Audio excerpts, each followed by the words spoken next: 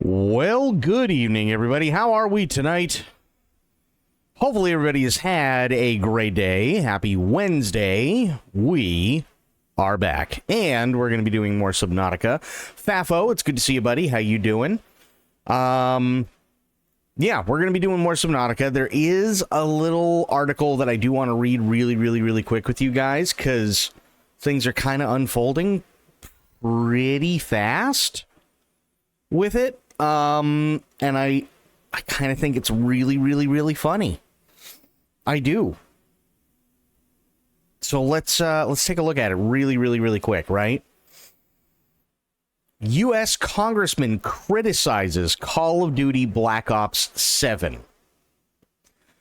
Black Ops 7 has been under fire for its use of AI artwork, and it's now caused U.S. Representative Ro Khanna to speak up on AI regulations.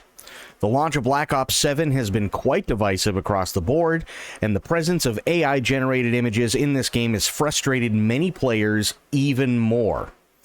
Between criticism of the game's campaign and low user ratings, Black Ops 7 is off to a rocky start, and the AI controversy isn't helping. Steam has even refunded a Black Ops 7 player due to the game's AI use. The use of AI in game development has been a huge debate for this year, and Black Ops 7 is adding more fuel to the fire. Gamers aren't the only people participating in the discourse either, as the issue has inspired Ro Khanna to make an official statement regarding this matter. Representative Ro Khanna took to Twitter to address the Black Ops 7 controversy, insisting that company use of AI should be regulated in order to protect employees. Khanna's argument claims that large companies use AI as a way to cut costs instead of employing actual artists is a misuse of technology. He further states that the employed artists at such companies should ultimately have a say in how this technology gets used, which would presumably give artists more agency in the workplace. He literally says, "We need regulations that prevent companies from using AI to eliminate jobs to extract greater profits." Oops. These artists at these companies need to have a say in how AI is deployed. They should share in the profits, and there should be a tax on mass deployment. Developers like Treyarch and Raven Software aren't the only companies to have been under fire recently for the use of their use of AI. Last week, Subnautica 2 publisher Krafton ignited controversy after it was reported that the company is buying out employee contracts so it can become an AI-first operation. Black Ops 7's AI usage may not be on that scale, but Khanna's words are a reminder that the AI-made calling cards in the game could have been made by an actual artist who would have been paid for their work. As AI continues to evolve, the debate about whether AI should be regulated or not is only going to become more prevalent. Elon Musk claims that he'll release an AI-generated game at the end of next year.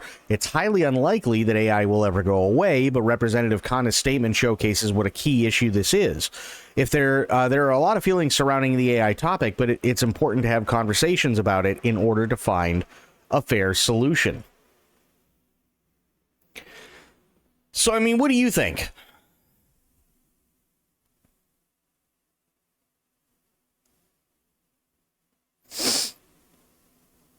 Nice, I guess. Well, I mean, like, in all honesty, what do you think about it? Right? Like, what do you think about them trying to finally regulate this? Which, by the way, is something I've talked about many times before, and how I really think it needs to be.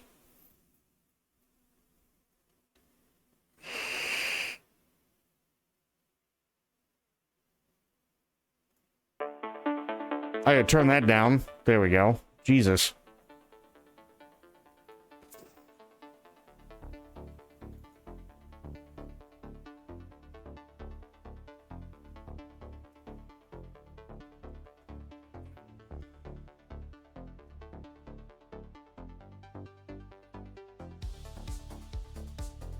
I mean, what do you think, Fafo?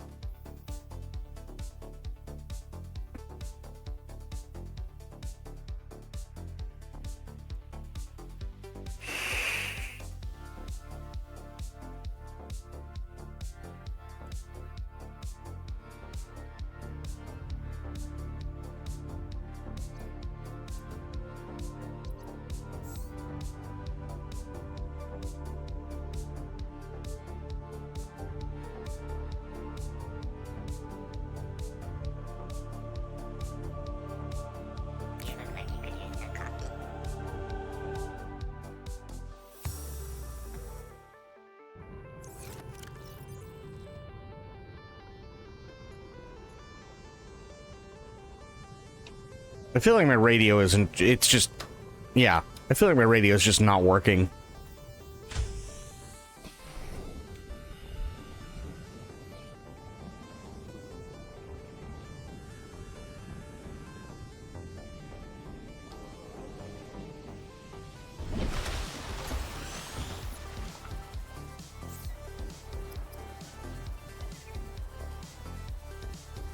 Plasteel ingot and lead. Okay.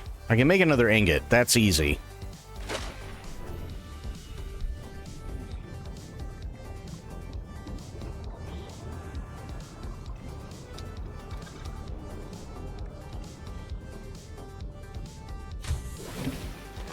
Welcome aboard, Captain.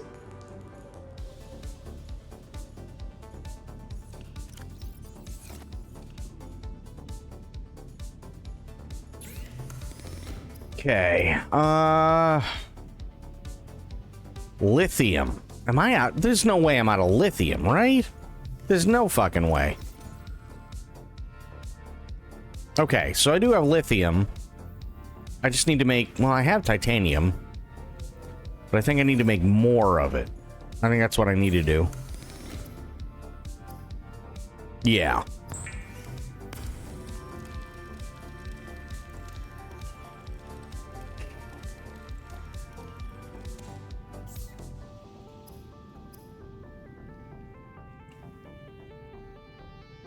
I need 2 lithium.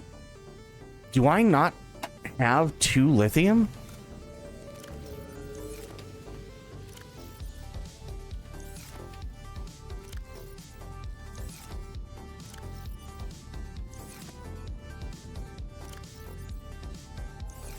Okay, well this...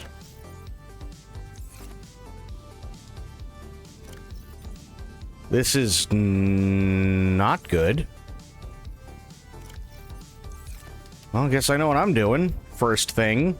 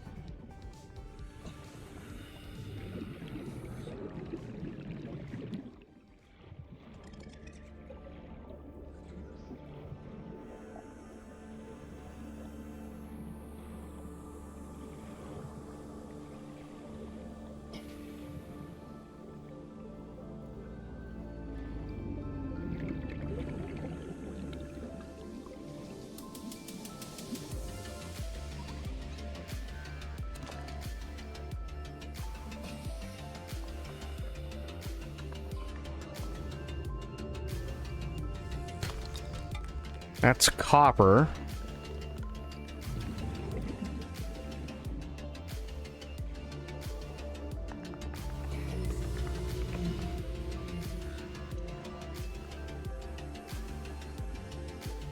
Interesting.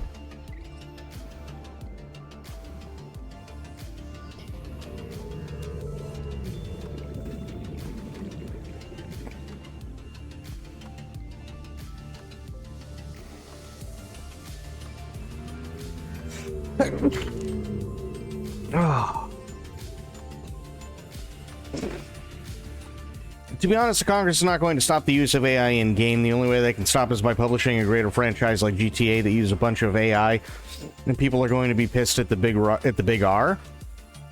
But that's not what they're saying.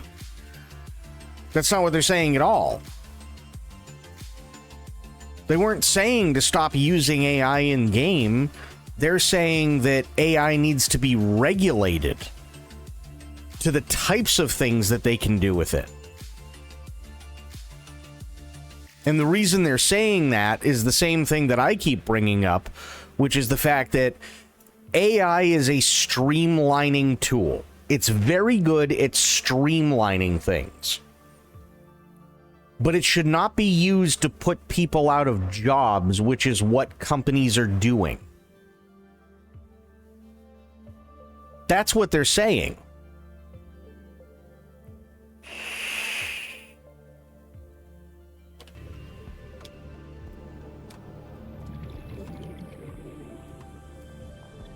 Because these big companies are sitting there and going, oh, well, we don't need fucking artists and shit like that. Like, calling cards is such a small problem. We just got started. We literally just got started sober. Like, calling cards in Black Ops 7 is such a small problem compared to... So how are you going to regulate AI used? It's easy. You come up with laws that state how AI can be used. That's how you regulate it. And you make sure that those companies are doing exactly as the law tells them they can. That's how you do it.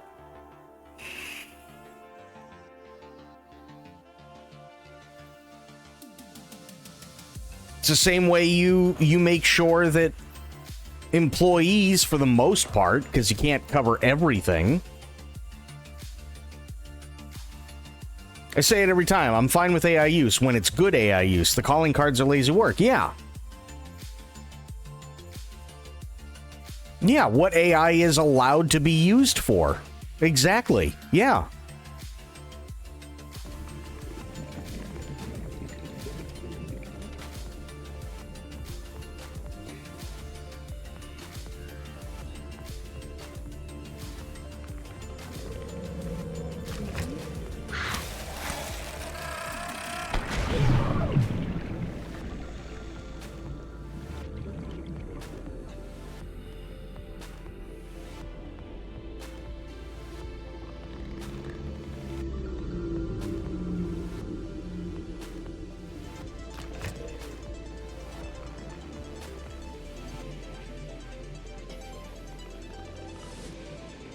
Oh, damn, I dodged a bullet there. Holy shit. Yeah, that's exactly what should happen. AI should absolutely be regulated, in my opinion. 100%. Think about it this way, right? You've got, currently, thousands of people who lost their jobs because literally one asshole in massive companies decided, oh, well, AI, and by the way, they don't literally know anything about AI. Thousands of people lost their jobs because they probably saw their son and or daughter on ChatGPT or on any of the other generative AIs that can do pictures decently well if you know what prompts to put in, and they went, well, fuck it, why do we need artists? And fired everybody. Does that seem fair at all?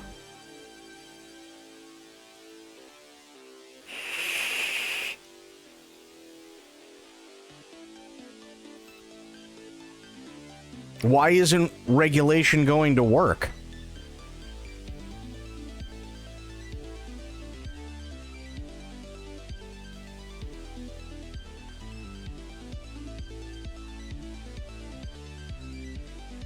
I don't understand how regulation wouldn't work. If regulation doesn't work, then they'd have to pay a fine, and if it's a repeated thing, then literally the CEO of companies, if they're American companies and they're breaking American laws, can go to prison.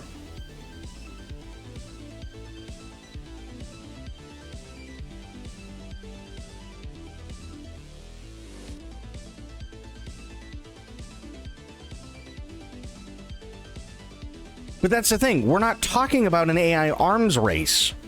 The military can do whatever the fuck they want. We're not talking about that.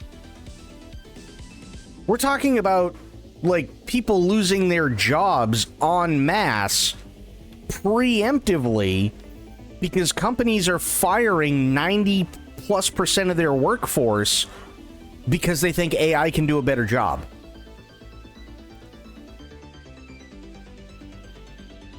And this isn't an extended period of time thing.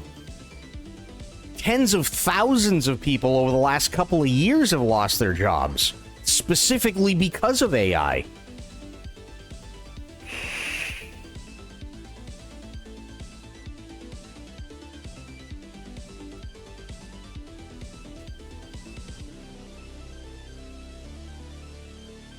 The military can do whatever they want. They still need soldiers, right? They absolutely still need soldiers. That's never going to change. But you also have those people. Why should artists be specially protected over anyone else, assuming the AI is better than them, which is currently debatable? The reason why is because if you have one person doing everything, then that quite literally turns into one person becoming the only reason a company exists and everybody else is useless. And that also means that if that's the case, then that person walks away with billions of dollars in their pocket. And in this day and age, when everybody's pissed off and everybody wants to sit there and hate on billionaires and everything like that, you'll literally have self-made billionaires overnight. Because apparently it's so fucking easy. It's not that just artists, it's just employees in general. You can use AI as a streamlining tool, yes, whether it be artists or whether it be music composition or whether it be changing things to streamline writing and maybe do peer review edits and things like that, or maybe, you know, compile different codes and so on to make sure that everything is the way that it should be and all that stuff. You can absolutely use it as streamlining. Hell, you could use literally a basis when it comes to concepts and stuff like that, right? But getting rid of artists, getting rid of coders, getting rid of writers, getting rid of directors, getting rid of producers, getting rid of literally an entire... Square Enix is getting rid of their entire QA team. And they're replacing it with AI. Meanwhile, I spent 9 hours with ChatGPT trying to get it to do one piece of code correctly, and it still couldn't do it. And you mean to tell me that that's better?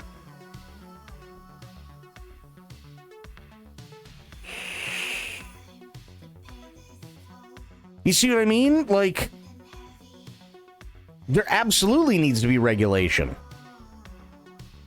And the reason why the reason why Black Ops 7 is being brought up as much as it is isn't just because, oh, well, they took AI art and used it for calling cards. It has nothing to do with that. It has everything to do with the fact that they're lazy and they're cheap enough to fire everybody when the job could have gone to one dude that maybe they pay a few $1,000s to, instead of just going, oh, well, we can already do that for pennies on the dollar because we pay $300 a month for an AI subscription, and then everybody on the internet pisses and moans because they didn't take the time to do anything about it. They just went, nah, fuck it, looks good, we don't give a shit. We don't care if it's using Studio Ghibli art style, we don't care if it's using, you know, shit from a J.R.R. Tolkien book. We don't care if it looks like The Last of Us, all we care is that it's there.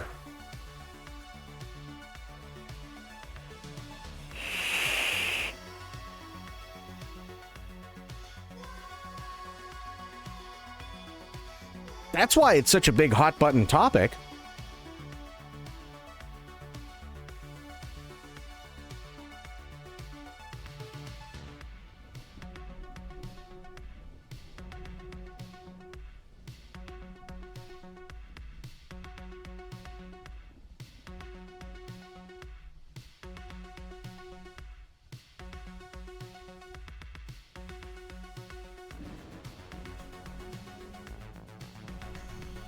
If the problem AI is taking jobs, I can understand that, but what will be the stick by which AI can or cannot be used? For example, using AI for coding, for writing, for animation? No, you use it as a streamlining thing.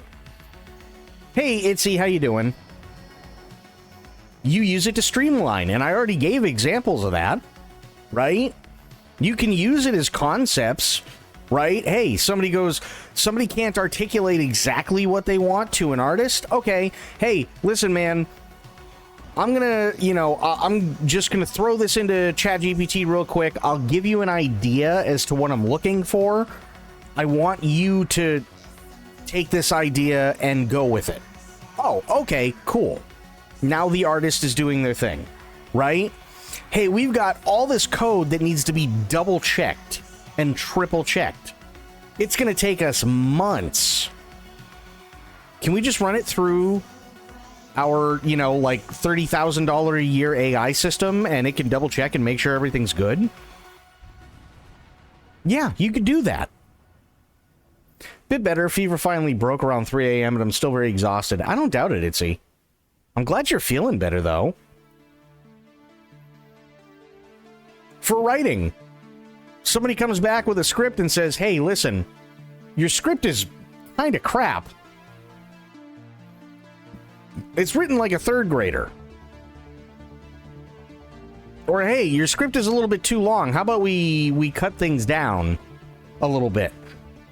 You could take that script and you could dump it in to AI and tell it what you're having a tough time cutting and stuff like that, and, where it, and see what suggestions it comes up with in terms of what can and cannot be cut and stuff. It's a streamlining tool. Say broke, but I'm still like 99 temp. That's definitely a hell of a lot better than 102. But please, seriously, Itzy, if it doesn't get any better by tomorrow, please go see a doctor. Please, please, please.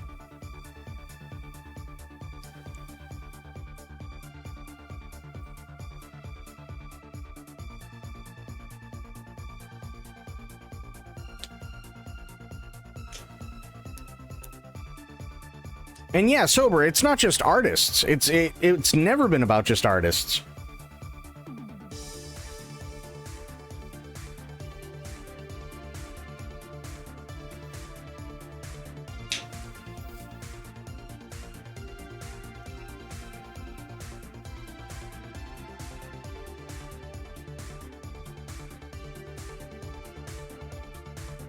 Well, and that's the thing, right? That's exactly the problem, is that there is no protection. There's nothing.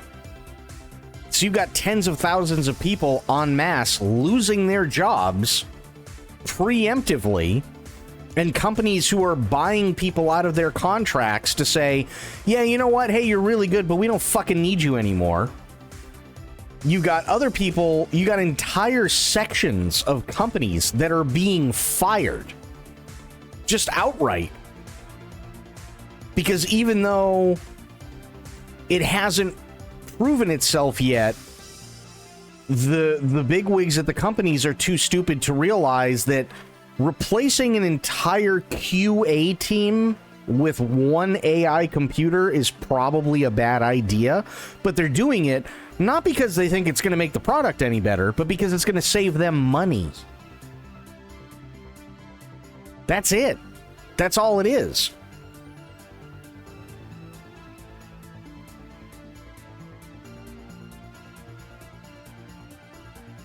It has absolutely nothing. The whole thing with the calling cards of Black Ops 7 has nothing to do with them thinking it was going to make the game any better. It's a blatant show of them thinking, oh, well, we can just save a few bucks and nobody's going to notice. People are going to be too stupid to realize. That's what it is.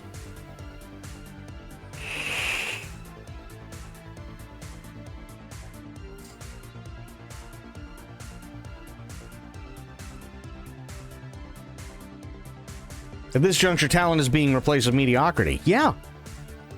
Yeah. Absolutely it is. It's not far enough along. And here's the other thing. I don't have a problem. Like, the Sora 2 stuff, right? People want to sit there and do like a Sora 2 thing on me. I don't have a problem with it, right? It's funny. It's a meme. Whatever. Right? True's taken my voice and dumped it in an AI thing, and now there's an AI me out there somewhere. Fine, whatever. So long as it's not like saying racial slurs and, saying all these different things that I don't believe in, then I don't have a problem with it. What I do have a problem with is when companies just, with a giant big ass red pen, go, we don't need the QA team. We don't need the creative team. We don't need the artist team. We don't need the director. We don't need the executive producers. We don't need the producers. We don't need the sound team. We don't need sound design. We don't need, and they just keep going literally down the list until they hit this magic number that supposedly is going to make them better people somehow. And it's like, okay, well, if that's the case, then why doesn't anyone here turn around and make their own video game?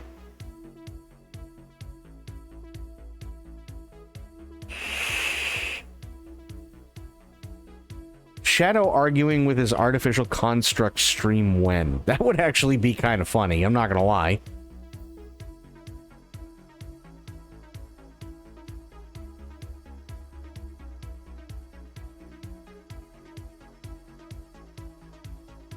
So I think regulation kind of has to happen. I do. Right? Like, hey, if you want to relegate AI to compiling code, be my guest. That's a shit job. You know what I mean? Like, that sucks. You want to relegate AI to compiling code, be my fucking guest. You want AI to sit there and work in tandem with a QA team? That's perfectly fine. Because then you have an experienced QA team that's peer reviewing everything that the AI says, and the AI peer reviewing everything that the QA team says, right? That's perfectly fine.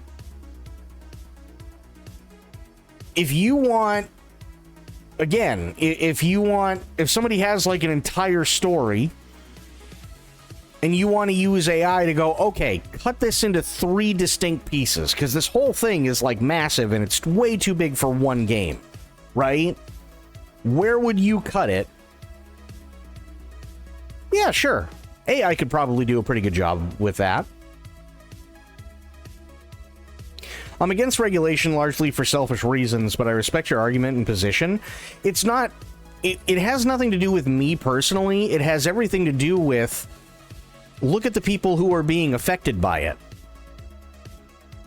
Right? Everybody wants to sit there and go, oh, well, I mean, when the automobile replaced the horse and carriage, well, okay, to an extent, fair, but that's not what's happening. What's happening is, if we're going to use the horse and carriage analogy versus the car, what's happening is that somebody over in Germany created the first car, which isn't very good and only goes about 2 miles an hour, and then it broke down and exploded, and somebody in the United States went, wow, cars, that's a great fucking idea. And then before they even have a design for a car, fired the entire workforce that they had that was offering horse and buggy rides to people. Because 5 years from now, the car is going to be a thing. That's what's happening.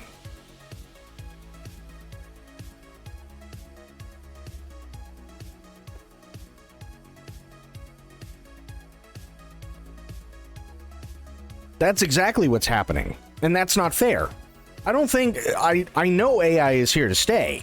I'm not worried about AI going anywhere or AI taking over. Like, no. I'm not worried about that whatsoever. But regulation is going to make it so that when it does happen, the people who are currently being affected aren't going to be out of a job because they'll find something else. But we shouldn't be leaving people out on their asses for no reason. For what? Because somebody wanted to save a couple of bucks here and there?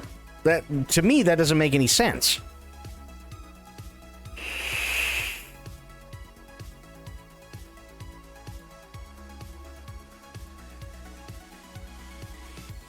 That's the big thing, right? Like, and I understand the whole artist thing, but think about it this way. If somebody chooses to be an artist, and they went to school to be an artist, and they've done everything that they can to make their company as big as they can, to be hired for different things, and then overnight, their entire industry goes away because there is no regulation, and every company under the sun decided, oh, fuck artists. We're not going to pay $2,000 for a piece of artwork that we're going to, that we did 10 years ago. Or like we did 10 years ago. No, fuck it. It's going to take 30 seconds and we're just going to throw it up in ChatGPT and they'll take care of it. And every single company does that. Well, congratulations. Now you've just created nothing but homeless people.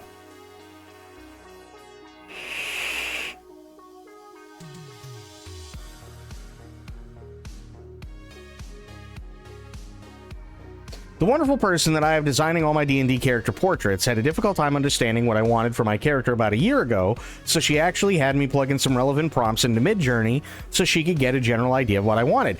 And that's what I mean. Artists can use AI as a tool, as like a streamlining tool. And that's a perfect example. And something that I brought up a little bit earlier was, if somebody can't properly articulate, or the artist doesn't understand what somebody is looking for, the person trying to explain it to the artist can go, okay, hang on, wait a second. I'll go to Midjourney, or I'll go to ChatGPT, or whatever. I'll come up with an idea, right? And I'll show you the picture so you can kind of see where I want to go with it, and then maybe we'll have a better understanding. I think that's perfectly fine. 100%, I think that's fine.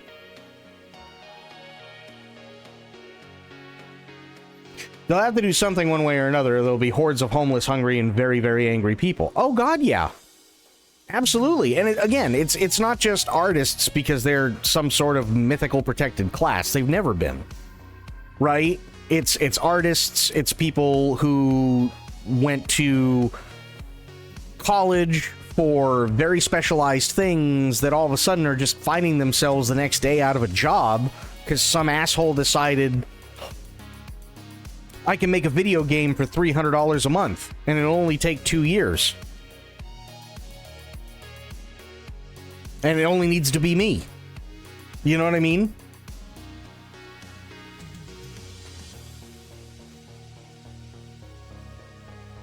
AI is really, really good at being a streamlining tool. It is. It's really, really good at streamlining stuff. And I think that's really, really important. But I don't think it should be encroaching on everybody's job either.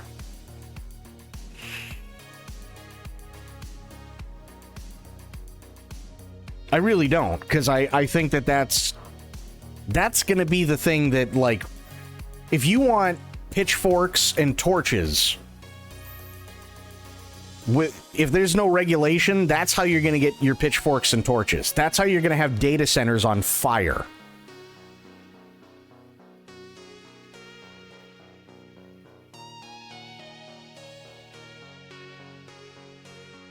You know what I mean? Like, that's what's going to happen.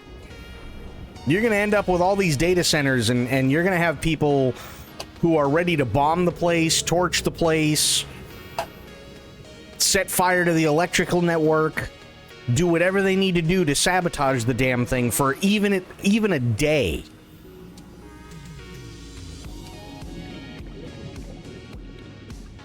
Join the use of AI among other threats and harassment, so my sympathy is near zero. Part of me says, fuck 'em, starve, see if I care.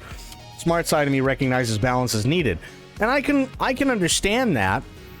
I can understand people going way overboard and it pushing people to the other side, but the issue with allowing that to happen is that when it comes your turn, nobody's going to be there to care.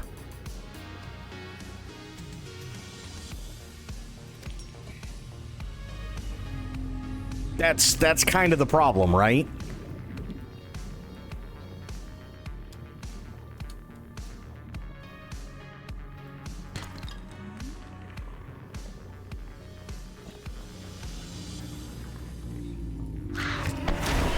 Got him.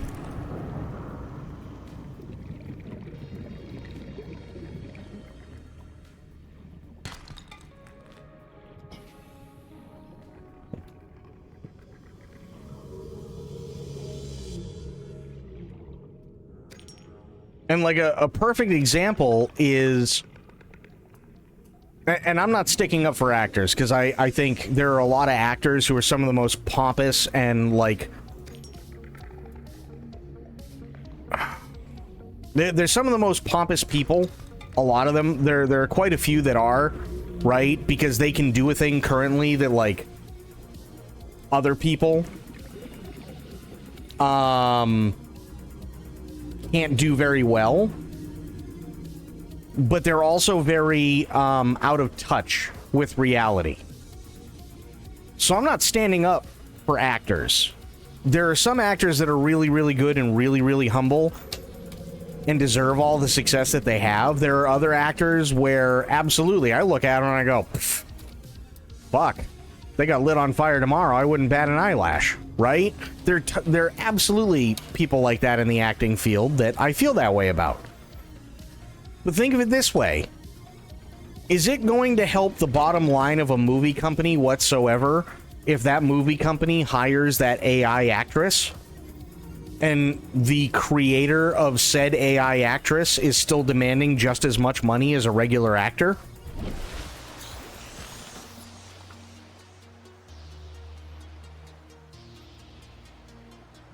It's not going to benefit anything.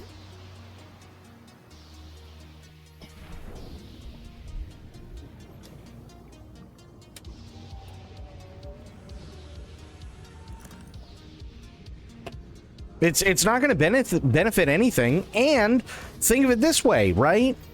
That technology is doing nothing but getting cheaper.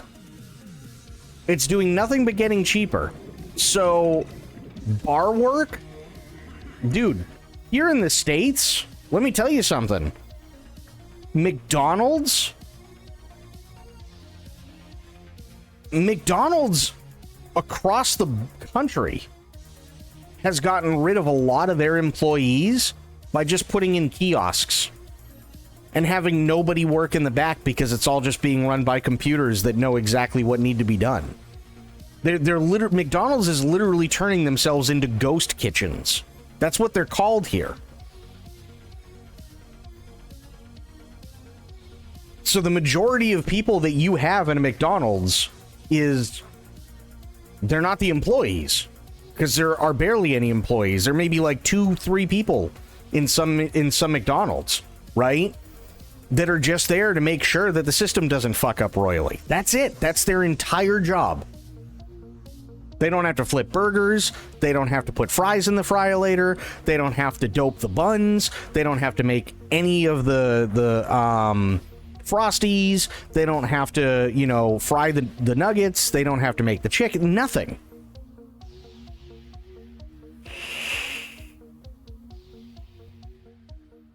That technology is doing nothing but getting cheaper. So, bar work, it'll come. It will. AI is really useful to me because my brain is chaotic and often difficult for me to articulate, so it helps me visualize my ideas. What I don't appreciate is people who give me shit for using it when I only use it for myself. No, and I completely agree. And I agree with you, and I agree with Sober on this. Privately, I think everybody should be able to use it however they see fit. I think everybody should be able to use it how they see fit privately. But when you are a company, right, whose sole purpose is that of making money, and when you become big enough, is actually like becoming a member of the economy itself, and part of the reason the economy is doing as well as it is, regardless of what situation the economy is in, doing mass firings just so you can cut down on expenses is ridiculous. Because at that point, you're not just making it worse for the people that you fired, you're making the economy worse for everybody. And we're talking about an industry, and just video games alone is a multi-billion-dollar industry.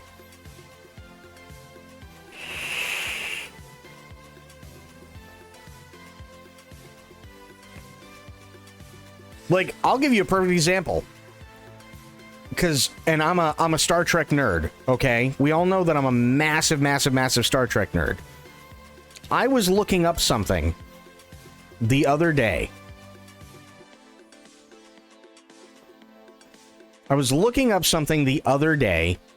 And this is exactly, in my opinion, the kind of stuff that ChatGPT does amazing at. Okay? Because I was given a thing. Yes, I'm not talking about, oh, well, it needs to be regulated and anybody who uses like Midjourney or something in their spare time is getting arrested. No. I'm talking about corporate regulations. Yeah, I'm not talking about, oh, well, it needs to be across the board. No, absolutely not. No, but corporate regulations, 100%. But I'll show you what I mean, right? And I thought about this. There are currently 45 seasons of Star Trek and 13 movies. It's in the next 2 years, it's going to end up being 50 seasons of Star Trek before anything else comes out. And there's already talk of a 14th movie in the works now that Skydance has taken over. So that's a lot of information and stuff like that. Plus, there are hundreds, if not thousands, of books and stuff like that for Star Trek, right? So I was prompted, because I'm a giga nerd when it comes to Star Trek, right? So I know what I'm talking about, and I know what can and cannot happen and whatnot. So I went to ChatGPT and I started asking this question.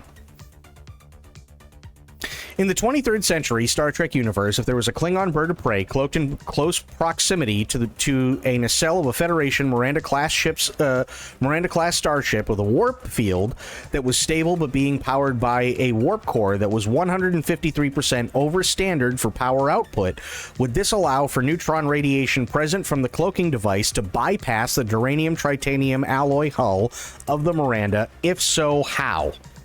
It took a solid minute for ChatGPT to look through everything. And it actually came up with a really, really good response. Right? Which is what I was looking for. I know the answer is yes. But this helps me put into my own words exactly how. Right? So I said, okay, is there an in-canon way to differentiate between Klingon and Romulan plasma weapons? Yes, there are. It goes through those. Okay, cool. Awesome. And I said, how does this account for the green torpedo seen from Krug's Bird of Prey in Star Trek 3? And then it answers that. Okay, cool. So then I prompted it with, assume for the moment that the bird of prey close to the Miranda was similar to Krug's ship and was a stolen Romulan hybrid. Assume also that this ship has had installed on it the ability to fire while cloaked and would be emitting neutron radiation. Would the impact of a plasma torpedo react with the warp field and cloaking device and further exacerbate the radiation bleed through? Absolutely. It goes through and does absolutely everything, right? And I go, okay, if this particular plasma torpedo was fired and hit the nacelle strut of the Miranda, would this also create a chain reaction and backflow of the excited warp plasma back into the core? Absolutely. It went through everything, and it looked at all of it, and it assumed what it needed to, and there you go. This is streamlining. This is awesome. You see what I mean? There's nothing wrong with doing stuff like this. Nothing wrong with that. This is delightfully nerdy and precisely what I also use ChatGPT for. 100%. There's nothing wrong with doing that. Shadow's out here excelling at AI prompts, and I'm over here like, can you lick an egg yolk? Or design an image of a squirrel in hot pants? Oh, God. One thing that concerns me is that these people don't understand the tech and its pitfalls and limitations, and I'm worried about the people treating the LLMs as if they're sentient. Yeah, that's a big one. That's definitely a big one. But you see what I mean? Like, you can get... There's nothing wrong with being ultra nerdy. Even if it's hey, go to Midjourney and type in a bunch of like really descriptive prompts and stuff like that, and come up with a picture for, like you said, it's your D&D character portrait, right? So that you're giving an artist some idea of what you're looking for. Okay, I don't see any problem with that, and I honestly do not think anybody would have any issue with that. I really don't. Using it as a tool or as a base, I think, is a great idea. Absolutely great idea.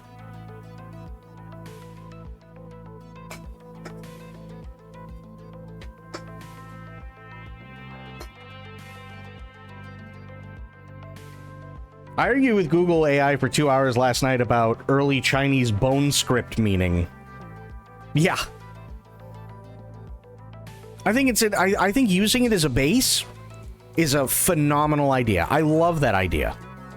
Absolutely love that idea.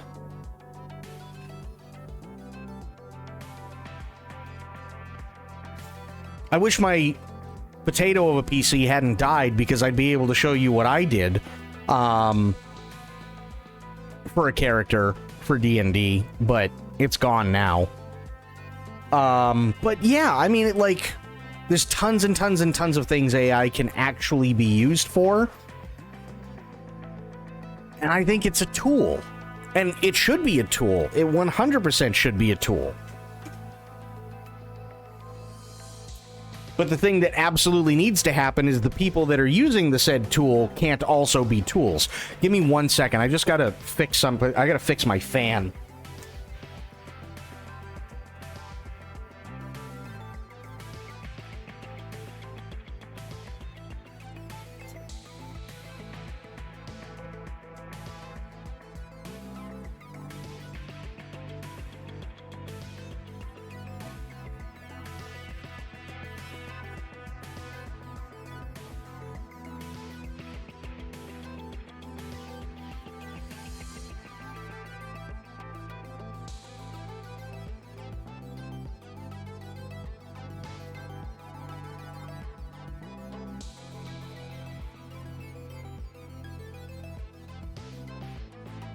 Much better. Okay.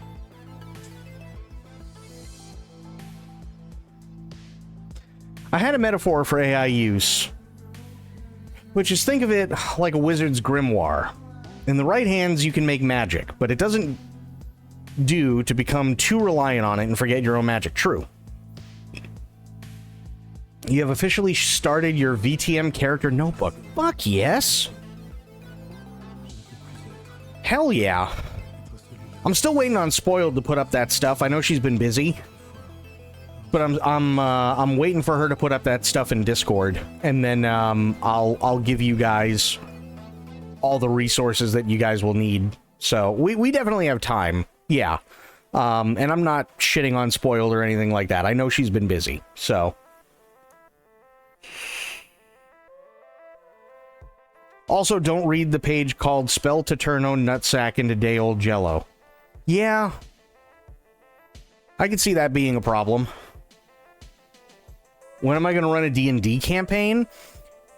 I think that there are people who are much better at running D&D campaigns than I could ever be, if I'm being completely honest. VTM, I could probably do it all day. Warhammer, I could probably do it all day. Right? D&D, on the other hand, I think D&D takes a really special kind of person, because D&D's been around for so long, and it's so complex and it's so convoluted that you either you need to have nothing ready for D&D, or you need to have everything ready for D&D.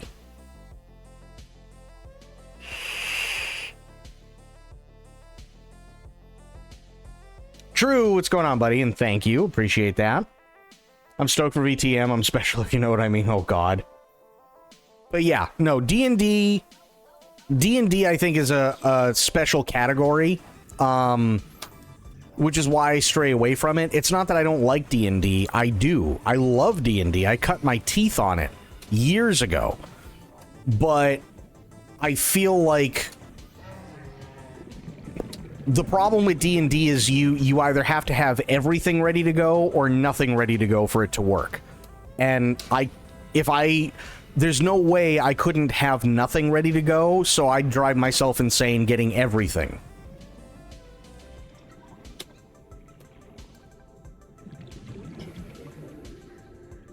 I was asked to DM and promptly spent 2 years in a world build rabbit hole and never ran the game. Mm-hmm. That's exactly what I mean. 100%.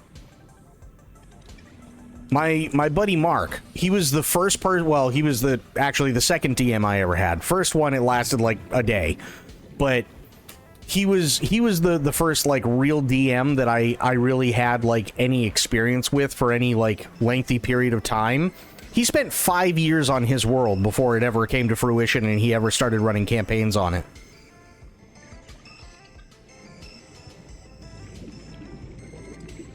No, nobody's going to expect miracles, and here's why. Because VTM is so different from D&D that it's going to be a learning curve for everyone. So I'm absolutely not worried whatsoever.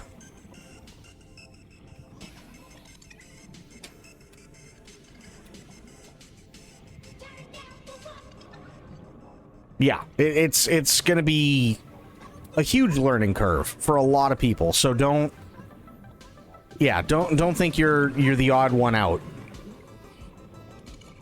Almost nobody knows VTM anyways. That's true. VTM compared to like D&D is a very niche thing. Very, very niche.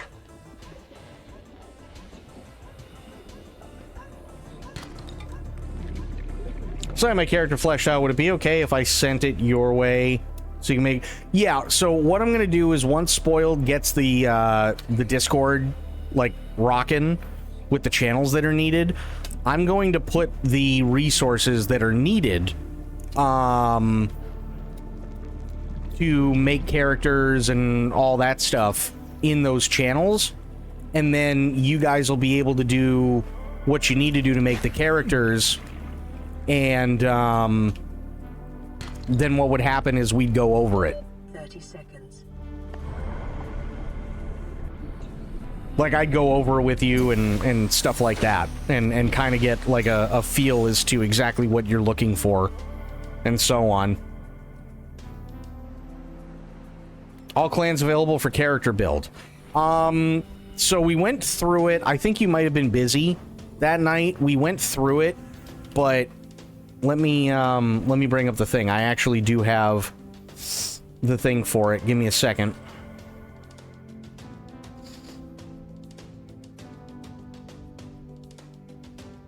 Okay.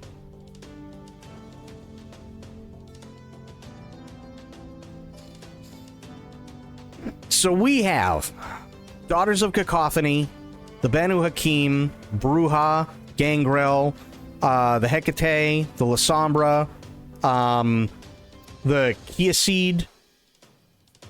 Maybe that's how it's spelled, I don't know. Malkavian, the Ministry, Nosferatu, Ravnos, Salubri, Toreador, Tremere, Tzimisce, Ventru, Caitiff. We're only going to be doing all the Camarilla stuff. However... No, you're fine, Itzy. You're totally fine.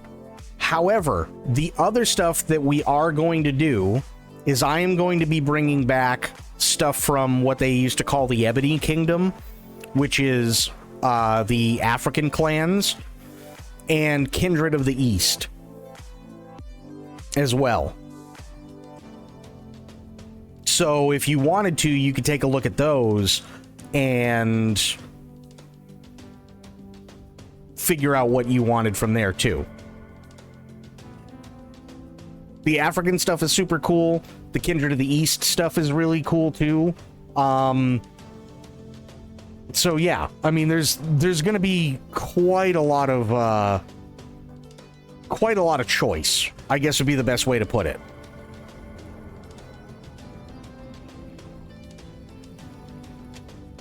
And again, we're only doing Camarilla. I figured that was probably the best way to go about it.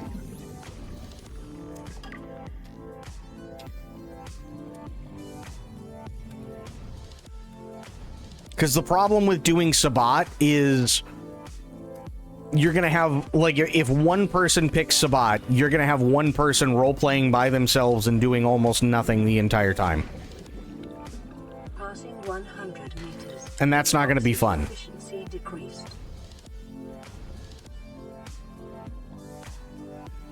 Should do a comedy game of Warhammer Fantasy RPG so I can finally be Baron von Pissenfarten. I mean, honestly, I wouldn't mind doing something like Rogue Trader down the line, or even something like, there's a Death Watch, TTRPG as well. Fuck, inventory full already? Really? Oh, shit.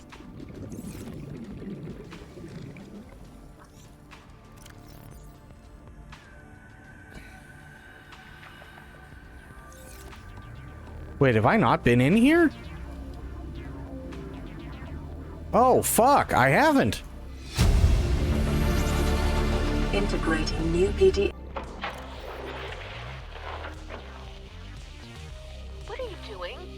You were gone so long. I thought you drowned. Put the flare down. I was going to try and attract someone's attention. That's not a distress flare. Stop waving it around like that. You'll catch the fuel line.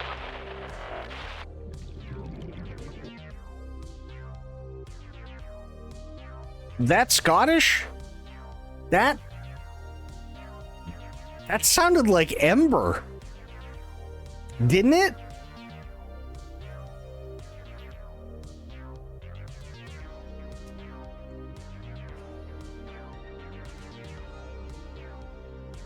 Very similar, yeah.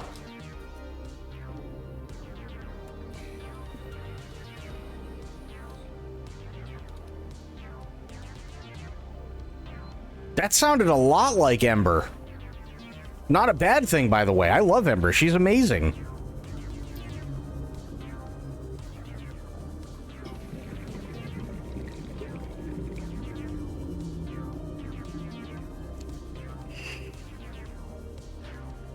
Scott's voiced by an American, which is subtly different from Ross Scott's. Fair. Totally fair. It was the actual, like, voice itself, and I'm like, wait, is that Ember playing a Scott? Like, did they hire Ember? Because that'd be awesome. Oh, Ember is... I love Ember. She's amazing. She really, really is.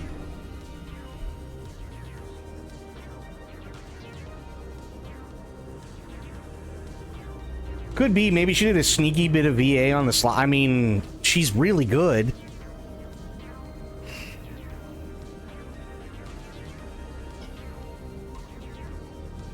Although, I will give you one. Yeah, Ember knocked. I will give you one person that was really, really, really good at being a Scot, and most people never knew he wasn't a Scot and that he came from North America. Not American, he was Canadian. But nobody knew he was Canadian for years. The majority of people didn't realize it. James Doohan, aka Scotty.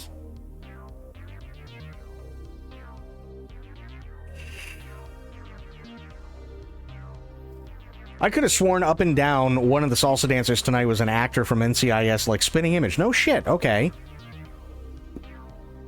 Yeah, most people thought James Doohan was a Scot. He wasn't, he was Canadian.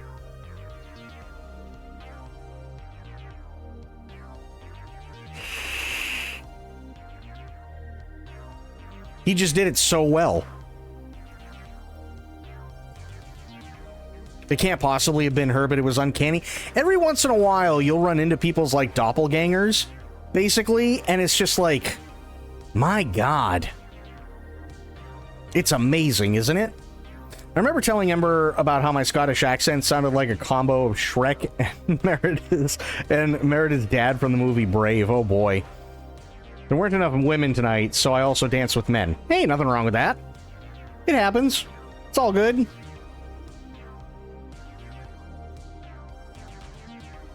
Never watched this channel before, but someone gifted me a sub here, so thanks. Well, thank you for joining and welcome in. Appreciate it. It's not a feminine sound emanating from me. Oh, God. That's funny. Yeah, I had a couple of people go on community gift sub like tirades, and there were a bunch of people. Thankfully, like most of them weren't bots. That got gifted a sub. So I'm really glad to see that you're here, and welcome to the stream and all that good stuff. Here you will watch me suffer in Subnautica while we bitch about basically everything. I think that's a pretty good way of stating it.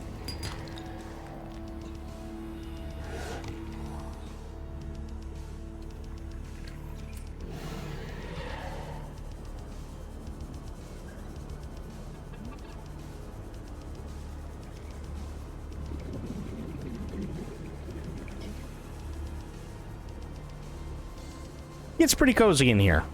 I'd like to think so, or at least I'd hope so. Welcome aboard, Captain. I mean, trust me, James Doohan's Scottish accent, Ember Knock's Scottish accent is well beyond my Scottish accent, which is more like a cross between Canadian and Scottish.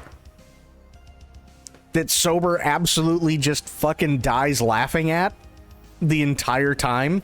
I'll kick you in the fucking teeth.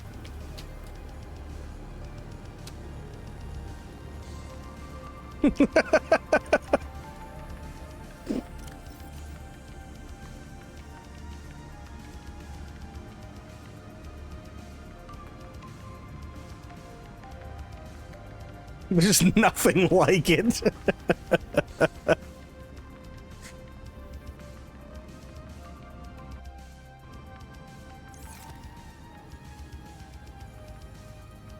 It's like Kronk became a 1920s hard-boiled detective.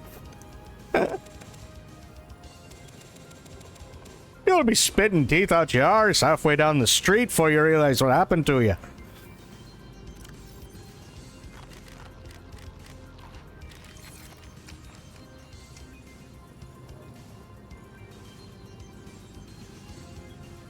It's my favorite accent only because it makes Sober laugh so much.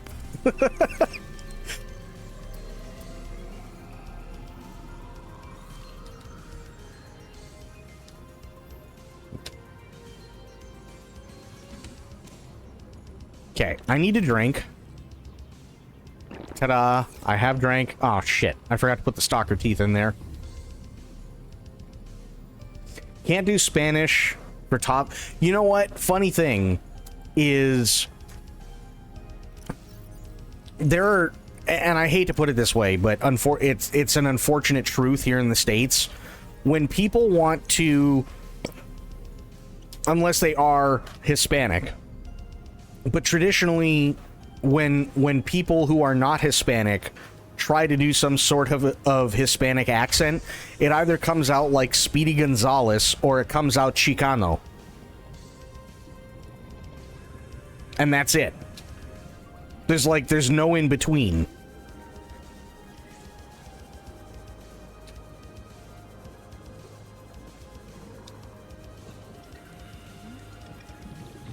What the hell is that? Oh. Okay, that's not what I thought it was.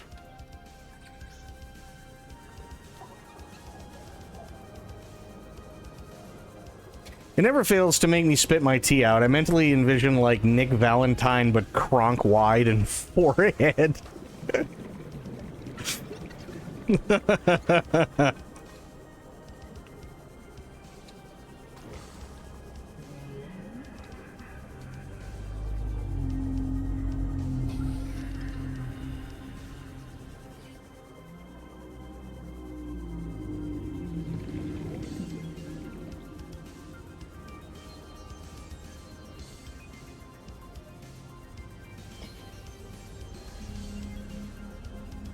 Passing 100 meters. Oxygen efficiency decreased.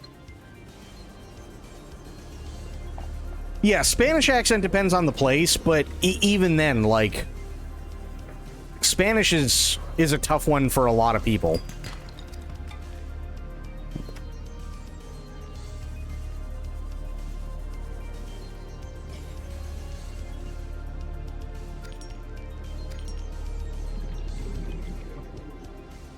Like, even now, and I rarely do it because obviously I don't want to piss anybody off, but like, if I have to do any sort of Spanish accent, I always go to Edward James Olmos from Stand and Deliver. You gotta have ganas, right?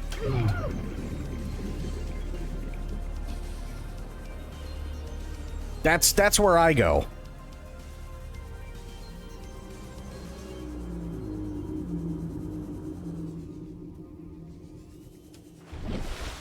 How do I reach these kids? It's true. And Stand and Deliver is such a good movie. My friend does a cry funny Swedish. He throws in English phrases like it'll go Schocken snorten, ab Jorden klav untermunden, massive horse schlongo. Oh god.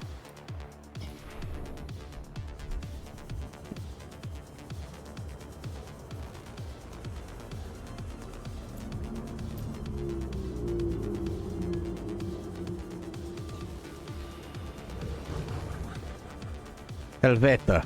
It's true.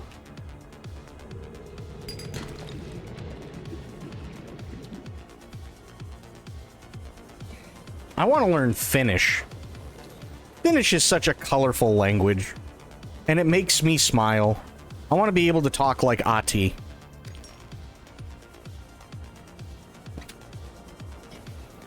For example, Money Heist was a Spanish-based series. When they got bought by Netflix, they include my favorite character, Palermo, an Argentine gay guy, 110 on ARC. Okay, that's fair. It's the only Swedish I know.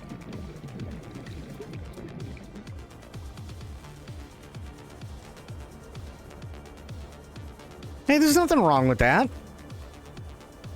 I really want to learn Finnish. That's salt. I don't need salt.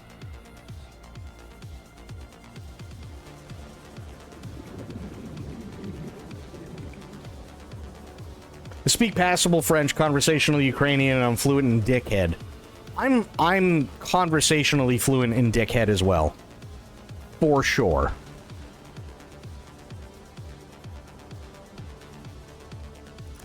Okay, I've already been in here. We're fine there.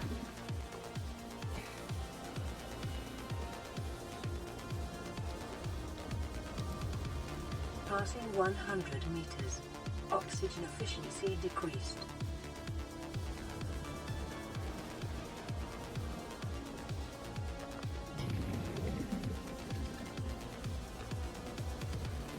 I need more lead.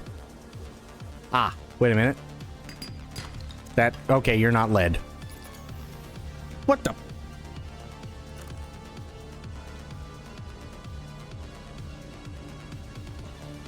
Oh.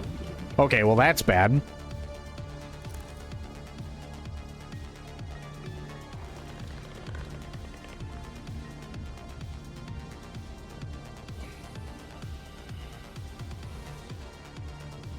Okay, before I get myself in trouble, hang on. Let me go back up to the surface before I die and explode.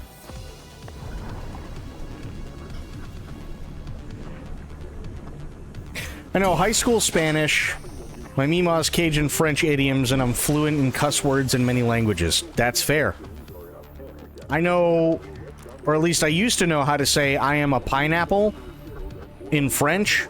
I know how to say I have loose bowels in South Korean.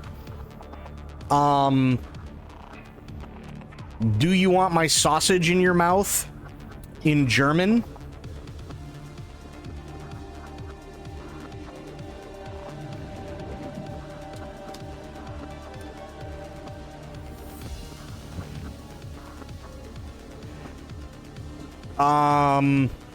Oh, what was the other one? Oh, there's an elephant in my pants in Spanish.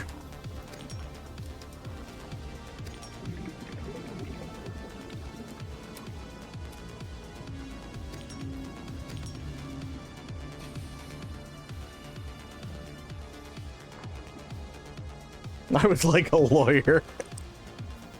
Why? I don't know, okay? Because 200 meters. Oxygen efficiency greatly decreased. that's what we do, unfortunately. We like to look at languages and go, okay, how can we fuck up this language?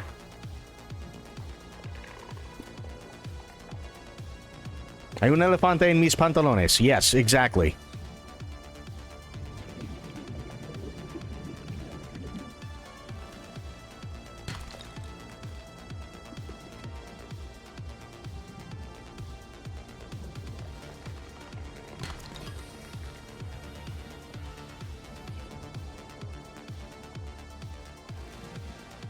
Learn some mafia Italian from an episode of The Simpsons.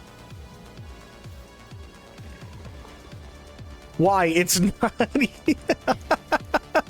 I know. I'm not saying it's good. I'm saying I learned it. 30 seconds. Uh-oh. Go, go, go, go, go. Oh, no. What have I done? Oh, thank God. We're gonna make it. We're not gonna make it. Oxygen.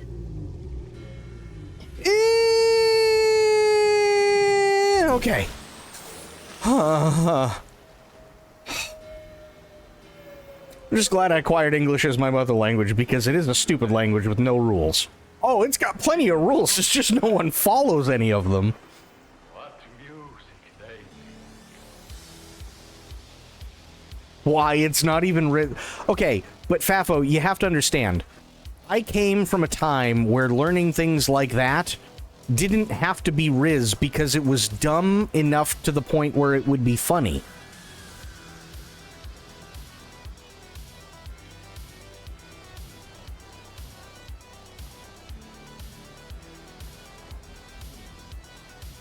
I would expect I have a beast in my pants. Nope, gotta be an elephant. Mostly because I can say elephant in Spanish. that's literally all it is.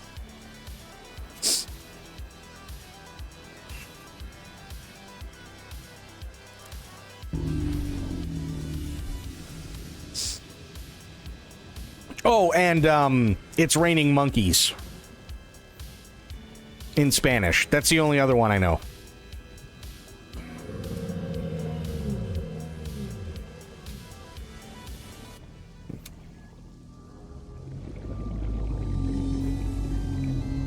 Passing 100 meters. Oxygen efficiency decreased. John and I come from a strange and mystical land called the past, where random was hilarious in and of itself, which is why I sometimes just drop pamplemousse into a conversation. Exactly. Itzy comes from that time, too.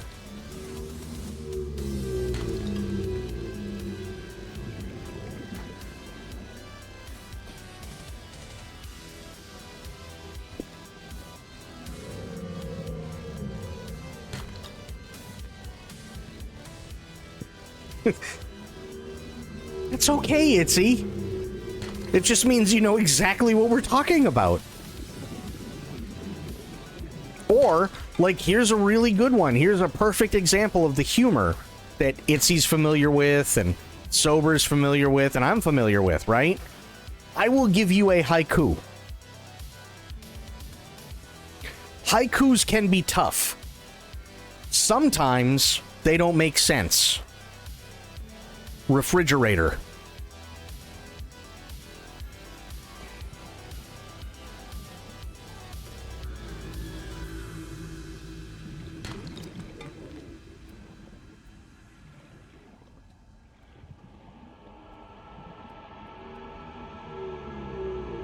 Wish Pasha lived to hear that one.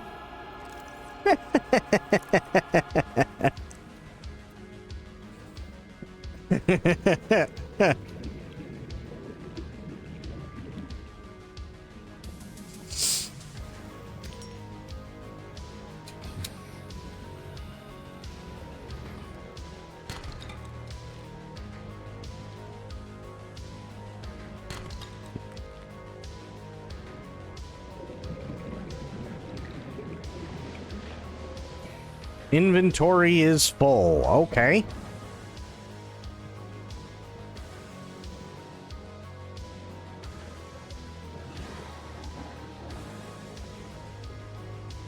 I don't know why my eye's watering all of a sudden.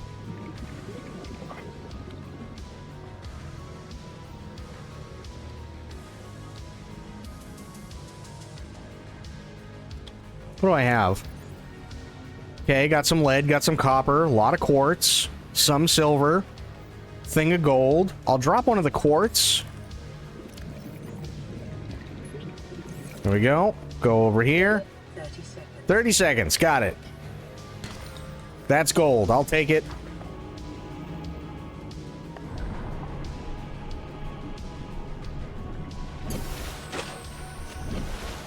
Because I get amazing answers. What's the most beautiful thing you've ever seen in your entire life? Ooh, that's actually a really good question.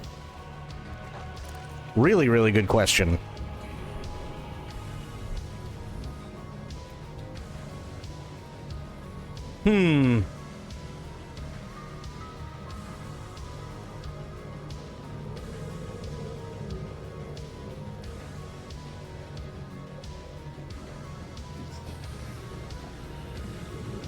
Okay, this is gonna sound really stupid. I'll bet it was a plastic bag floating in the breeze near a park bench. Fuck yeah. I can actually show you what mine is.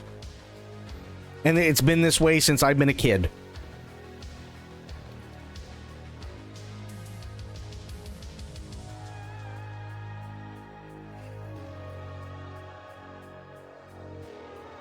I just gotta find the right picture. There it is.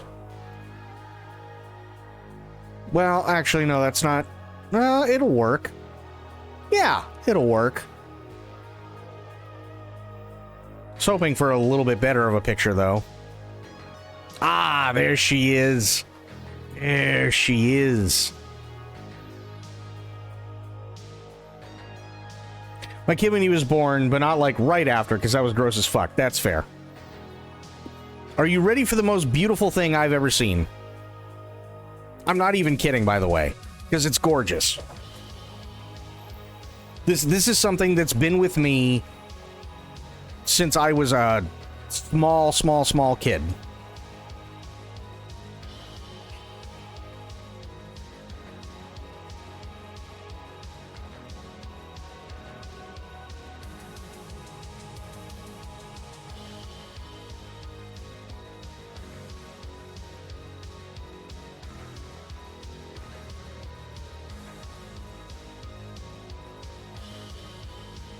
There's gonna be some nerd shit. I mean, of course it's gonna be some nerd shit. It's me. This is the Enterprise I fell in love with.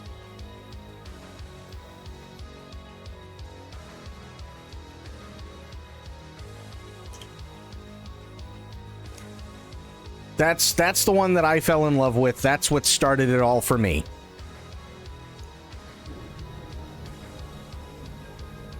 That is beautiful, though. It's just, it's art. Like, there's no other way to put it. It is art.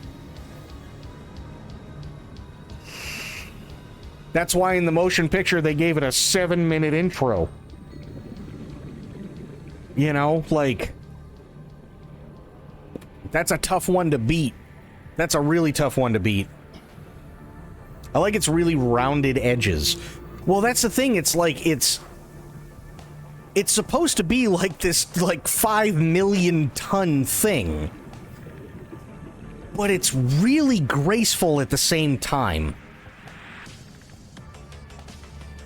And it's what got me interested in architecture, and it's what got me interested in sci-fi in general, and it's what got me interested in all different kinds of, like, science fiction stuff, in terms of ships and tech and everything else and how things work. And so, like, that for me, that was the starting point. Was that ship. Looks really delicate in that pic. It looks really delicate in most of its pics. Like a carved glass figure. Yeah. And it does. It looks looks very delicate in most pictures. Which is what makes it, I don't know why it does that. Which is what makes it so good.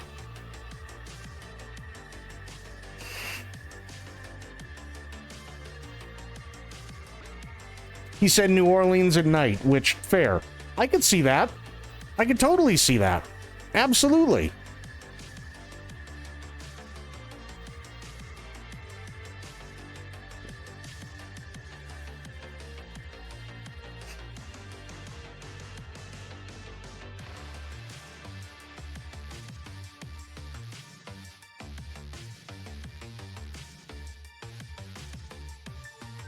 I mean, sucks to be him. I don't know what even to say to that.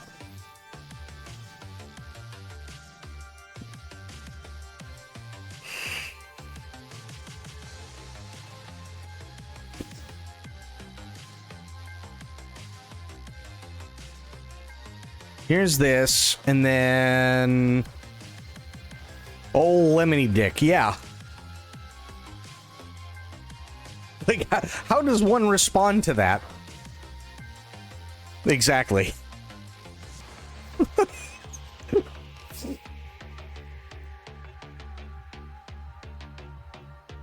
Where is it? Where is it? Where is it? Aha, okay.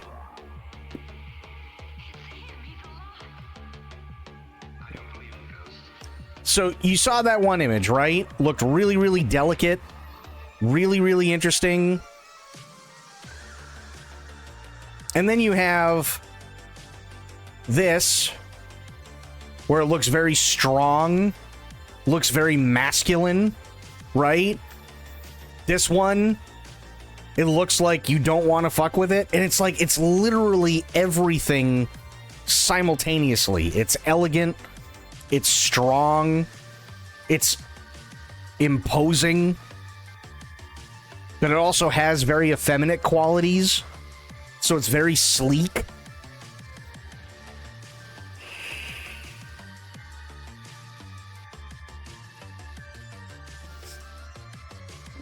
It is. It's the spaceship. 100%. And it's like, that's... Yeah. That, like... That's what got me interested in so many things. So many things.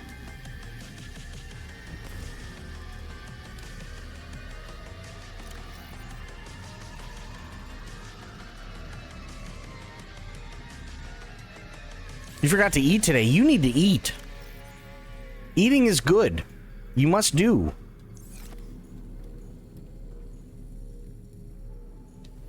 Oh, is my water done?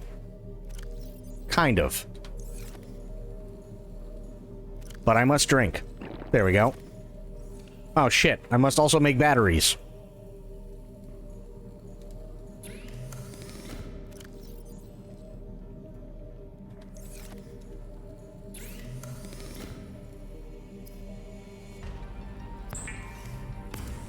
Nobody tells Spoiled she'll swim the fucking Atlantic to force feed me a steak. It's true, she will. 1,000,000% she will.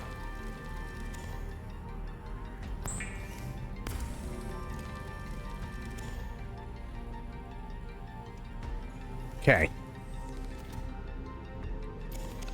Replace that. Replace that. I think that should be good.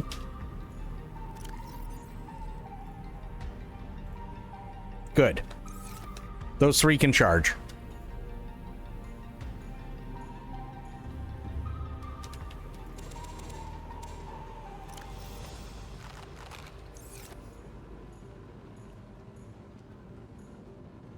I've seen her bully Shadow into ending stream and getting into bed when he was ill. It consisted mainly of go to bed, I will come over there, so help me.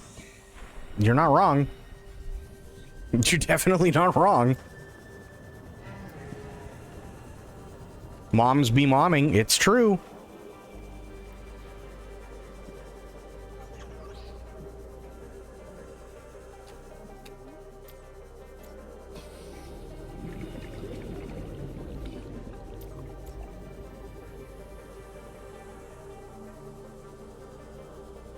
Okay, the search for more stuff.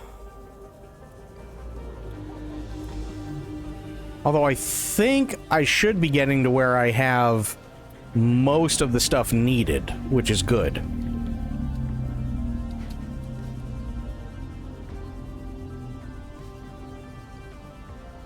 Passing 100 meters.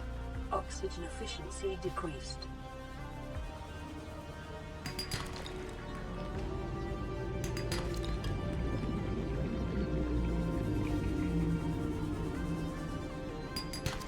Nice. Because then I can go and work on the prawn. Found some Peruvian 70% dark chocolate. Oh, that stuff is so good. Oh my god. Now that you mentioned, the New York Post has something for Weird Dick. The last time I heard that Hitler has a weird dick... Jesus. What is it? You know, I almost asked what is it with dicks, but let's be honest. We talk about dicks all the time.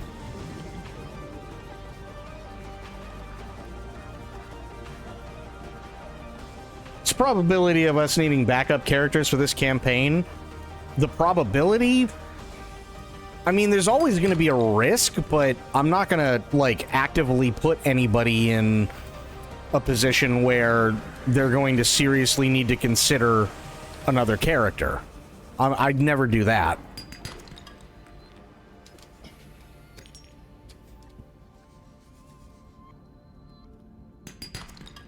And I'd also, like, make it abundantly clear if there was a decision that, you know, might kill off a character, I'd be like, okay, hey, 30 seconds.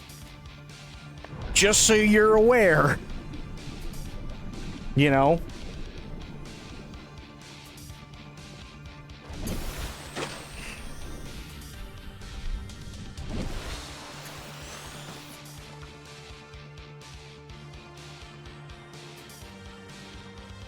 I have no idea, Doc.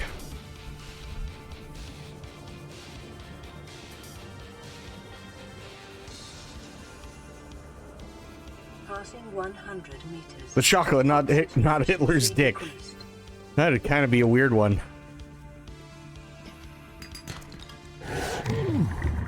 You dirty asshole.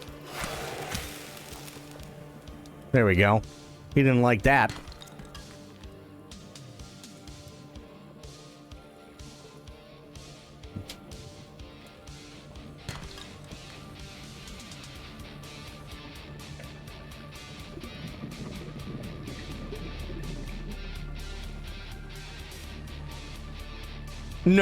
No. I'm...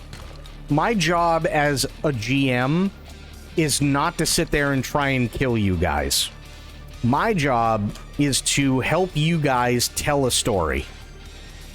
That's my job.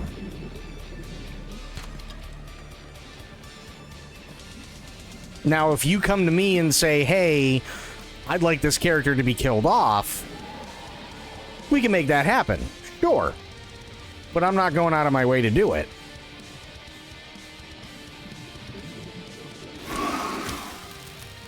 Oh, you did. Oh, you did.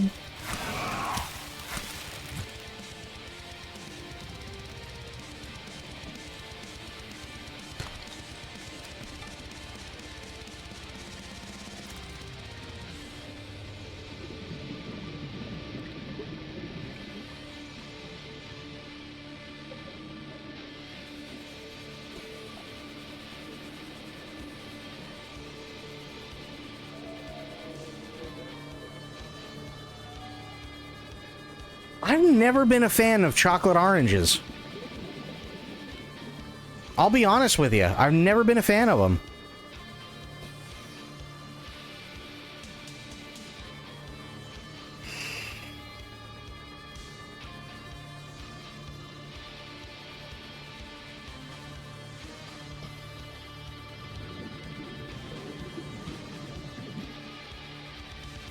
Okay. Let me put it this way. The only chocolate oranges that I have ever been able to actually have has never been an orange covered in chocolate. It has been a piece of chocolate that has been injected with citrus flavor.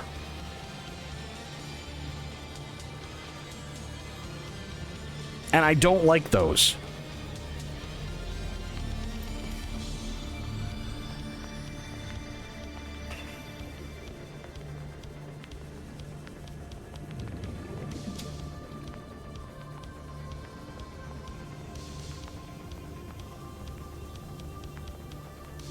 Why don't I like it, or why was it made?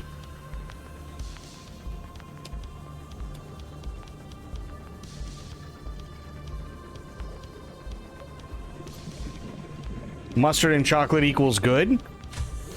You'd be surprised. With the type of chocolate? Yes. I know it sounds stupid. Why was that made? Chances are because it's probably one of those things where somebody took chocolate and dipped like an orange slice into it and went, wow, that's actually really good, and then made a business out of it, but realized real oranges covered in chocolate and trying to sell it is a bad idea. And the reason it's a bad idea is because oranges go bad. Right?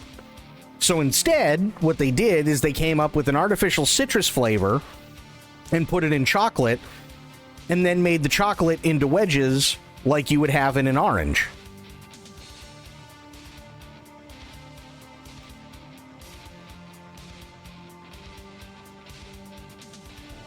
Terry's Chocolate Orange, yeah. I've never been a fan of those. Never been a fan of them. Now, I'm sure if I took an actual, like, piece of orange and I dipped it in chocolate, I'd love it. But yeah, those chocolate orange things, no thanks. I'm good. Once a year, whack it, and it splits into segments. It's cool. Yeah.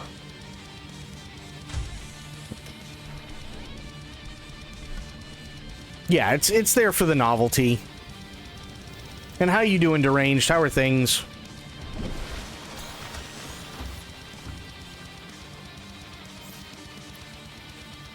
No, I don't want another sea moth, you dickhead.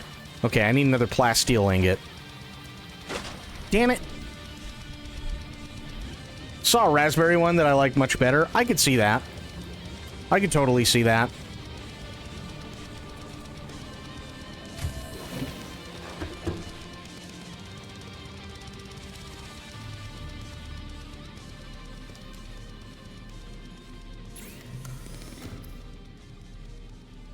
Is it under here? No. It's here. I just got a crap load of lithium. What are you talking about?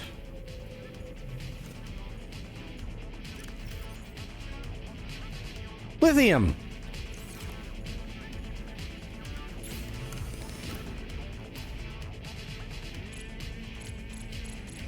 What? Hello? Oh, that's lead. I'm an idiot. Okay, that's not lithium. That makes all the difference. Shit.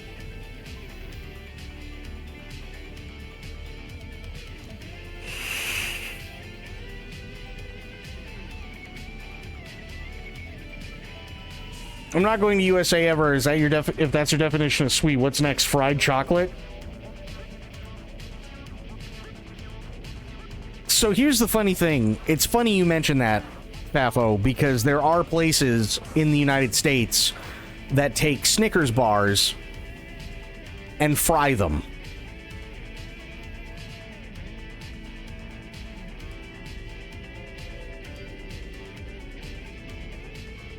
And Mars bars as well, yep. Here's another one that'll blow your mind, Fafo. Deep fried ice cream.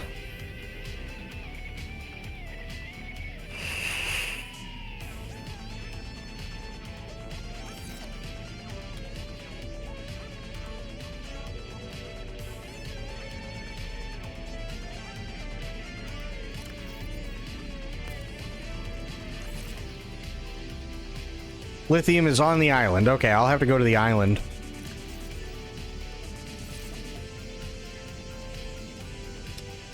Deep fried cow butthole. Where the hell are you getting cow buttholes to deep fry?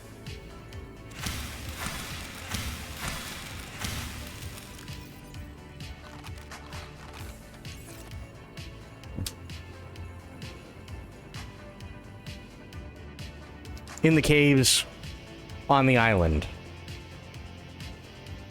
The northern island.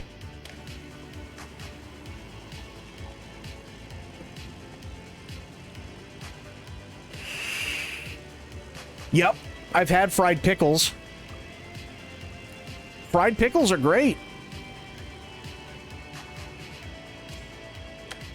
Yeah, who even sells cow buttholes? That's a fantastic question.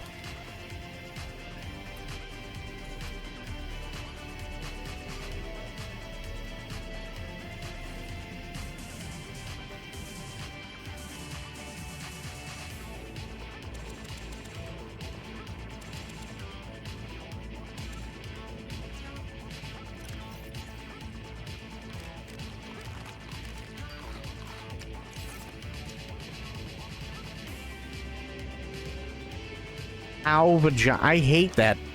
Cow vagina. Ew. Oreos, pickles, ravioli, all the veggies. Oh, God, yeah. But, I mean, hell, even Japan fries all of its vegetables.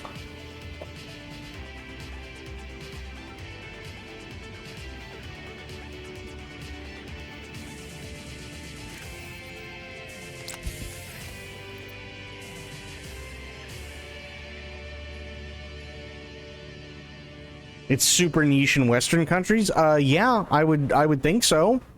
I would hope so. I wouldn't want to try that. That sounds kind of awful and bad.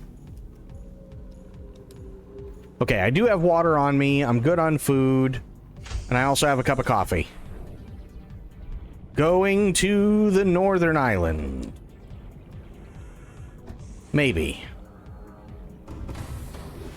Welcome aboard, Captain.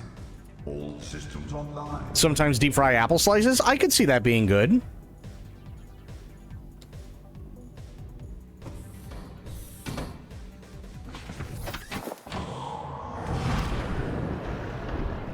Welcome aboard, Captain.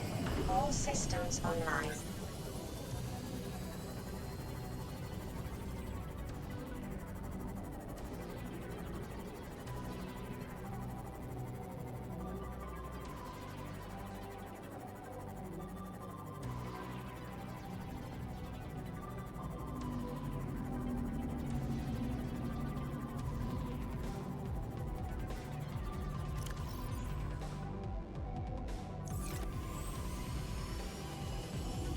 That should do it. I don't know what to say because I'm afraid that you deep fried it too. I mean, let me put it this way. I've never had a deep fried Snickers bar or Mars bar. I've had fried pickles. I've never had fried ice cream. Never had that.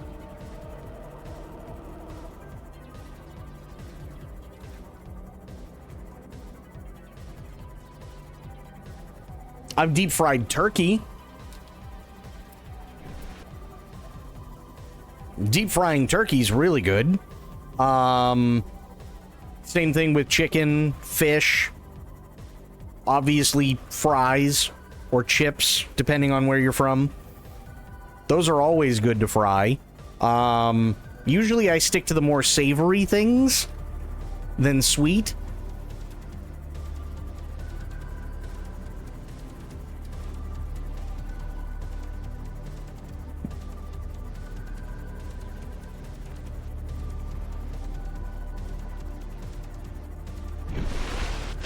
Like, every once in a while, I want something sweet. Like, for instance, I got a thing of, Hush Puppies. Hush Puppies are great. But yeah, like, I have a package sitting next to me of strawberry Pop-Tarts that has the frosting on them. That's probably the only sweet thing I'm gonna want for the next 6 months.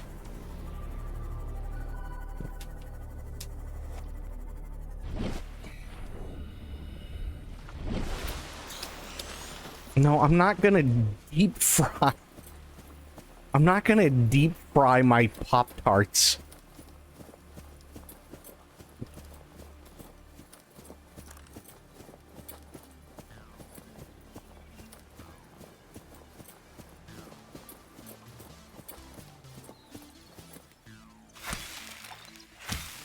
Get wrecked, bird.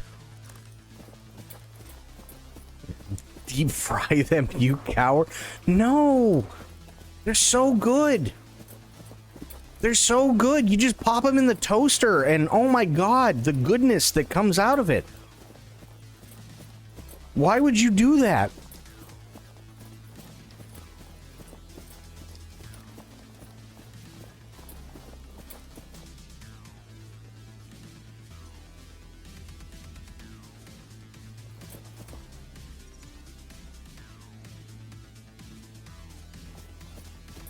Why am I not finding lithium? We have something called a Cornish party. It's a pastry with meat, veggies, and a crimped edge. The original recipe, right, had a pastry wall in the middle, and one end was jam, so dinner and dessert, one meal. No kidding. Why do you deep fry a chocolate bar? Ask the British. They came up with it first. We just took it to the next step. Instead of Mars bars, we use Snickers.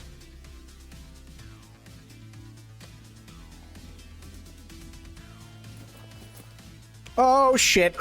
Ow. I could have sworn I got lithium here, too.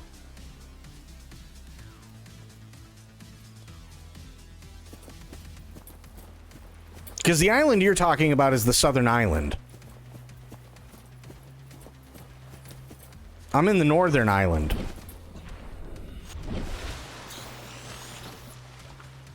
But I have gotten lithium from here.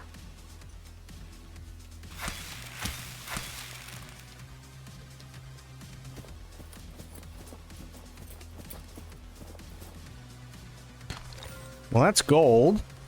Gold is good. Wasn't what I was looking for, but it's good.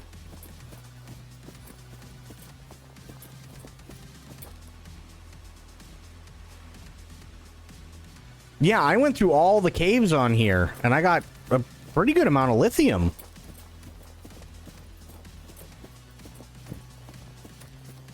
Granted, it helps when I don't fall down a hole.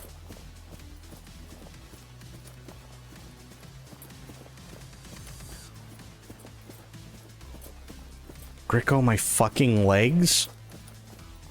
It sounds familiar, but I can't place it. What about bananas? Deep fried? I've heard of deep fried bananas. I've never seen one, and I've never had one.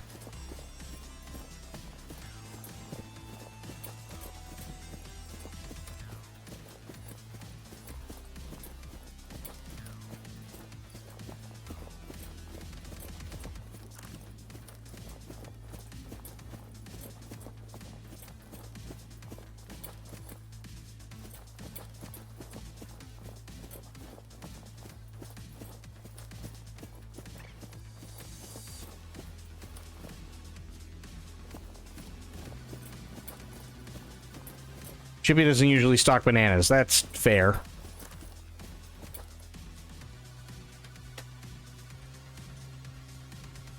I'm going to all the spots where I grabbed it before, but there's nothing here. That's so weird.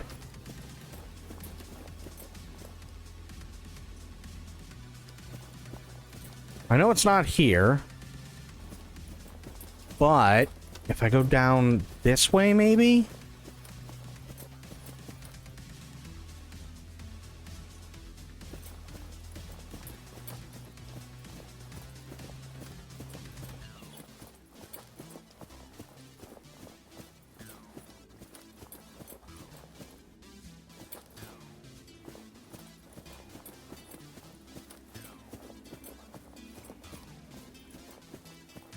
There's nothing, like literally nothing here.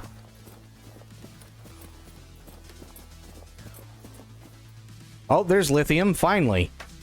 Sweet Jesus. Must take a while for this crap to grow back.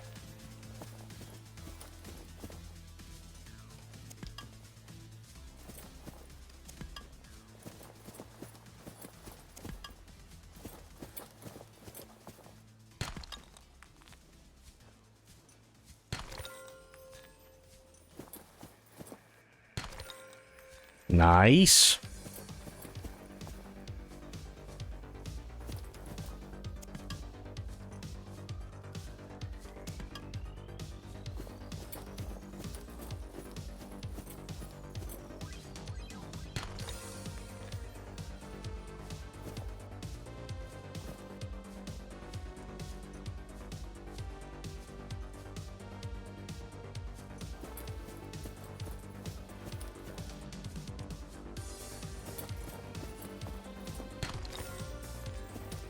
Okay, that's gold.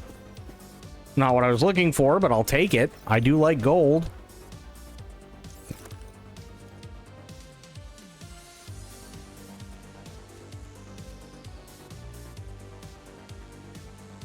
Is that a D&D reference? It is, Fafo. Legends of Avantris. Well done, my friend. Shadow Pay the Man. Wow. Plus 50 points. Done.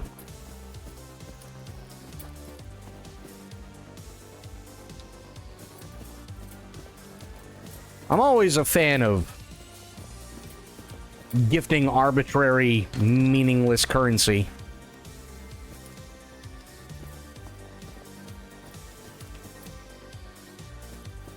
Oh, I was thinking about this the other day, Itzy, and I know you loved it. Do you remember WMAC Masters?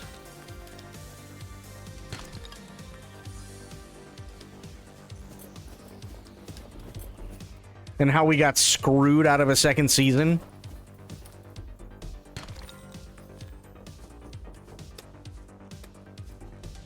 Paid you back. Oh, well, thank you for the stretch and the hydrate. That was the show that we watched where it was like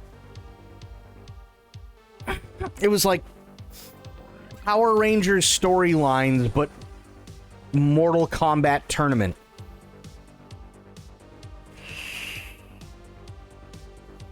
It sounded, I just have music on. I heard it.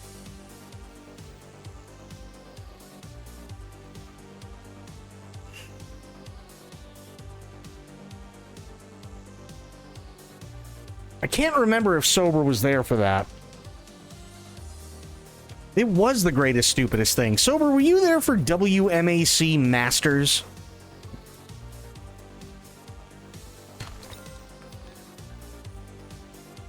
Although Sober might be cooking. I don't know.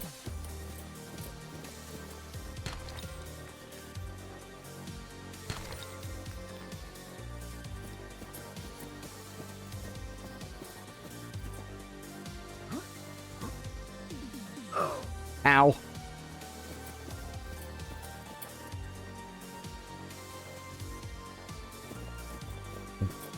I'll have to ask Sober when he gets back, because I can't remember if he was there for it.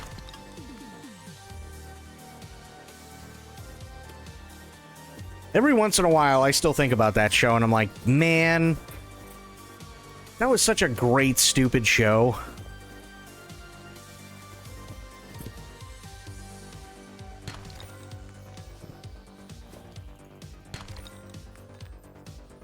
Shoveling soup down my neck. Well, oh, were you here when we watched the entire series of WMAC Masters?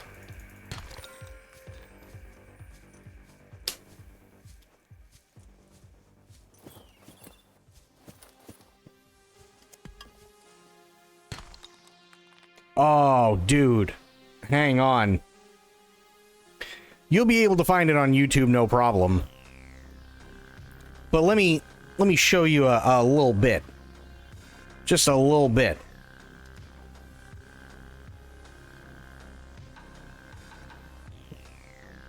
The complete collection. See, oh, sorry, it was season 3.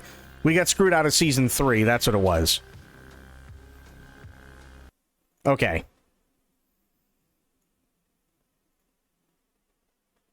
World's greatest martial artist, competing for the ultimate prize. Olympus, the Machine, Superstar, Red Dragon, Great Wolf, Tiger Claw, Panther, Tsunami, Star Warrior, Turbo. Their quest, reach full Dragon Belt, then go for the Dragon Star itself. The World Martial Arts Council presents WMAC Masters.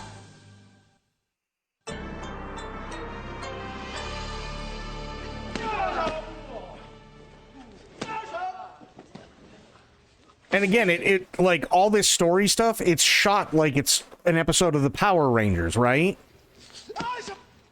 Utanawaya. Washa. Utana washa. Utanawaya. What'd you say here? That's Great Wolf's name in Cherokee. So yeah, they do that, but then they bring in, no bullshit, if I can find the damn thing. Is that your nickname? Hey, Akeem. Oh, man. MAC Master. Yeah, it was done out of Universal Studios. Arts Council Arena. Hockey Martial.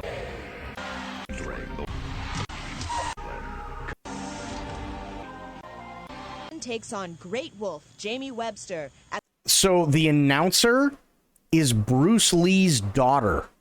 the Stone Valley Battle Zone. Hi everyone, I'm Shannon Lee, and welcome to WMAC Masters, the incredible tournament featuring the world's greatest martial artists. Today we focus on the men's competition.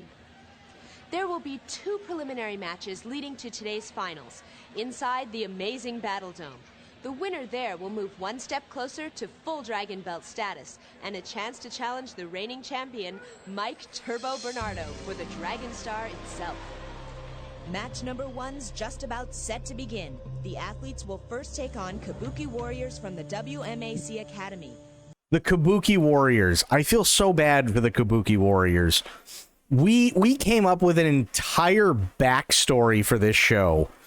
That they were hiring people that wanted to become, well, so actually there is lore in the show that the Kabuki Warriors can eventually become contestants and masters themselves so that they can rise and try and get all the things, you know, like fill the Dragon Belt and become a WMAC master, right?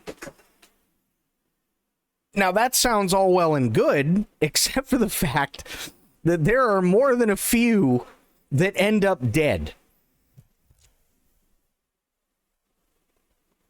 Oh. There are definitely more than a few Kabuki Warriors, and we would just sit here and watch them kick the snot out of Kabuki Warriors, and you're just like, oh yeah, there's no way he's not ending up in a wheelchair and eating meat through a straw for the rest of his life. Poor guy just wanted to be recognized as, like, a phenomenal martial artist, and now he's a quadriplegic.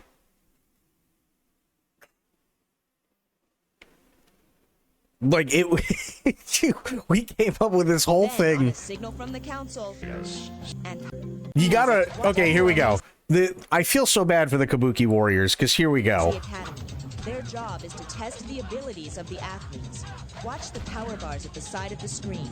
The council scores the competitors for clean It's like hits, Power Rangers speed, meets defensive Mortal ability, Kombat overall and technique. Street Fighter. The lower an athlete's key symbol drops down the power bar, the closer he is to losing the match.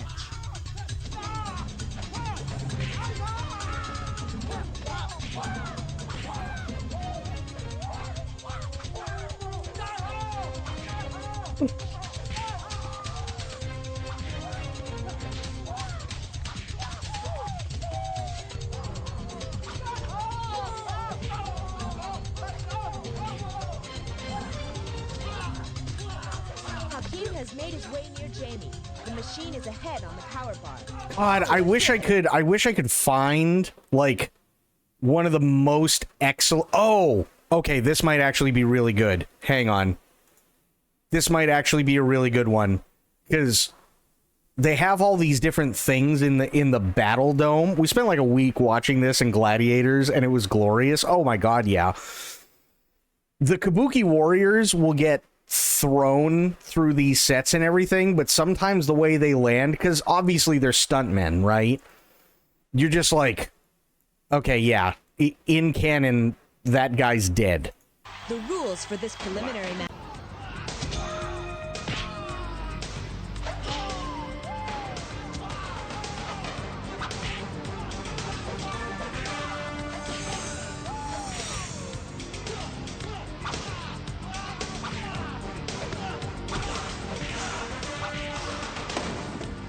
Oh man, the boxes killed him. Ooh,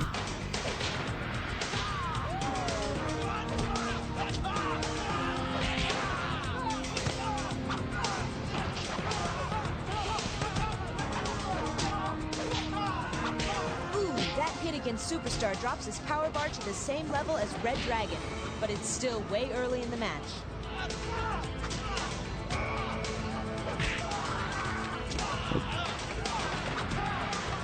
Like, he just kicked the snot out of these guys.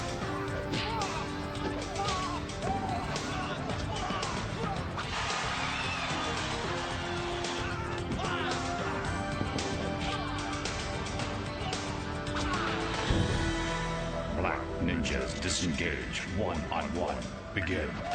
And then, so after they fight the Kabuki warriors, then they go and they fight each other, right?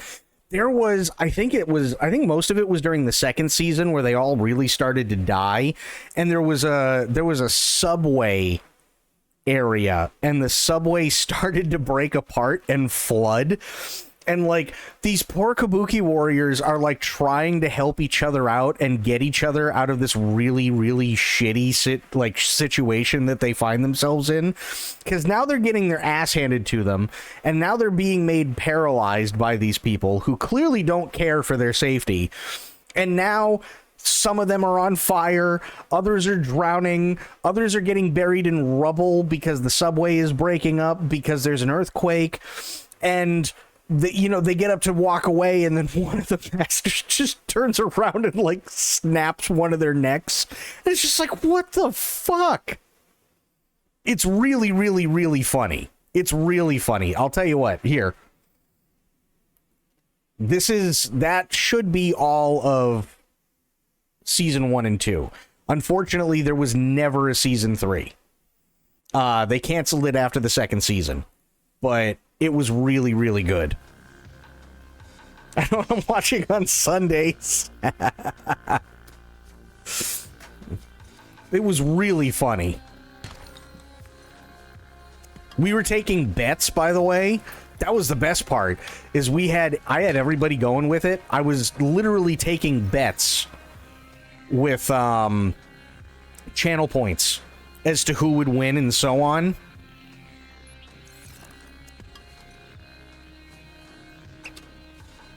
Because it had been years since I watched it, so I didn't remember a damn thing. And everybody else was just watching it for the first time. My man, the machine let me down eventually. Yeah. But, I mean, we all remember the day Typhoon fucked us up. Like, he betrayed us. That hurt. That hurt me in my soul.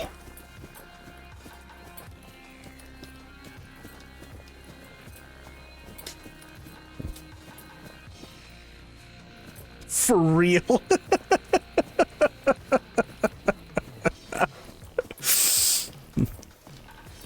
Like that one really hurt. I was deeply saddened by that betrayal. Oh no.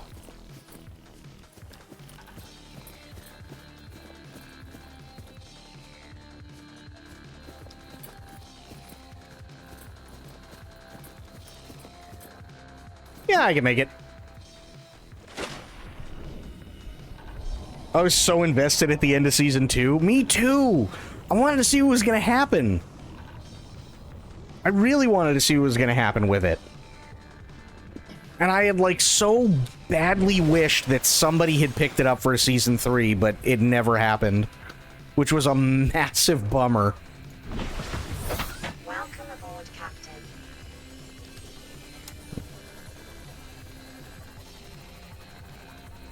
Oh, dude. I mean, there's tons of things. Tons of things. Or we watched the original American Gladiators. Oh my god. The original American Gladiators was amazing.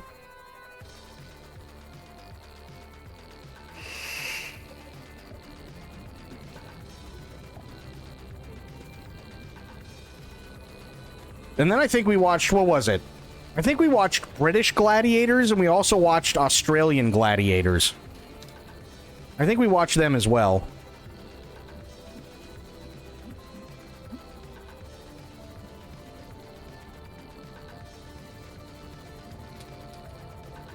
Hey, nothing wrong with that, Corgi.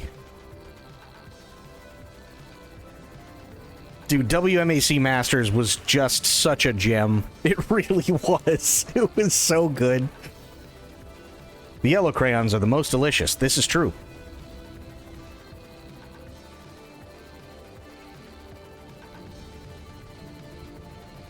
Marines always say it's the blue ones, but they lie.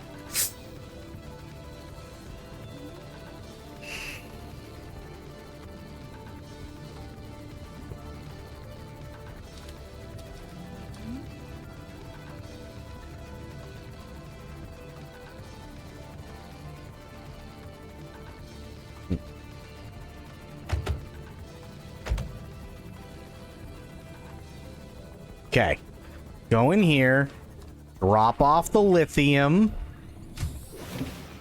Now that I have a bunch. It's been a day. It happens. It totally happens. I think, you know, funny thing.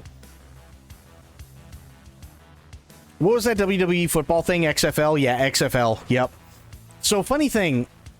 I don't know of one person who didn't have a restless night last night. Myself included.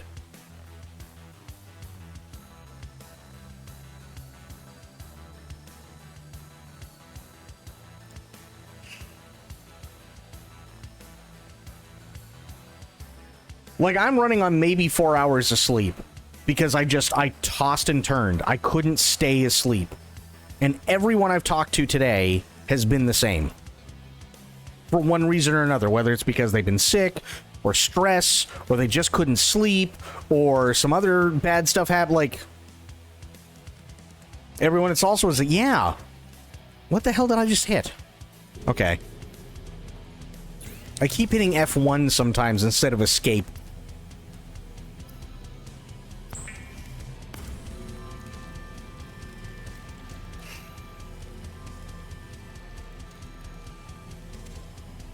Okay. Now I should have everything I need.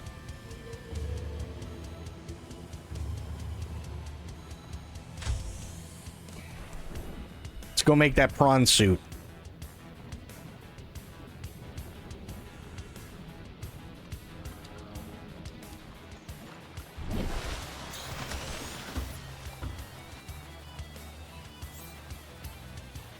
It is normal when first piloting a prawn suit to feel a sense of limitless power. Prawn operators receive weeks of training to counteract this phenomenon. You will have to make do with self-discipline. Self-discipline? No, thank you. I got a mech. Welcome aboard, Captain. Yes.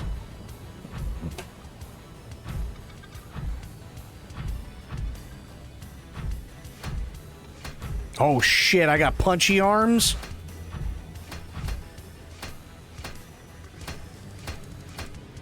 Oh, punch a fish.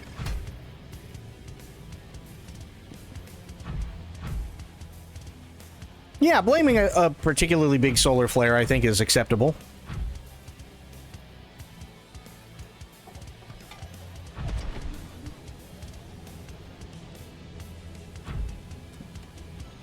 Out of the way, nature. True. What was the game, Corgi?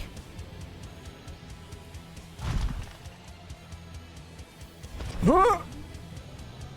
Catch me! Okay. That didn't work as well as I... Oh, no! No! Where am I going? I can't see!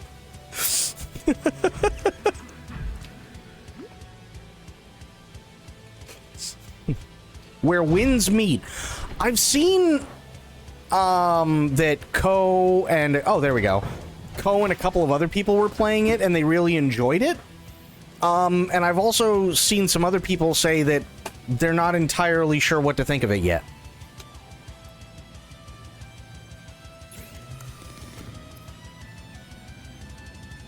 Drill arm. What do you think of it, Alpa?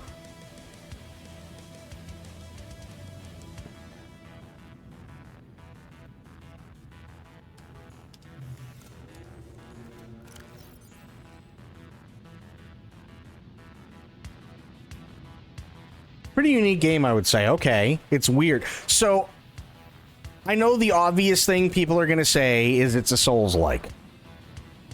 Okay, fine. But what about it is weird? I'm genuinely curious. I've seen people talk about it, but I don't know anything about it.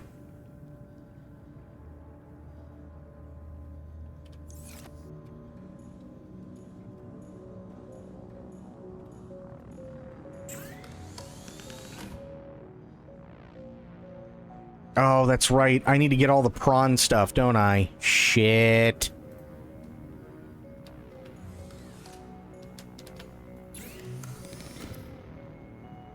Mark 1. Nickel, plasteel, and ruby. Where do I get nickel from? I gotta look that up. Just feels weird. Okay. Fair enough.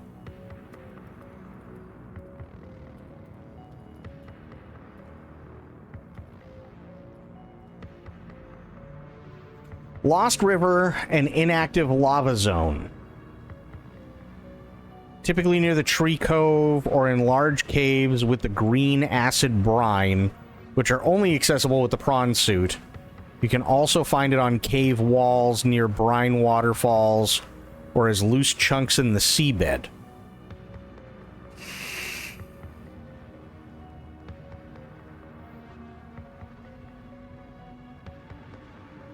Got it. I say one mechanic as an example. There are AI chatbots for some NPCs. You make friends with them via the chatbots, and if they like you, they start sending you gifts. Huh. There's something I can't quite put my finger on. Okay, fair enough. Maybe it's something I look into. And take it out for a spin, you know?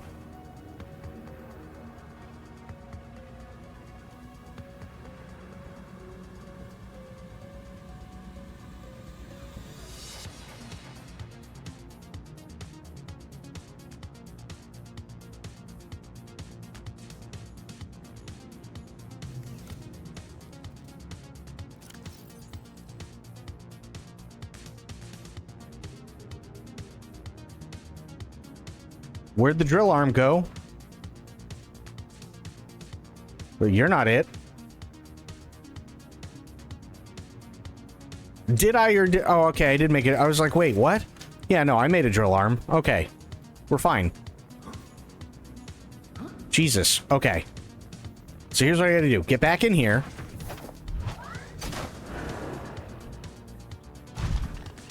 Good. Now get out of here.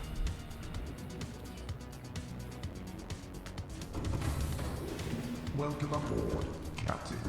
All systems online.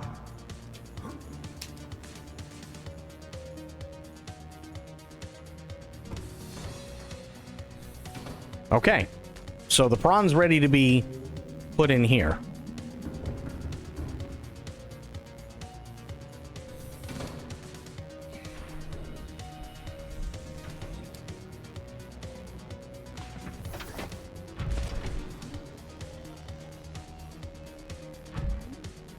No. There we go. There we have it. Nice. Nice, nice, nice. Okay. So now... got these lights off. We don't need them. Pilot El Subo. Engine powering up. Good. Might be fun to mess around with, but it's not something I'm going to mainline. I think that's fair.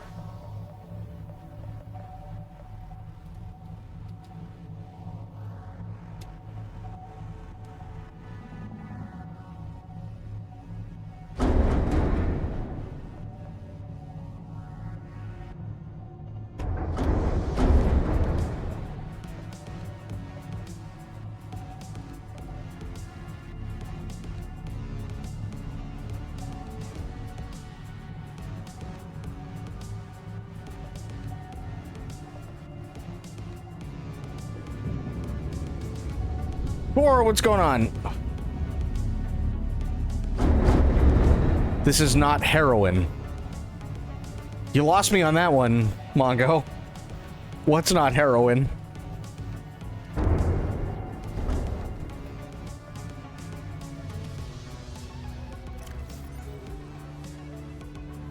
Seek fluid intake. You gotta be shitting me. Okay, we're fine. Vital signs stabilizing. Oh, yeah. How far away am I? 400 meters? Yeah, I should probably go back and get more water. Damn it.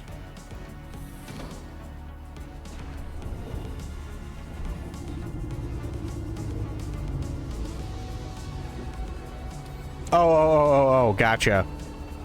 Yeah, no, he was talking about, what's it called when winds meet? Or something like that?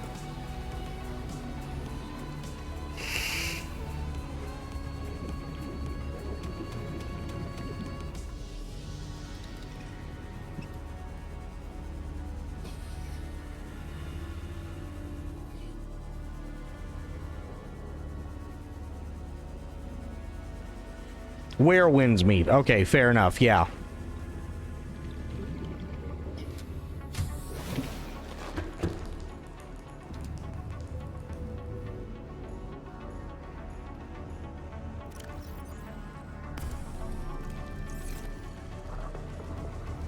Uh-oh.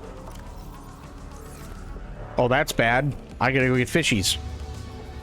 Wait, no.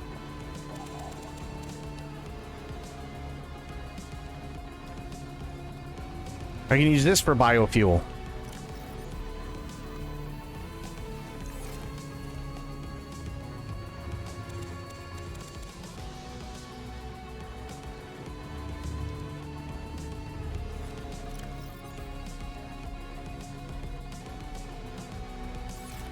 Saved.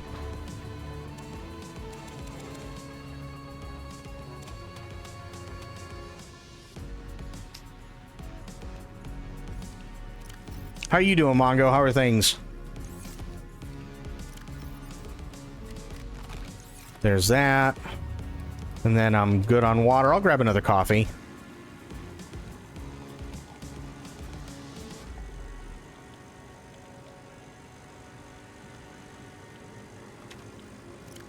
Oh shit, you're right. I gotta dump those. Good call.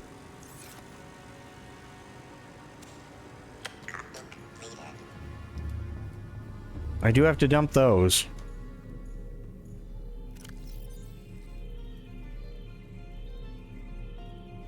There we go. Yeah. I want a coffee box, right? Hey, you can get yourself a Keurig. Those are pretty damn good. Working on my truck, in my office. Not a great idea. It happens.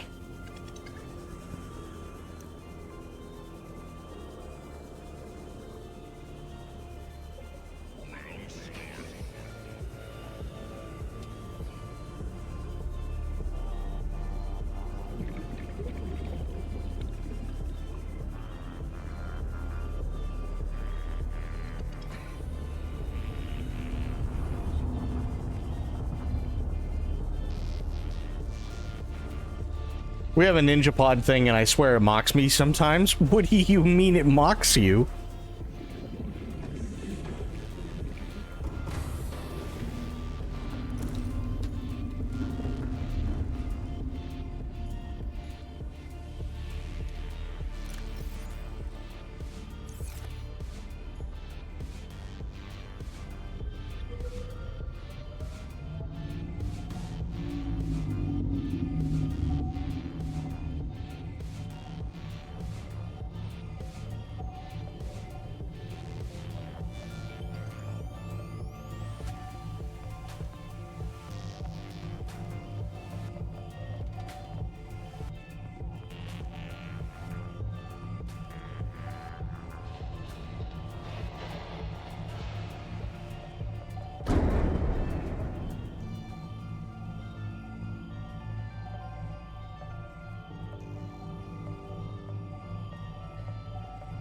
There we are. Okay. Now I can at least see what I'm working with, which right now is the side of a rock.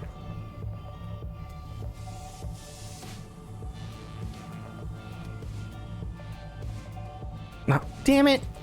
There we go.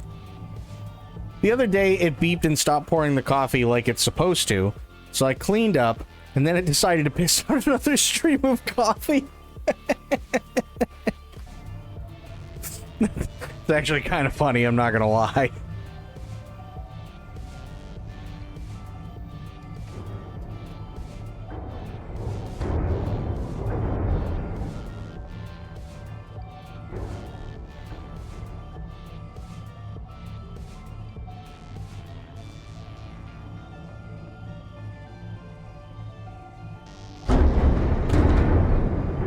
Being is like that when you're over 40.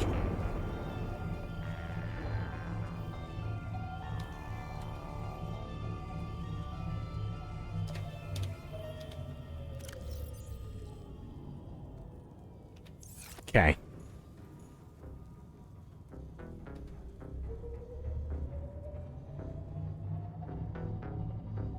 Go out a little bit. Turn.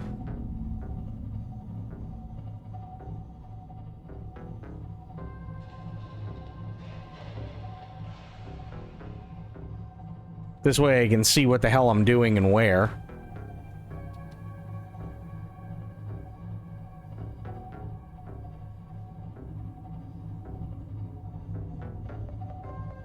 Or mostly see what the hell I'm doing and where. Gaster flabbed. I don't like the sound of gaster flabbed.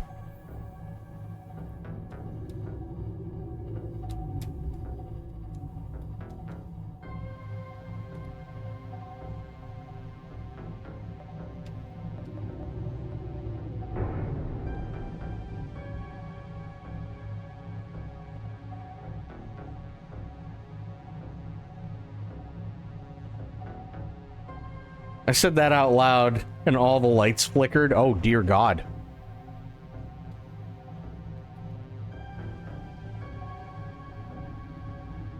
I think we're getting close to drop range here.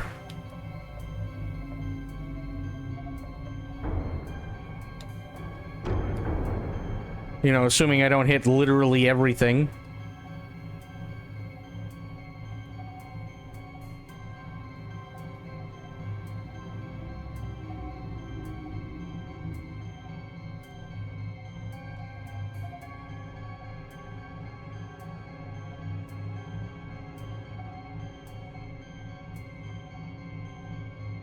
There we are.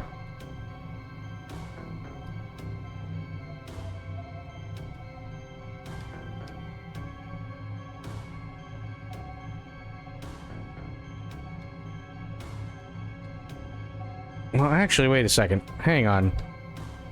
Oh, that's Keen. I don't want Keen. I don't care about Keen. This is the Cyclops, yes. And I have the prawn suit with me.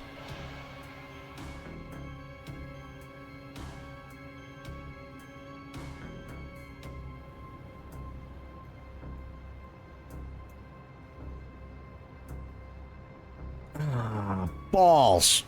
I'm in the wrong spot. Shit.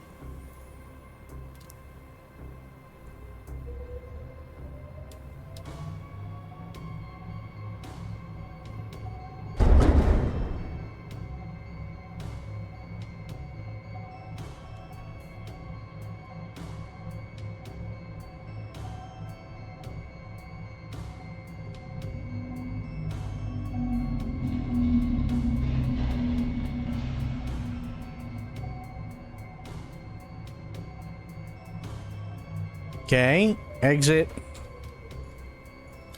Floodlights on.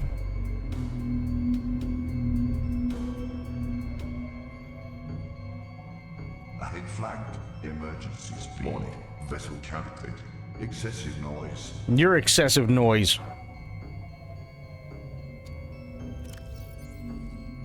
I gotta go all the way up here. Life pod 2.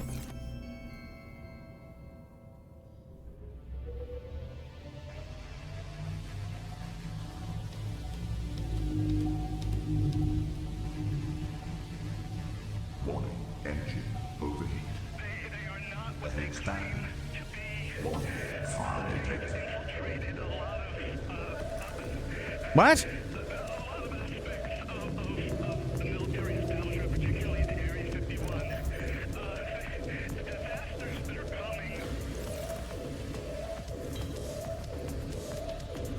Hello?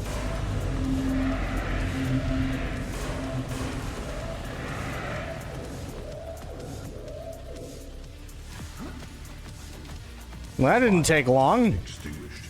Air scrubbers initiated.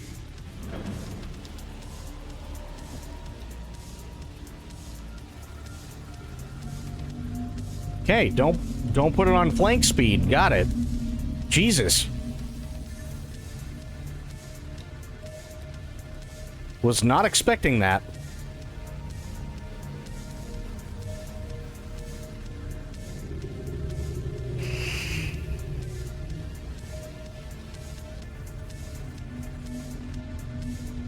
I don't want to hit this guy. I really don't want to hit him. He's done nothing wrong.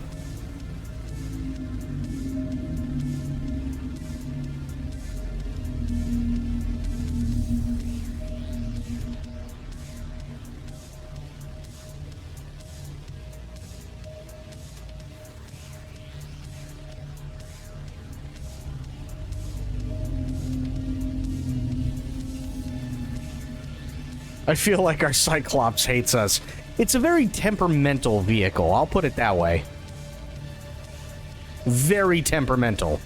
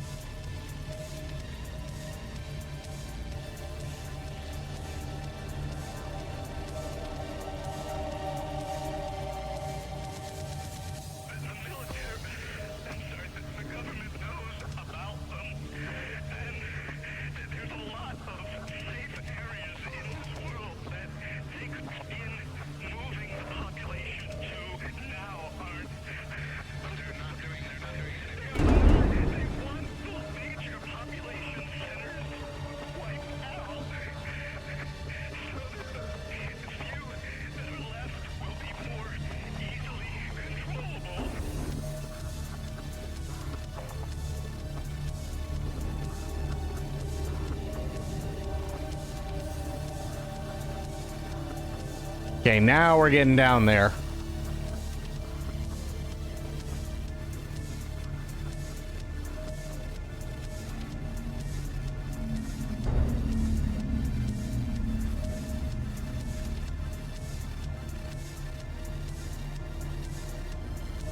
No.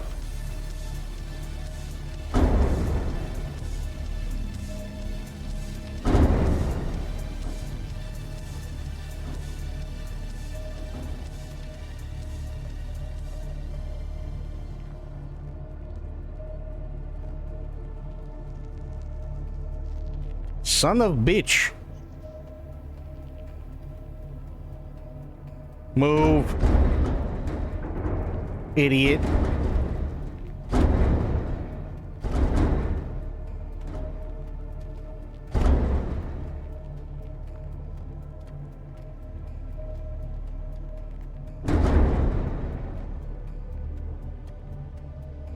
The hell is that yellow thing?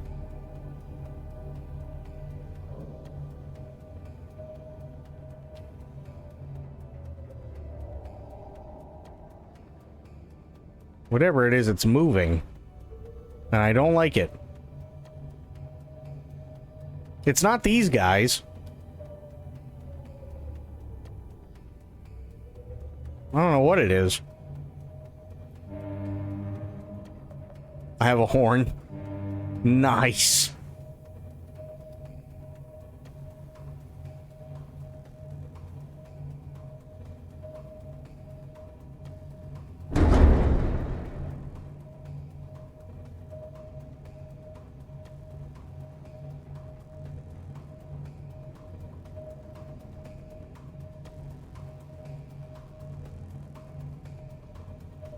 Okay, there's the blood kelp.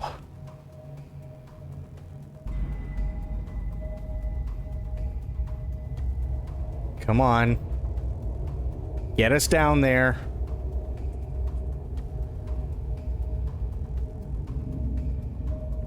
Oh yeah, we're fine for depth. I'm not worried about that.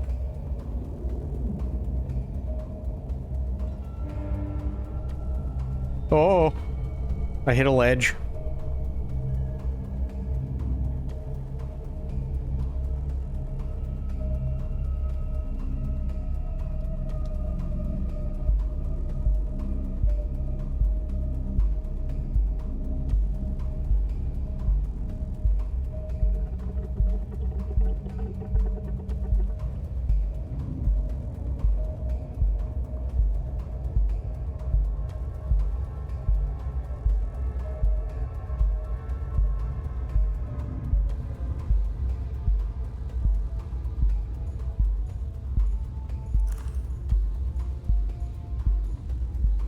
Oh shit, I gotta turn the engine off. Engine powering down. There we go.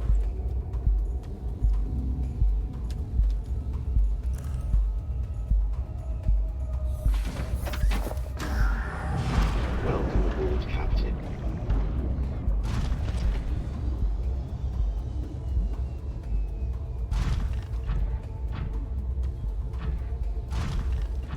But can I parallel park this thing? Yes.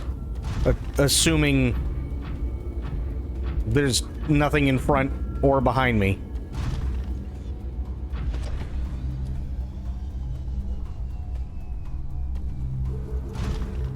Oh, I just smushed his ass. Eat drill.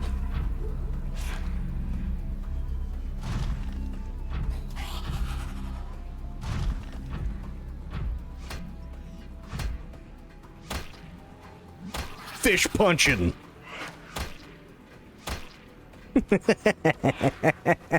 That's too much fun. That's way too much fun. Well, this is much easier to maneuver around for sure.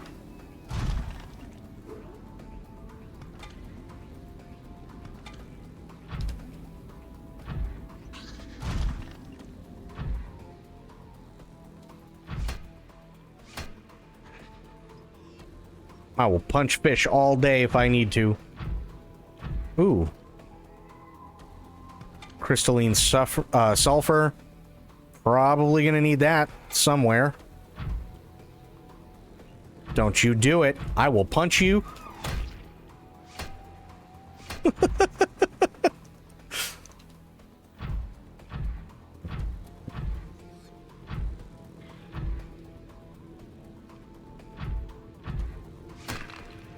I'm calling PETA.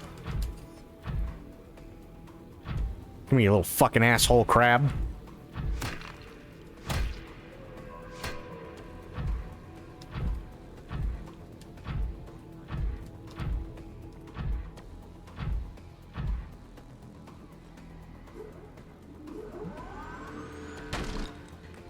Oh, that's silver. I don't... Listen, idiot. You don't come near me.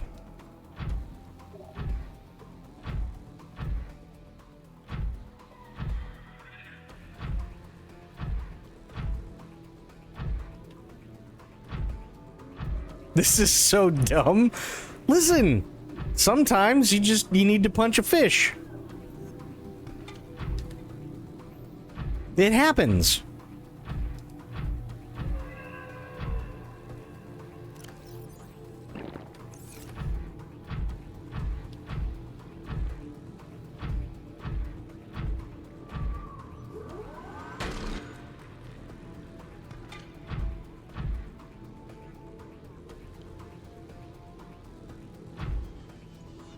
Titanium. Titanium. That's a ruby. Both these hands are pescatarian. Silver. Lead.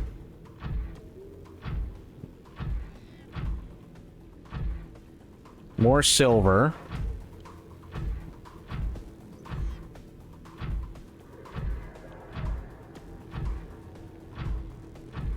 Oh, punch that crab.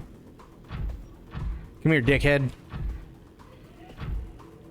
Yeah, that's right. You better run.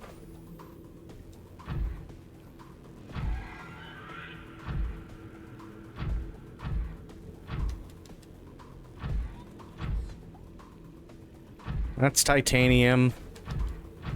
We got it. Do we have a brave one? Yes, we do. He ain't brave no more.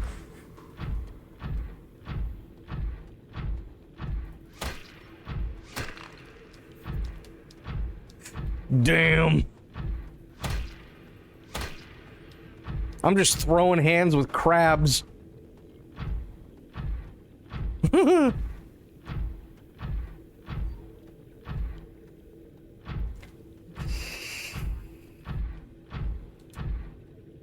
You want to go? Drop them. They just flatten the fuck out. It's hilarious, right?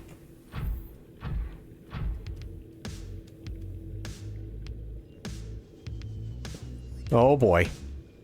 Oh, that's a big jump. Oh. Okay.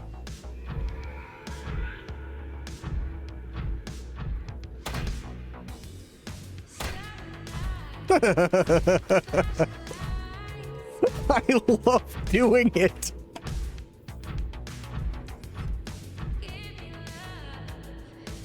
There's some very weird satisfaction when you punch a crab.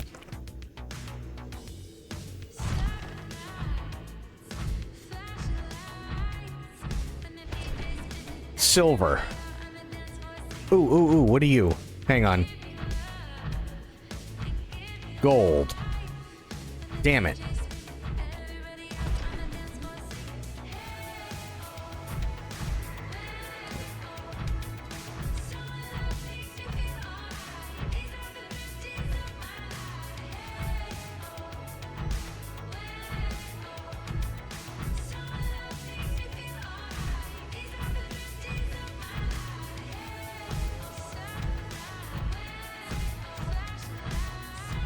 I don't know, this is on Prime Thanatos.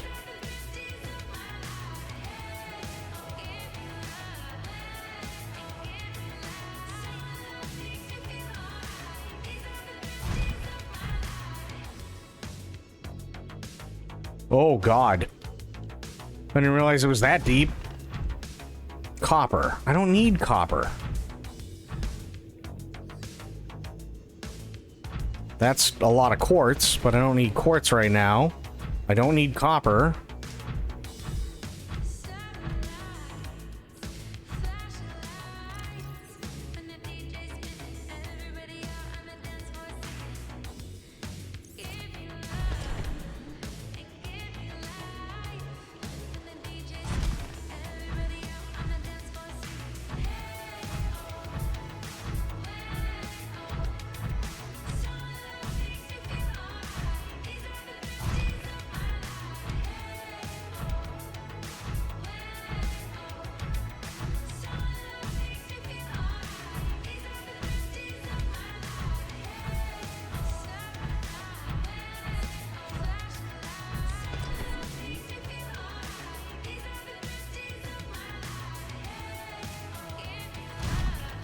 God, if you don't keep going with the momentum. There we go. Okay, coral tree. That's where I want to be. Because it's a safe space. And I believe this is the only suit that can go into the blue and green, And it doesn't fucking matter. God damn it.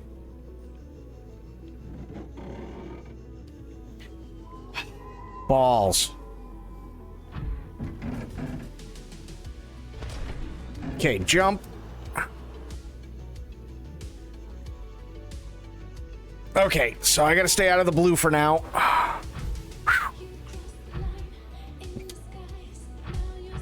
Well, we're gonna find out. We require no more squishy. This is true.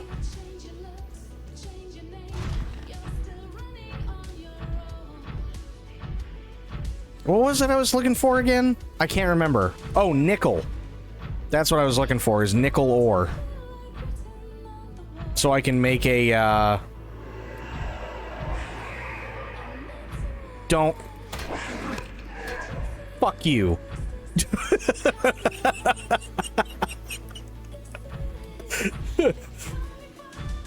This prawn suit don't take no shit.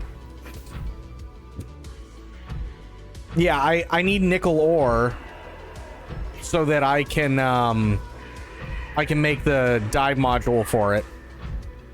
What? What?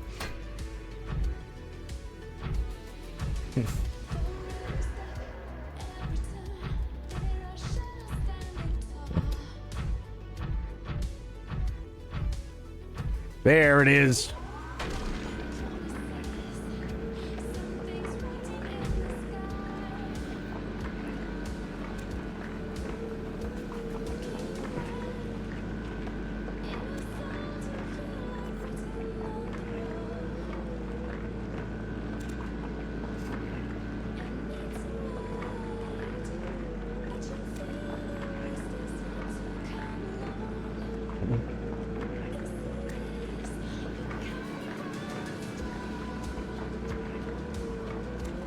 This is cool.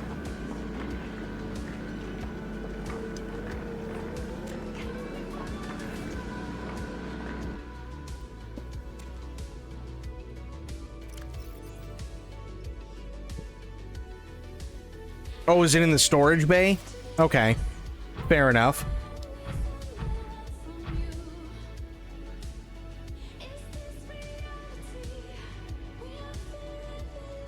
I gotta go that way somehow.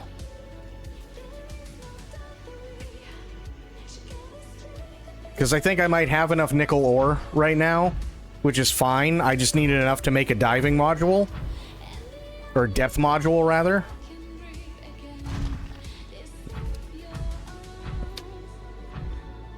Oh, no, I can clearly tell I want that. Absolutely. But I also need the depth module.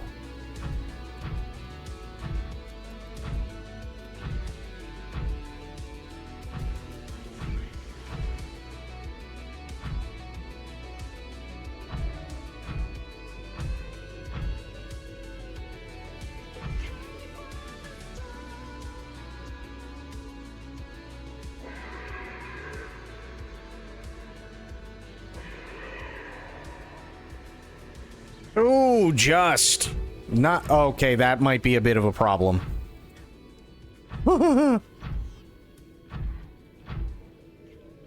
This one might be a bit of a challenge.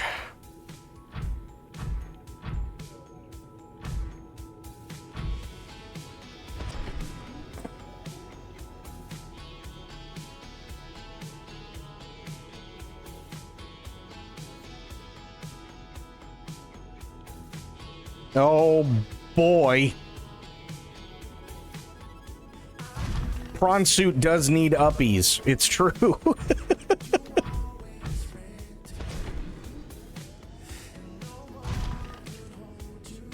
Hang on.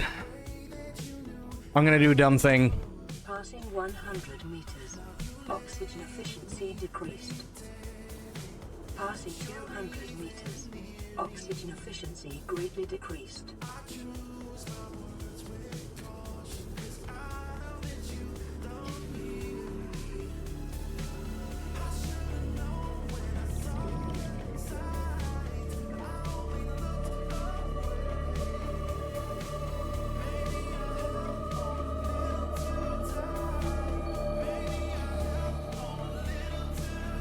Oh, yeah. Okay. Kind of fucked.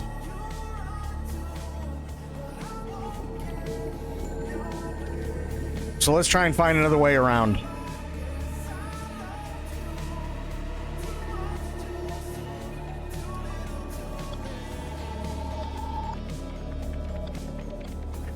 See, if I can make it there, I think we'd be okay, but I don't know for sure. Welcome aboard, Captain. Thank you. I almost died.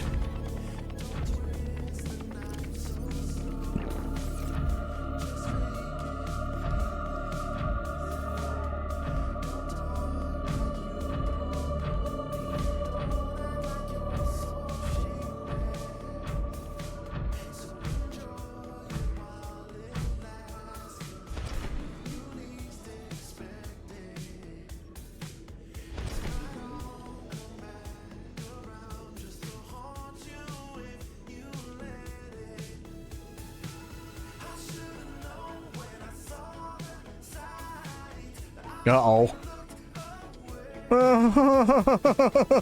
Oh, no.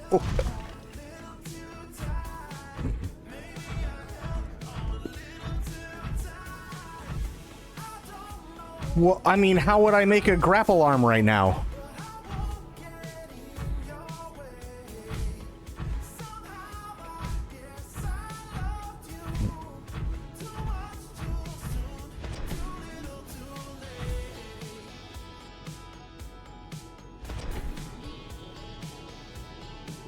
I see ledges. Okay, I lied. I don't see ledges. No, don't land on the Ray. I don't want to piss him off.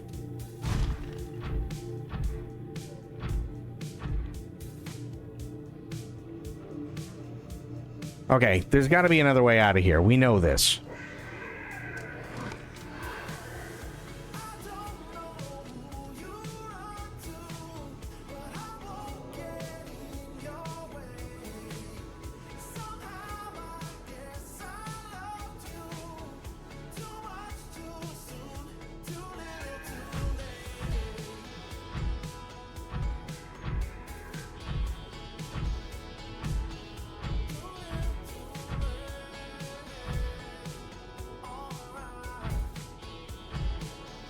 Okay, that goes up. Alright. Alright, I'm digging it. Mostly because I don't have much of a choice but to dig it. Come on.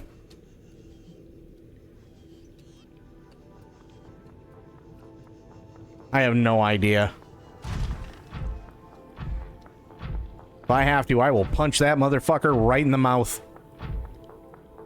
I love punching those things with this suit. Do it. Yeah, that's what I thought, dickhead. I am not above punching fish.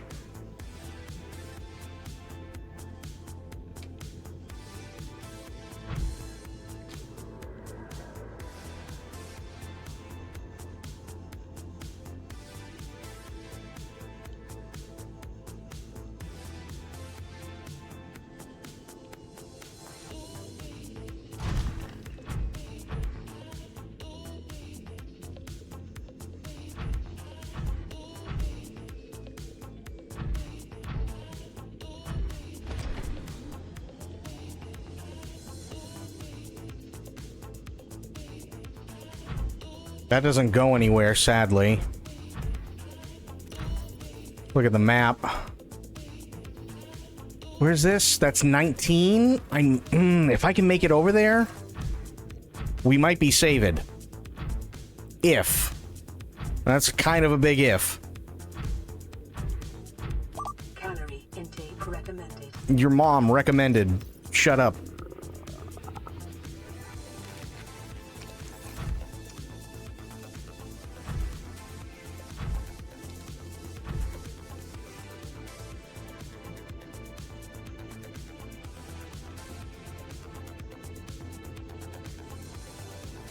You tell her.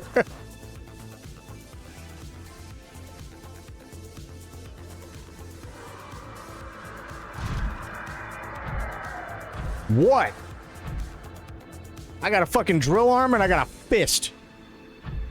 Don't you start with me. I will fucking absolutely punch you.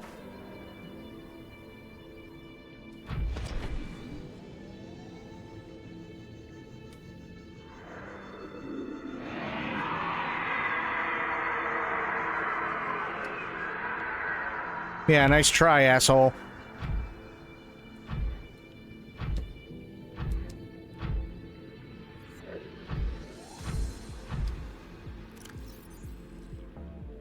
We're really zesty at the moment. Oh, hell yeah.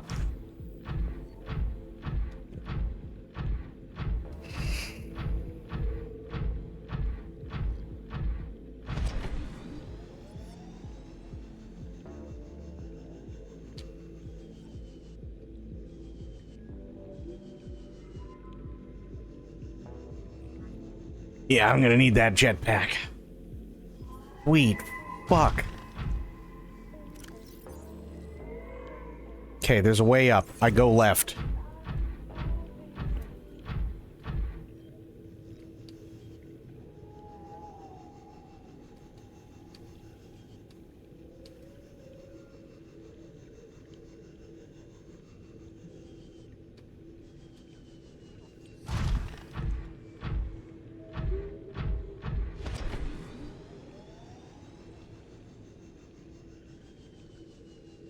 That's not a way up. What the fuck? Oh, wait a minute. Hang on.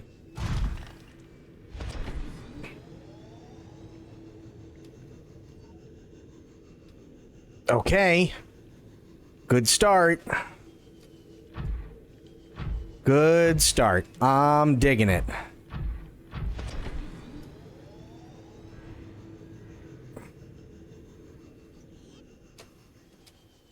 Ass. Get up there. Get up there. Go for it. Come on. We gotta get up. Go for it. Oh. Balls. Okay, it's fine. Okay, we're only at 500 meters. Better than what we were at before.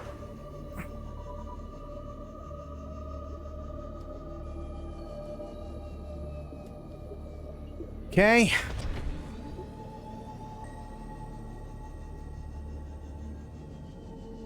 That's a warper. Those are bad.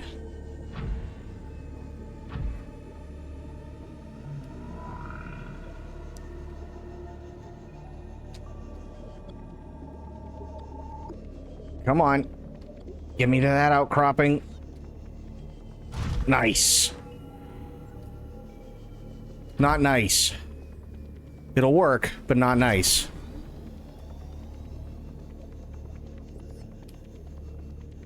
Oh. Come on. Come on. There we go. Emergency.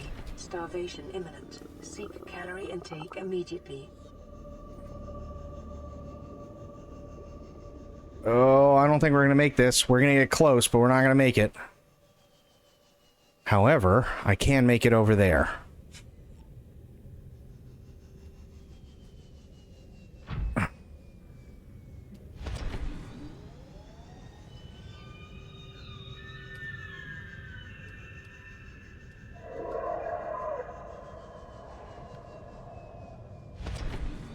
Come on. Making me nervous, but I'm scared if I mention it, you'll tell me to eat my mom. No, I wouldn't do that to you, Itzy.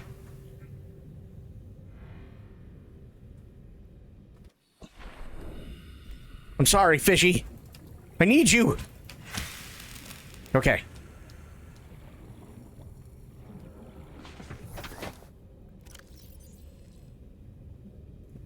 Oh, thank God. Stabilizing. All right. We're okay. Holy shit, we're okay.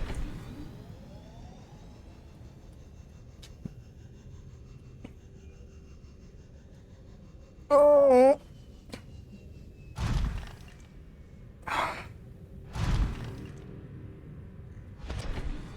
Okay, come on. Don't hit me, Warper. I didn't do anything to you, but I will punch you in the fucking throat if you need me to. Trust me. I will absolutely just lay your ass out clean.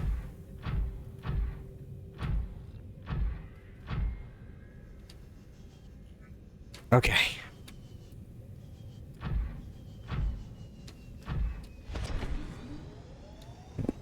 Come on. Nice.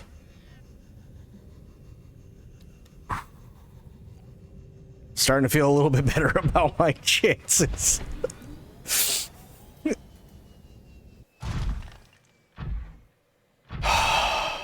You can bounce off the blue globes. I was kind of wondering about that. recommended. Recommended. I mean, that's fair.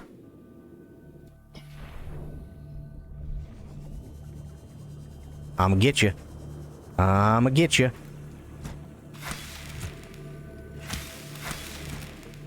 And it doesn't matter, because you're not a fish I can eat, motherfucker. Okay. Welcome aboard, Captain. Thank you. I guess I gotta go this way.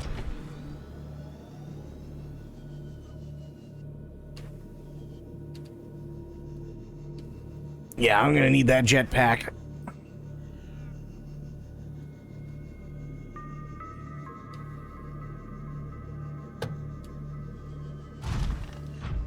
Okay. You know what? We're actually doing pretty good, all things considered.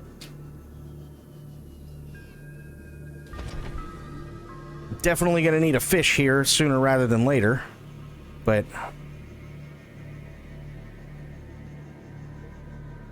Oh, you. Baby back bitch. Come on. There we go.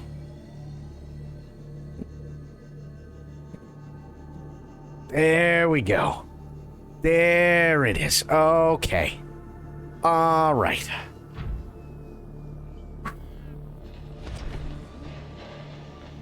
There we are. Nice. Ooh. Jesus. We're only 600 meters from the... I'm gonna punch this motherfucker straight in the mouth. Come here.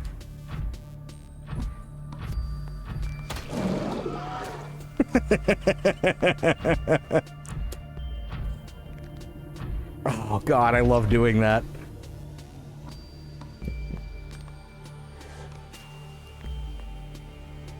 Don't you fuck with me, Stalker. I will absolutely break you.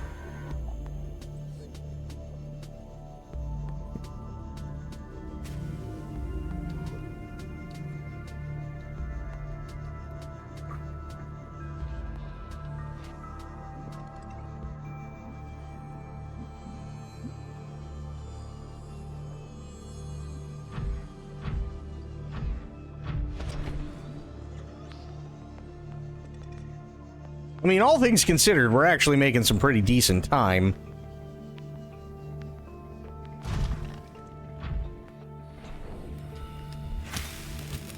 Where'd he go? Where'd my fish go? God damn it. I need another fish. Come here, buddy. I'm sorry, but I need you. I need you in my stomach.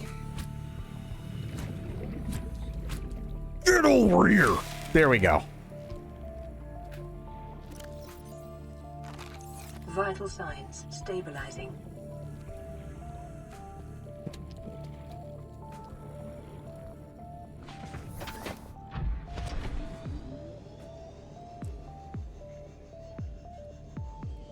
What about the boat that's totally not plotting to kill you? Oh, it's on the other side of the map.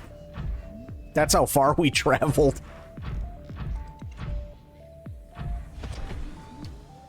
The boat's fine. It's still over there. It's just chilling. He's just there.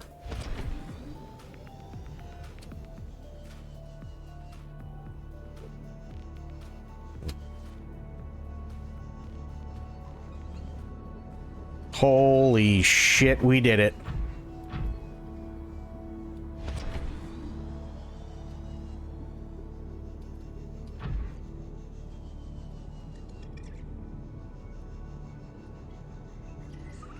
Nice. Welcome aboard, Captain. Thank you. My God. Wow. That's kind of an adventure. Prawn suit modules. We want jump jet. And we also want the depth module.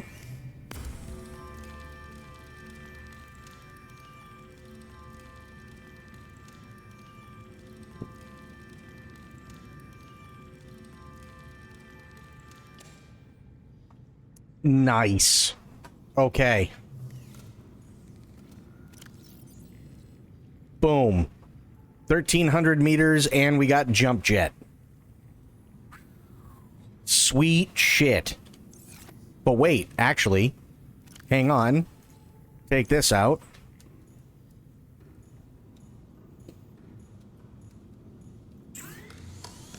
Oh, yes. That's a Cyclops module, but we need it anyway, so...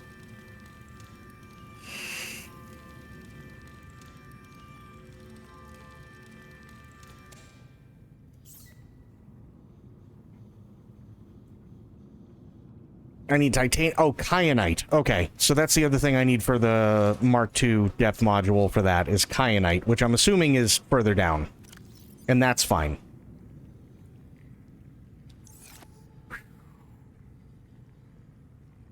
No squish and uppies? Glory to the fish gods, right? This thing actually did remarkably well. I was really surprised. Punched a lot of fish in the face.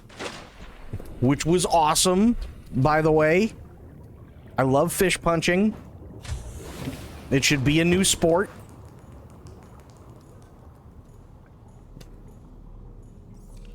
How we looking? Okay, I need to go get some more of those.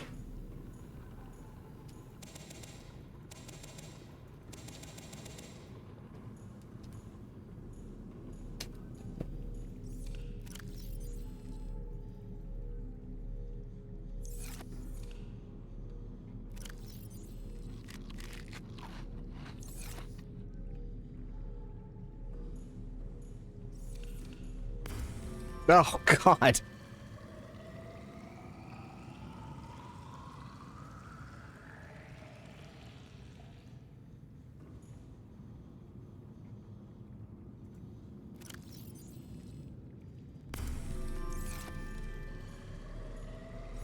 One thing I do want to do before we go back out into the depths here, we need more solar panels.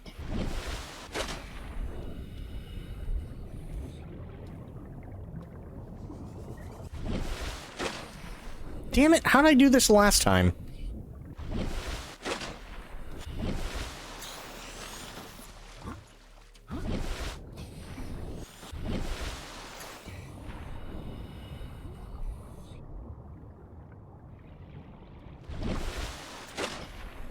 I know I was able to get up there. Question is how? Oh, you know what? Hang on. I know what I can do. Welcome aboard, Captain. Thank you.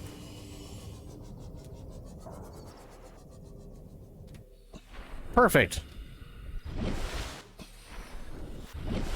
Gives me just enough uppies. Fantastic. Okay. Here.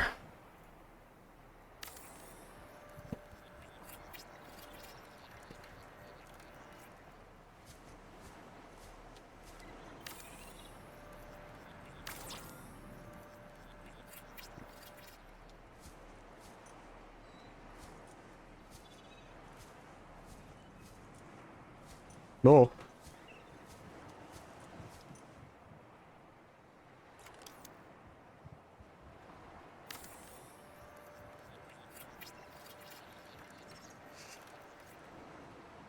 Nice.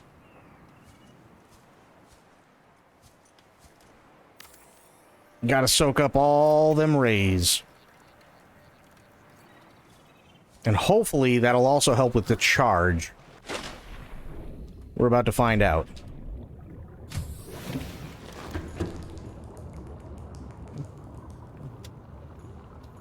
I mean, it's holding. It is holding. I'll give it that. Okay. All right. We have staved off disaster. I'll put the music back on. There we go.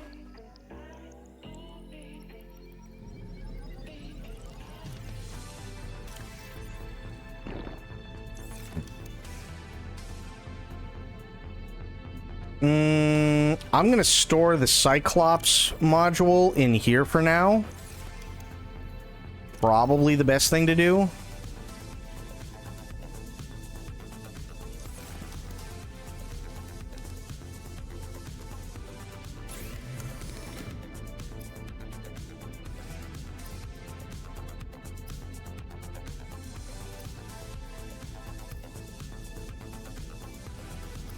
Okay. Such a nerd bachelor pad in here with your fucking mech posters. Listen, okay? They were all I could afford.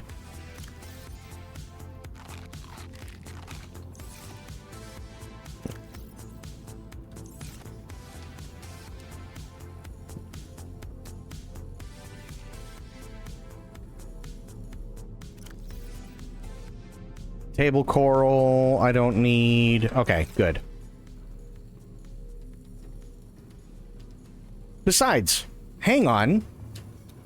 I've got a Keep Calm poster. And it's a kitty. With a helmet.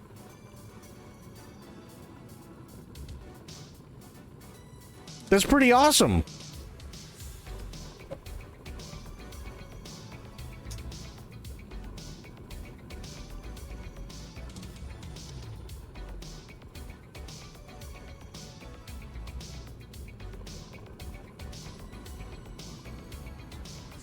Who made you buy that one? No one. I found it on the Aurora.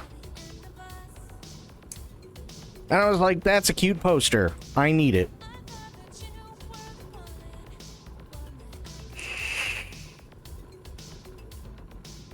I wasn't going to leave the kitty poster behind.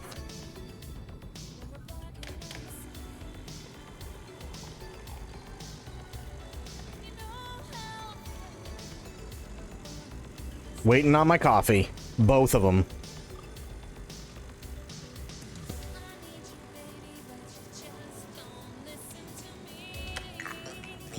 Nice.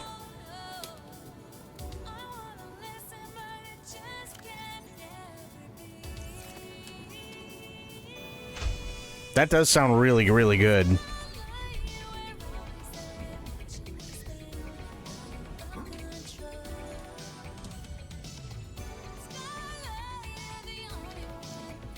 Now, question, what are we going to call this motherfucker?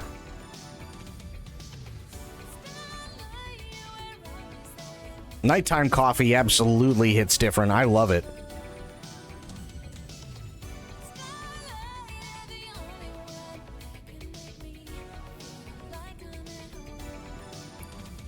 Popeye. I like it.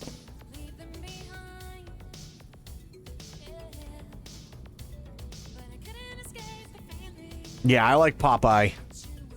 Now, we need to do... the base would definitely be white. Stripes are gonna be blue, because Popeye is a sailor man.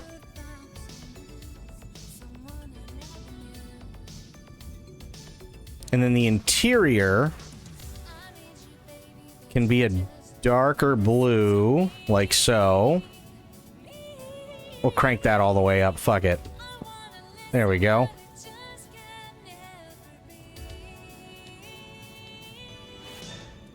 All right.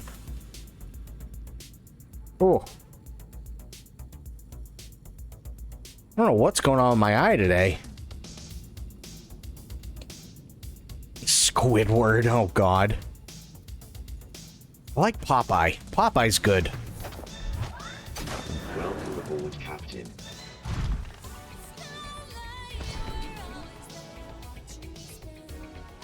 Oh my God, this is so much better with the jump jet.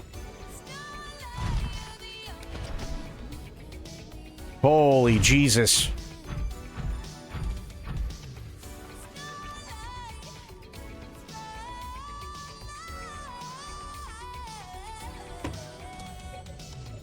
Damn, this is so good with the jump jet. Holy shit.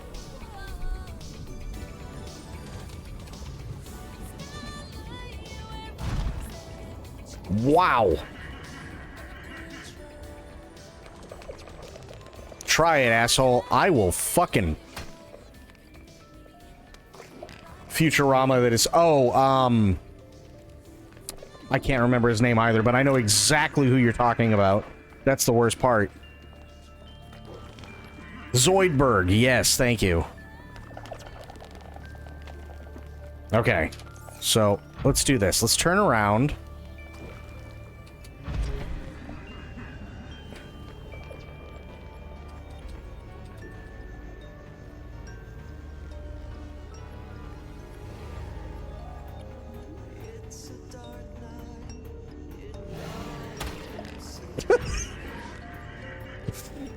He didn't even do anything. I just drive-by fisted him.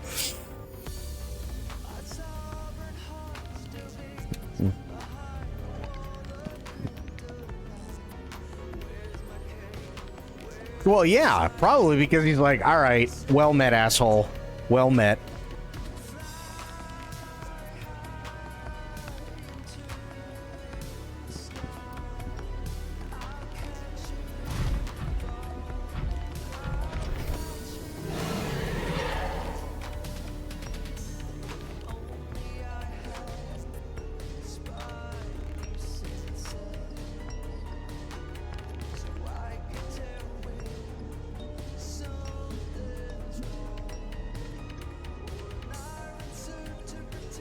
Oh my god, this jump jet is so good. Holy shit.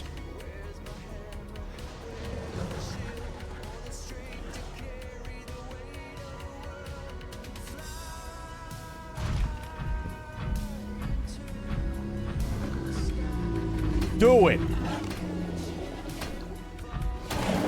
Do it. There we go.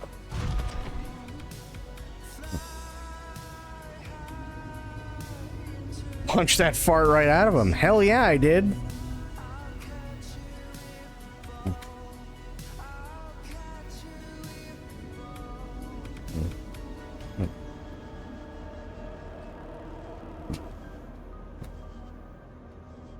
No, let me put it this way, right?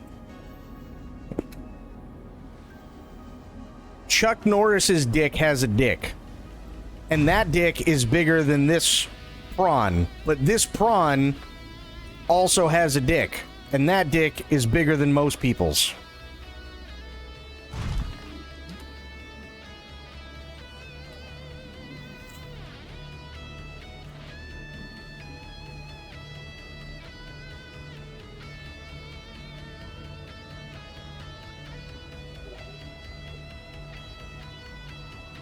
All right, I'm ready to go back in. Let's do this.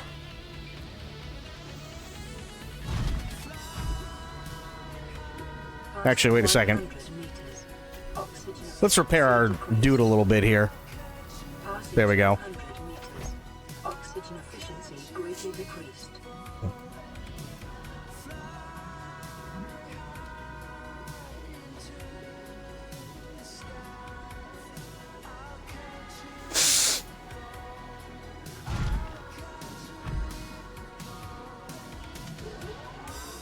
Oh, I gotta get closer.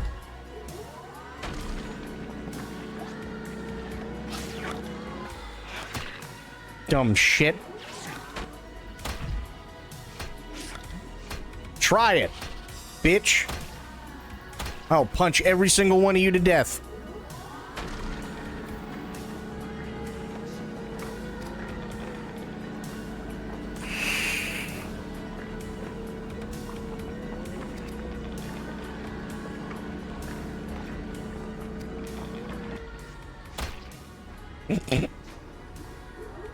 Laid his ass out flat.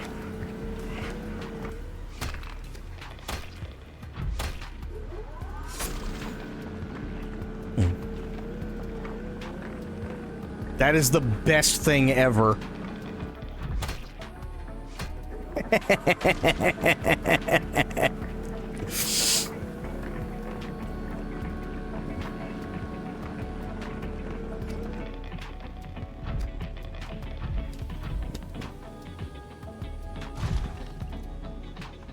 Did I see what?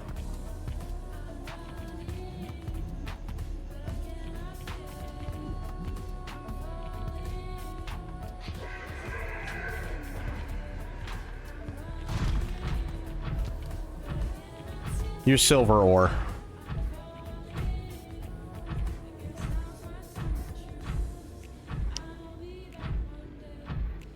Little fish eat a dead giant crab. Oh, yeah.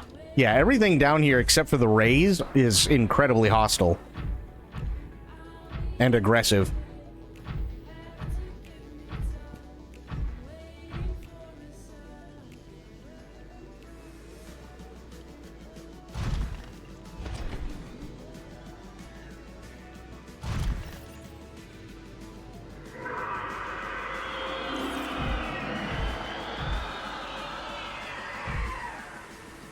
You want some?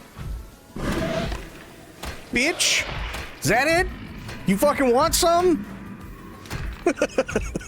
Holy shit. He turned right the fuck around. God damn.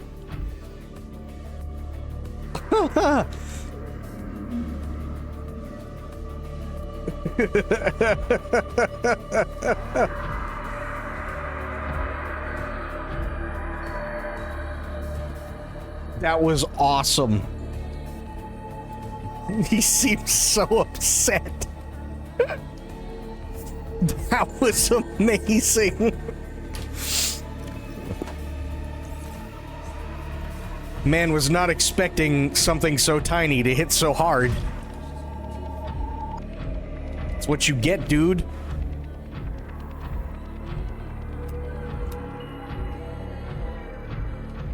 One creature down here seems more aggressive. You goddamn right. Kill or be killed.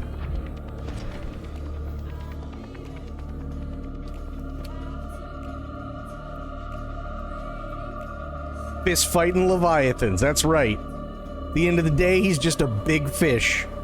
Fuck him.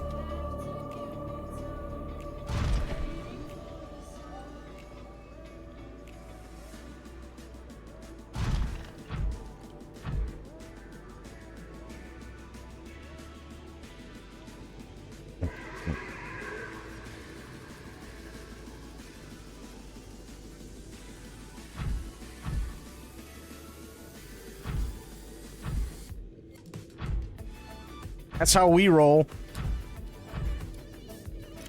Fish start to get a little lippy, and just fuck them up.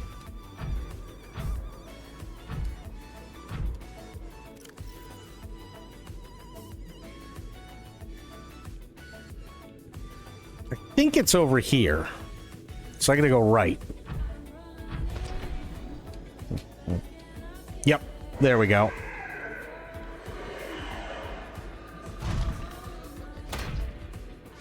Fucking asshole. Oh, you're dead. That's right. You fucking died.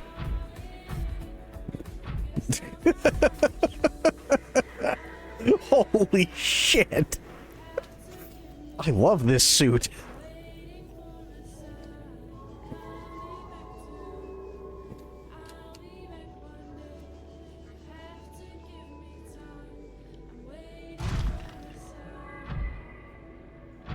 This suit's amazing.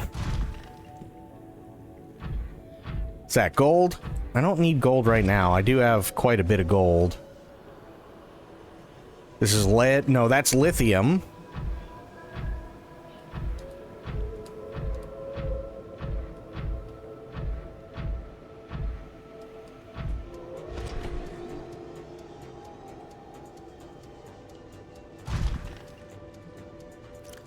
Okay. We're getting there.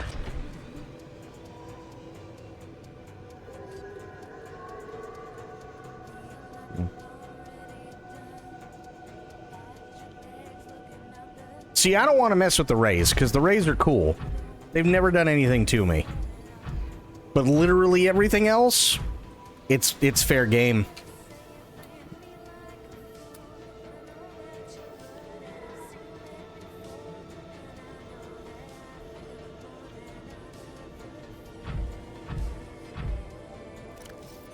Okay, I'm getting there. The deeper depths, I sometimes forget you're underwater, right?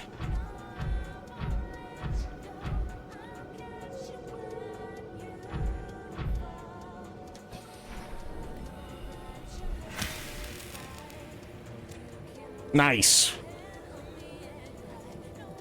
Welcome aboard, Captain. Booyah! Got me some food.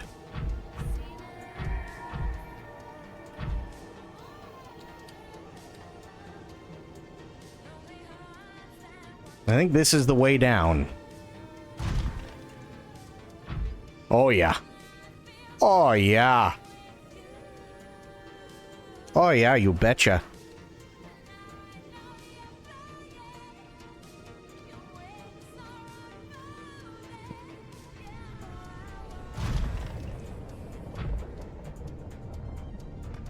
Pick up some shrooms.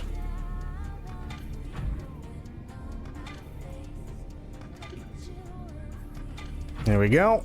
Got some shrooms. Oh, we're getting deeper.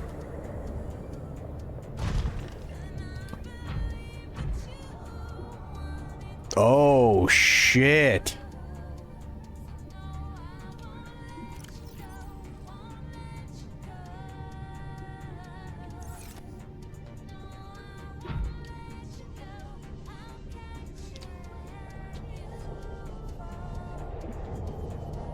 This place is cool as fuck.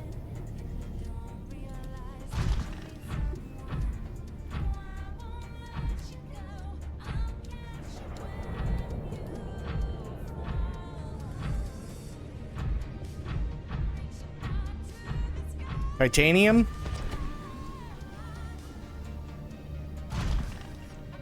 Yeah, that's just basic titanium. That doesn't look like a place I want to go. Because that's just straight lava. But I will punch this fish. He comes near me. He's got to prove to me he's cool. Dumb fuck. All you had to do was be cool.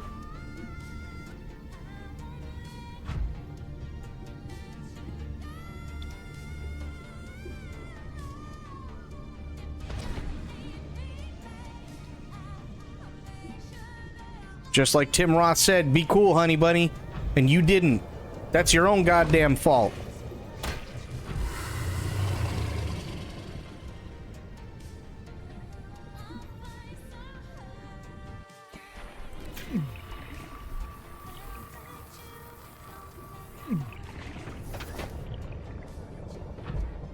What do you want?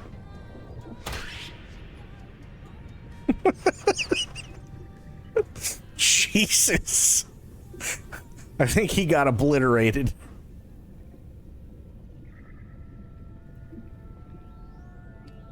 Now, what is up here? I want to take a little bit of a field trip.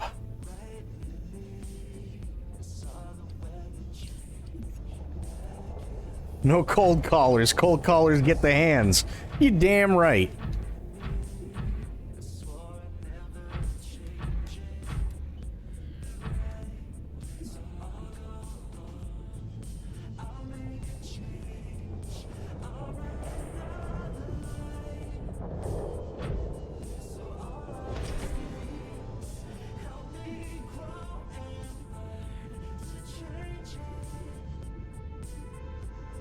Is there supposed to be a base down here? I honestly don't know.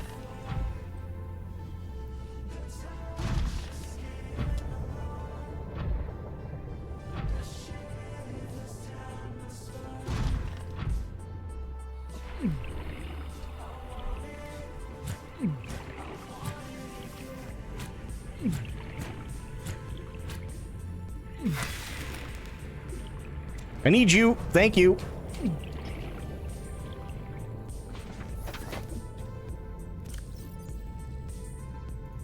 Nice. Look at that. You just eat fish? Sir, you are melting. Please stop. That's fine.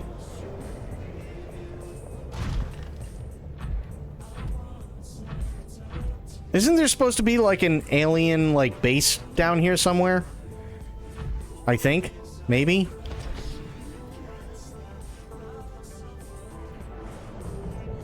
Or is it like really, really, really down there?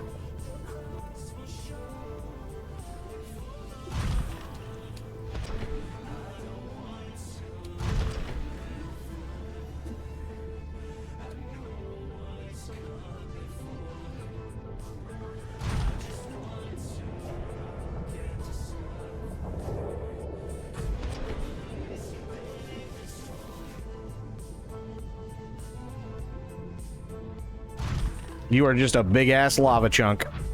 I haven't seen any kyanite.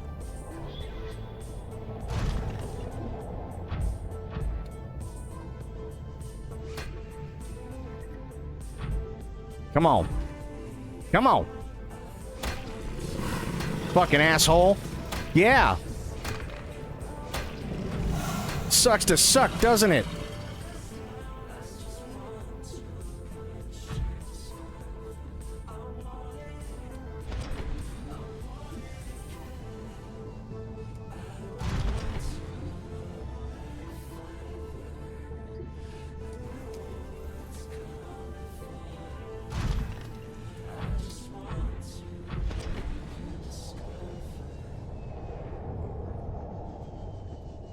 Real fucking zesty. Warper, huh? Don't do it, man. Don't do it, Warper. It ain't worth this shit, man. I don't want to do anything. I don't want to do anything to you.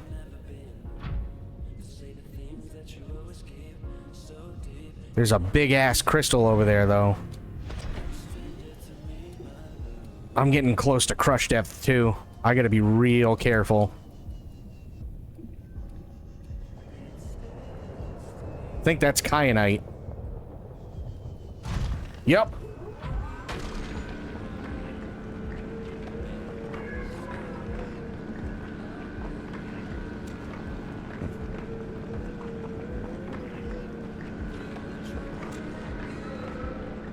This is what I came here for.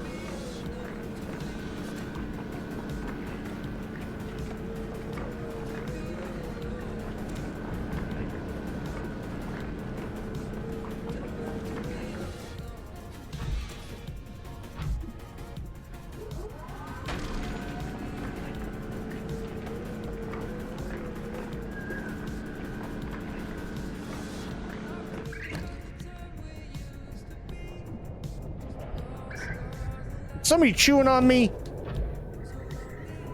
Don't do it. Idiot.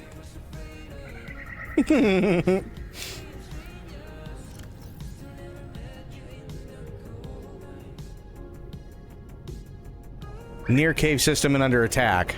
Really? I'm that close? Uh-oh. I don't think that Warper likes me being here. Let's get the fuck out of here. Which, I mean, to be fair, I probably wouldn't like me down here either. As I'm just a big, giant, fuck-off mech suit punching fish.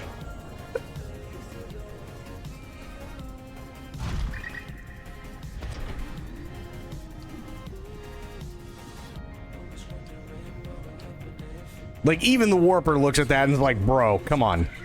That's a little fucked up, dude.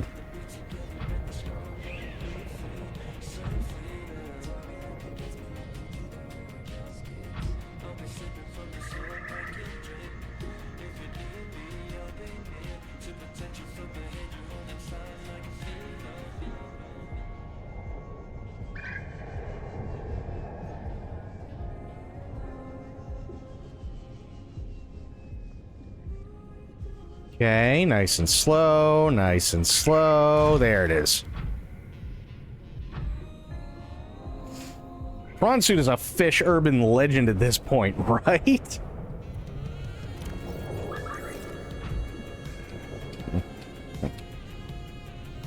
Yo, this Prawn Suit fucks.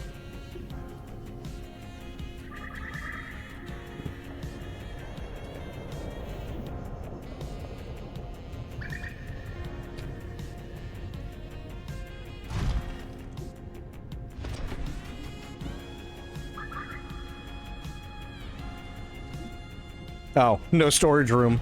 Fair.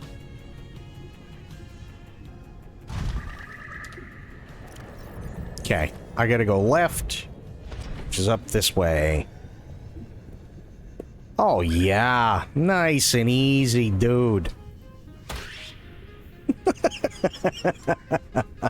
I can't get enough of that.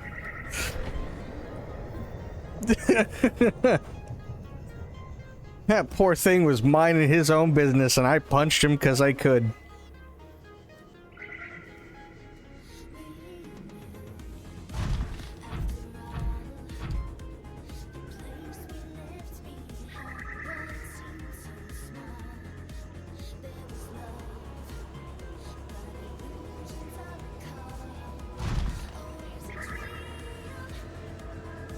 This thing is so good, too.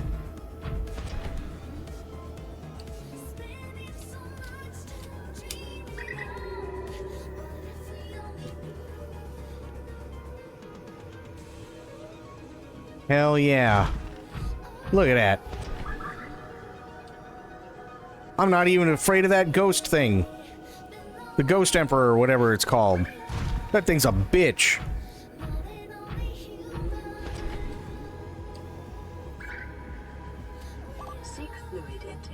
Okay, well, just let me land. I'll land and I'll take care of my fluid intake. It'll be fine, don't worry about it.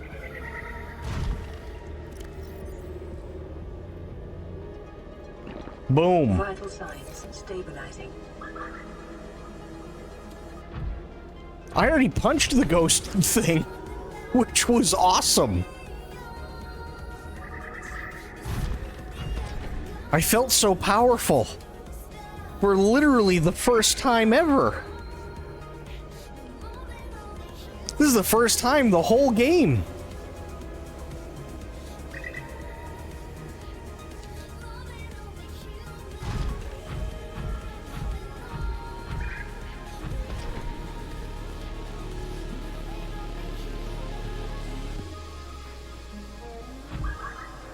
I ain't afraid of no ghost.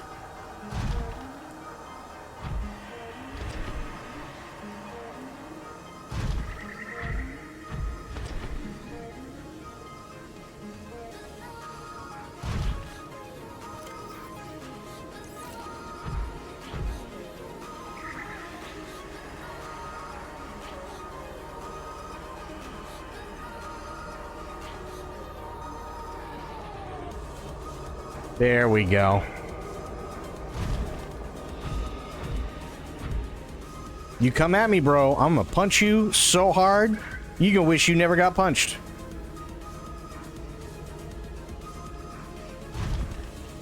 Ghost Boy was certain he was going into that fight a winner. He did not expect that. To be fair, neither did I, but, I mean, what did I have to lose at that point? So I went with it.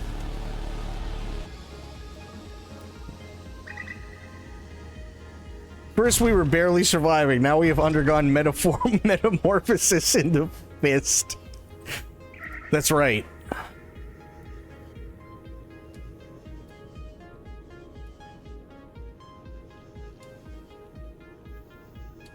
That's so fucking funny, too. That is so insanely funny. I can't believe I fucking just... I clocked that bastard, too. He was not expecting it. That was the best part. Air, water, fire, earth, and fist. Yes.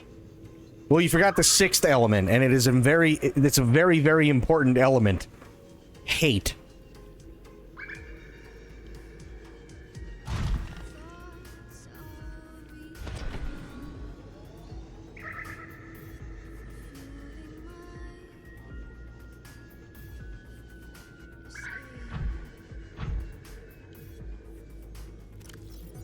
Okay, keep going this way.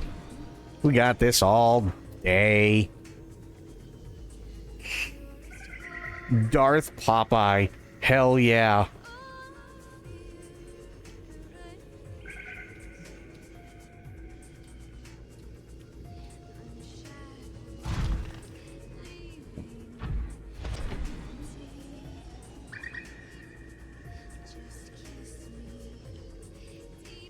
You know, funny thing, on the way back up here,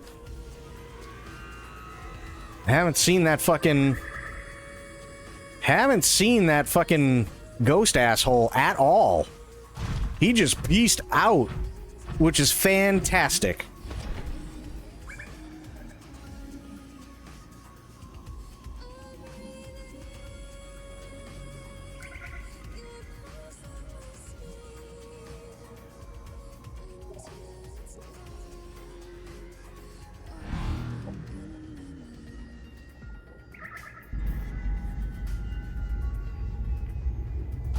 Oh, I'm back here.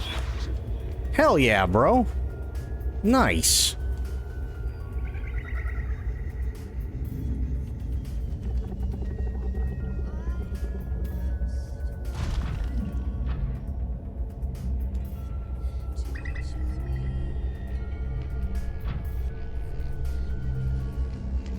You don't want to do this.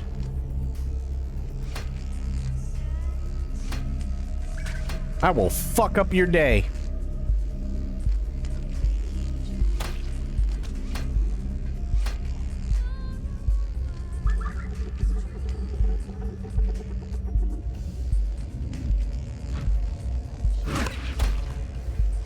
Do it again. Go ahead. Do it. What? What? Bitch? Bitch?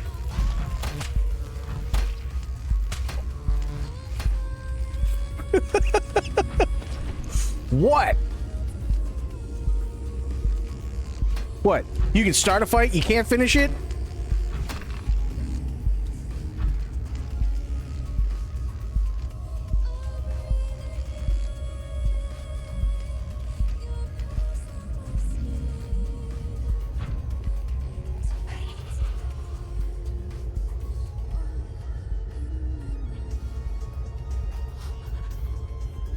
Hello, sir.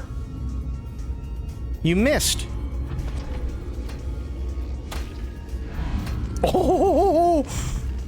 Oh, shit. I just punched a warper. God damn.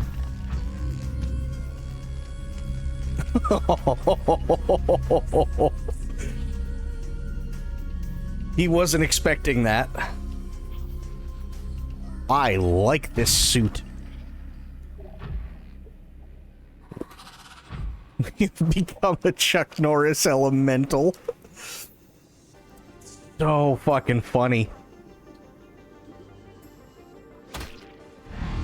Look at that. He's just like, what the fuck?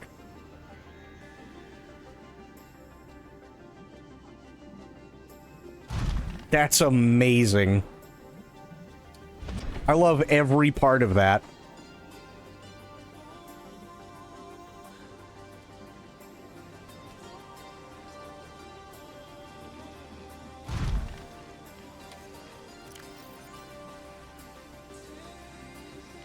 Oh, shit. Wait, wreck?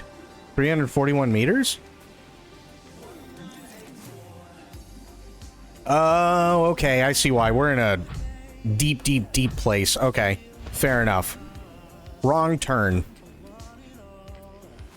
I know which way to go. This is much more fun than mounting a gun to our heads, right?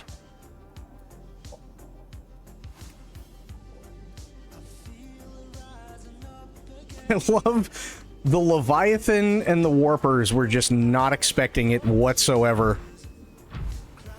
It's like, you know, sometimes you just gotta come out swinging.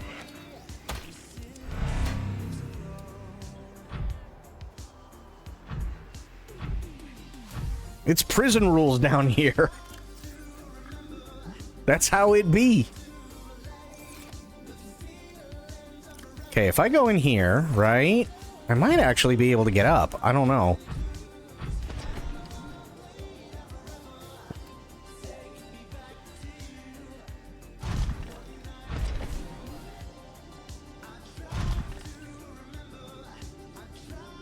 I wish the light on this thing didn't suck, but, you know, beggars can't be choosers.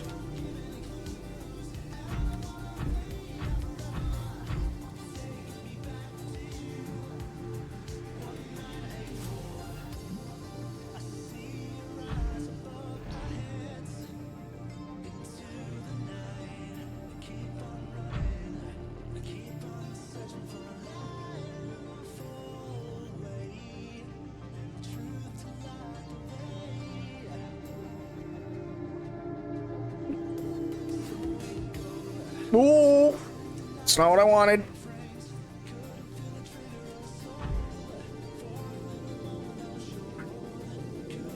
Normally the matchup is at least a bit balanced, though not squishy ocean fauna versus the Fuckinator 5000.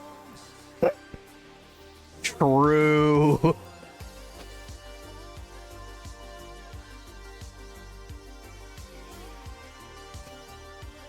That's so funny.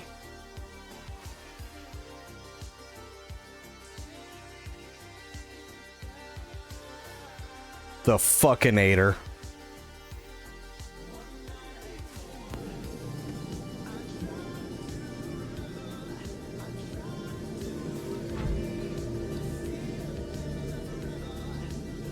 I'm just trying to find if there's like a spot where I can get up and out of here, you know?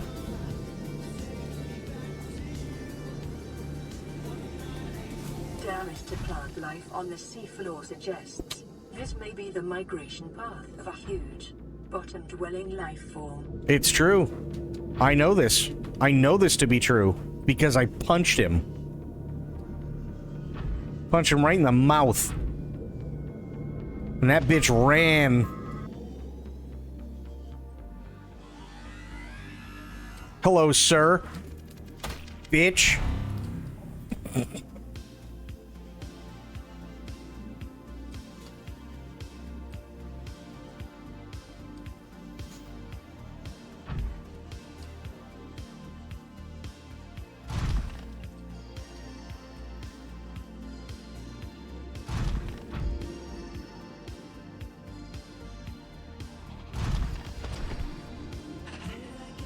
What?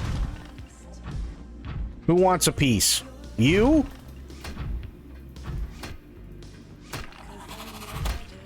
Dead. Get wrecked.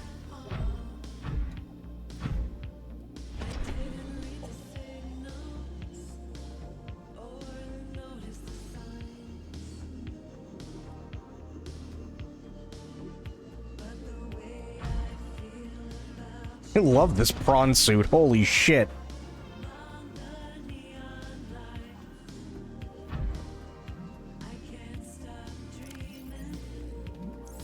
Okay, I think I gotta go back this way.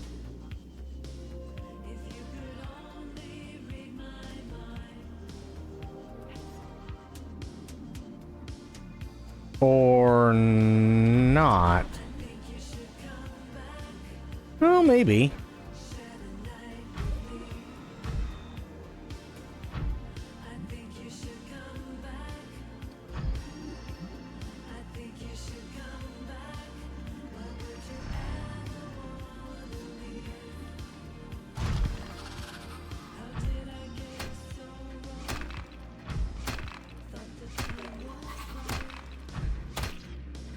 There. Congratulations, you've graduated to fish stick.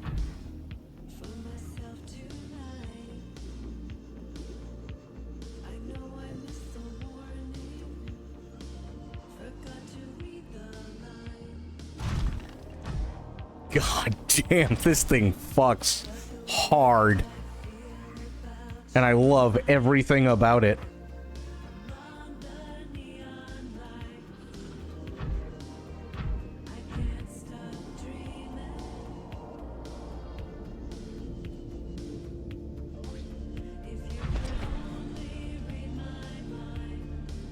Okay, let me check the map.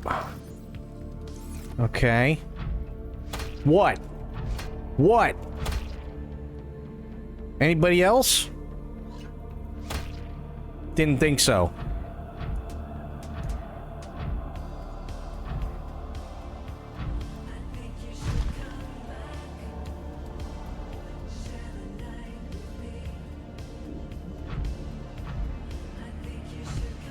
I don't know why my eye is weepy today, but it's really annoying.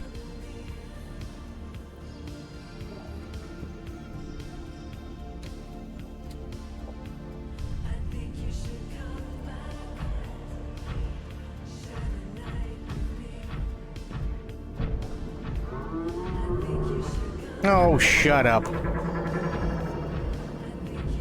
sea giraffes.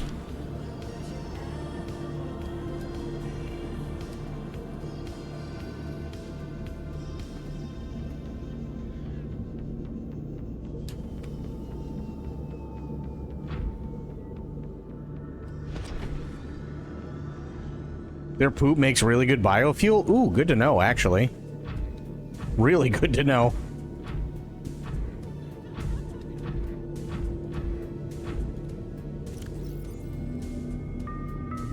Okay. Not too shabby.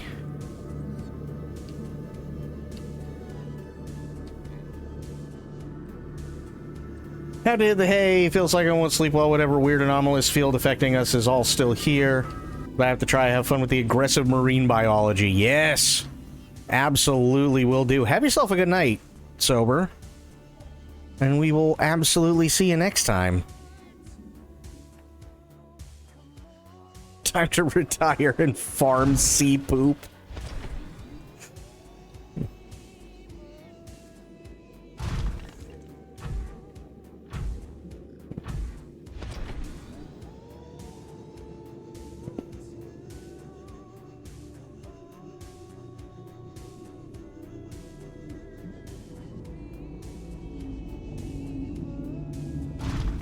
Good. Seek fluid intake. I was just about to do that. There we go. Vital signs stabilizing.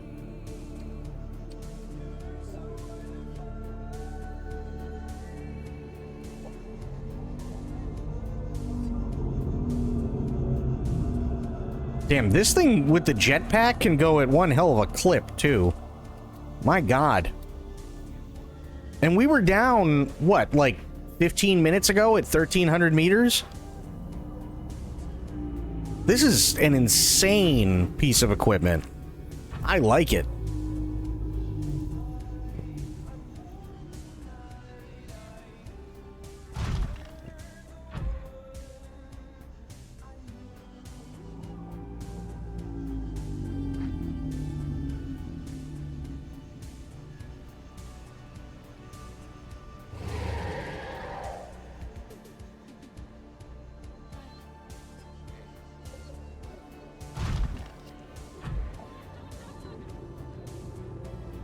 Okay, just making sure. Making sure I didn't need to punch anybody.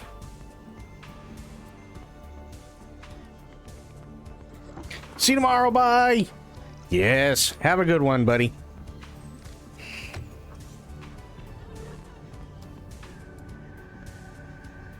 The hell are you doing near my launch pad, you dick?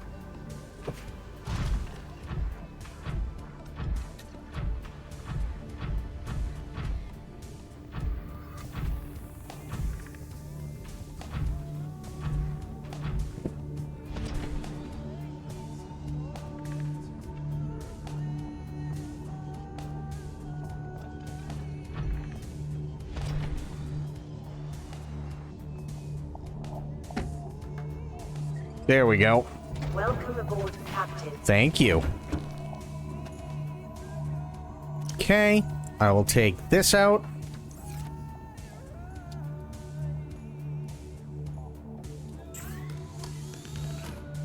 Mark II.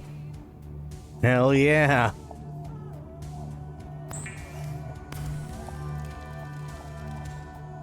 Nice. And I got kyanite for the Cyclops module, too.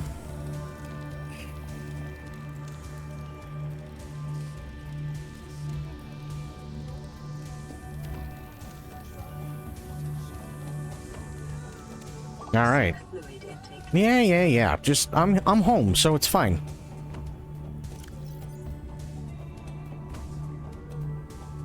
$1,700 meters? Holy shit. Is that as deep as it can go, or is there a Mark IV? Does anybody know?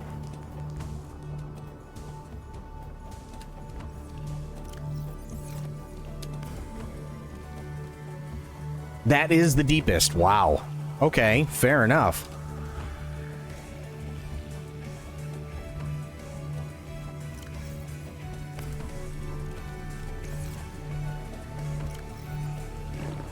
Vital signs stabilizing.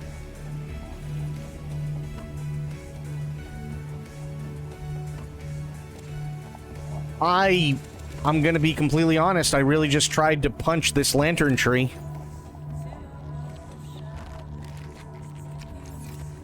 I did. I just tried to punch the lantern tree. Kind of feel bad about it.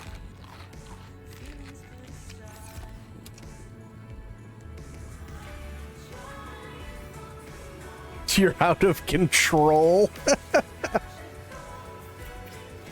Booyah, vending machine.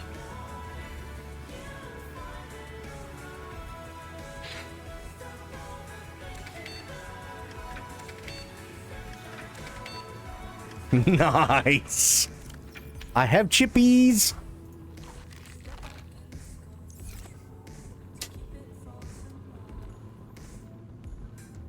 Nice.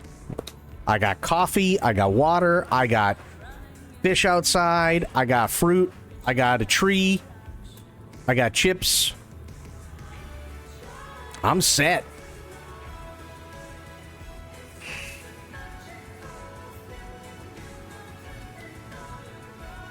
That's so funny, though.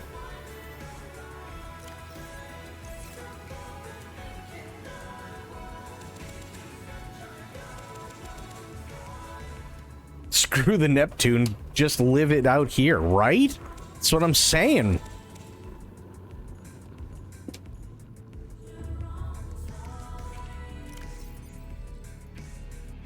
I can think of much worse ways to live. Speaking of, let's go back over to the cockeyed launch pad, shall we?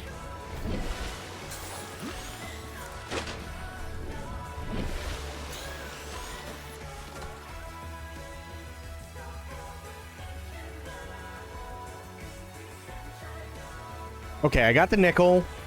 I need to grab aerogel, wiring kit, and plasteel. Gotcha.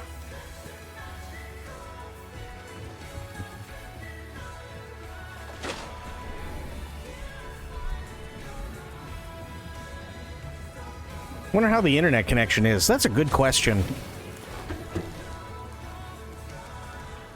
So I need plasteel, aerogel, and a wiring kit. That's what I need. Here, aerogel. Good. Here. Plasteel.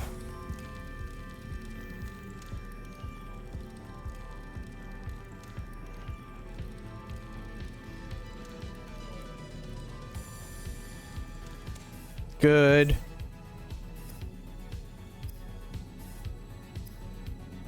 Wiring kit. Nice.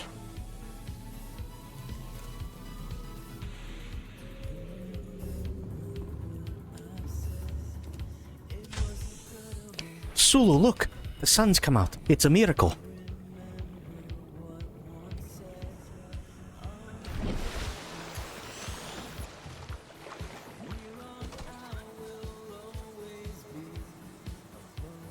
What do you mean I don't have the required ingredients? They're literally right here, you dick. Hello? Oh, because I need 2 aerogel. Okay. Yeah. I know I have another aerogel in storage, so I'll just grab it. It's fine.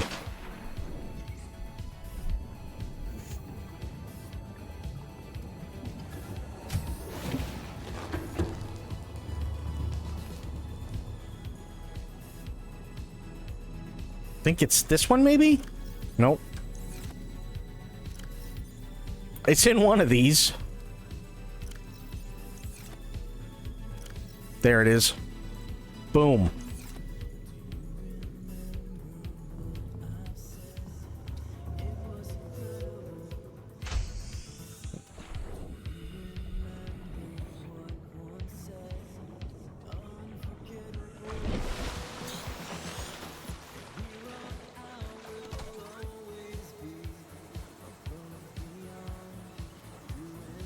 How do I not... Oh, because I need the nickel ore on me, that's why. Guaranteed. Yeah. I need to go get the nickel.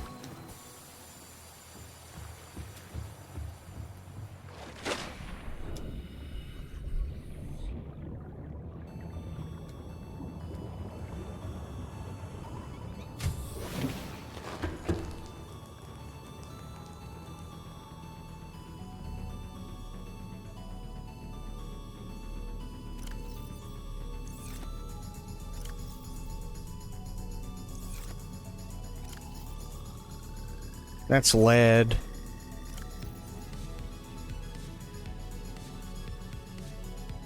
I'll just bring it all. Screw it.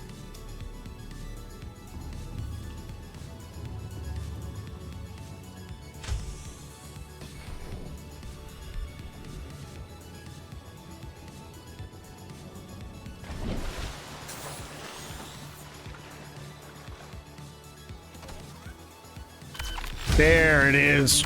Holy shit. This thing's huge. Huge.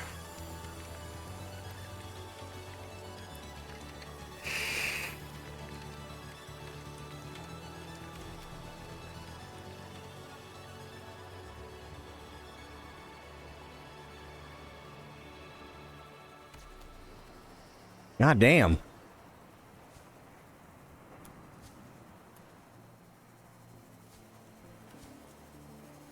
Crystalline sulfur. I've only got one. I need more kyanite. I need an ion power cell.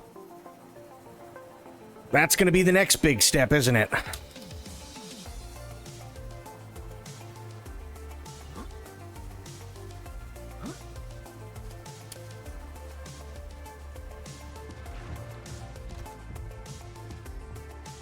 What happened, idiot? You get stuck?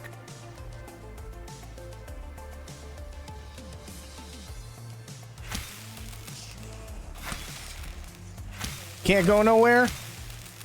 Life got you down?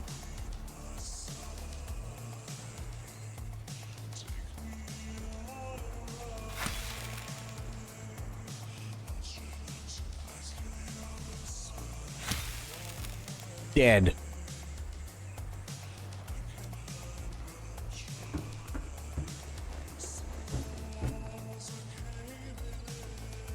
Damn, that thing's as tall as the gantry? Holy shit.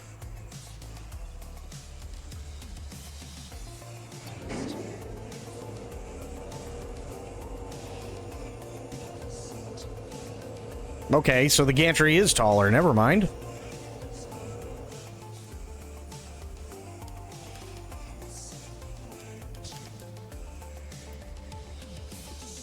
Damn. Okay. That's cool as hell. I mean, we're cockeyed, but it's fine.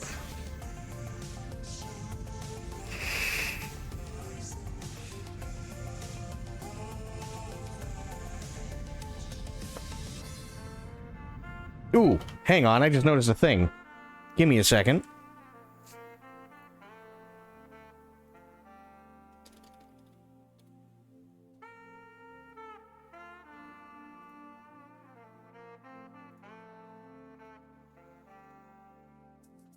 Oh yeah, Jesus, I gotta correct that. Give me 1 second. Goals.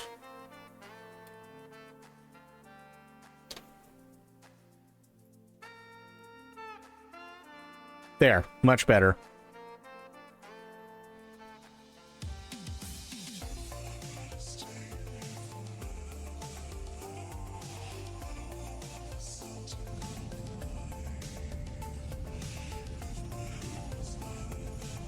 I want to jump off this and not go splat.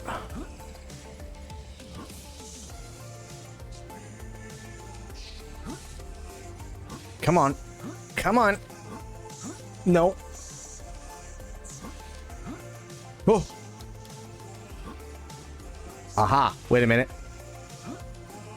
There we go. Okay.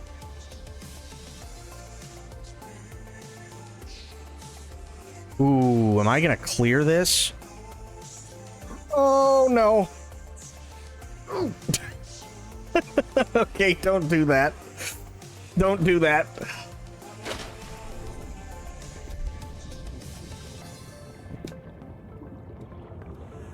I should have thought about it. I just YOLO'd it. Welcome aboard, Captain.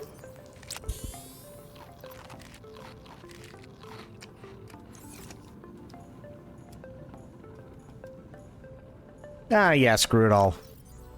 Drink that. Why not?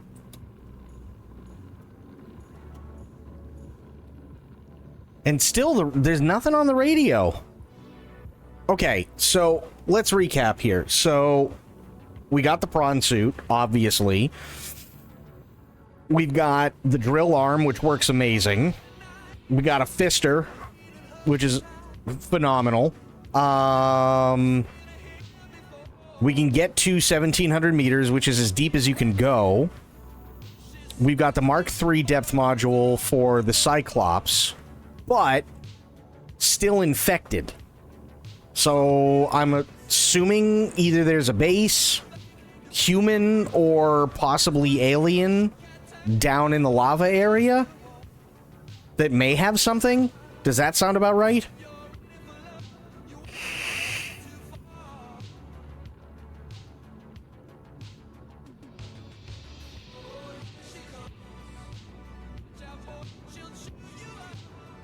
Because I was thinking about it while they were building the engine, and I'm sitting there going, well, wait a minute, we're still infected. And if we're still infected, that means the giant fuck-off gun's gonna blast me out of the sky.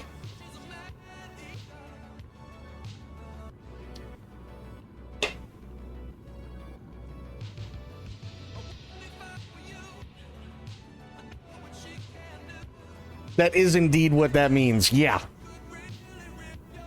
Yeah, I was like, So I need to get not infected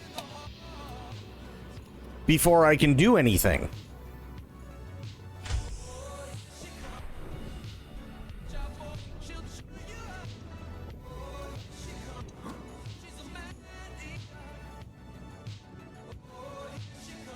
Or just hope Neptune has a life pod.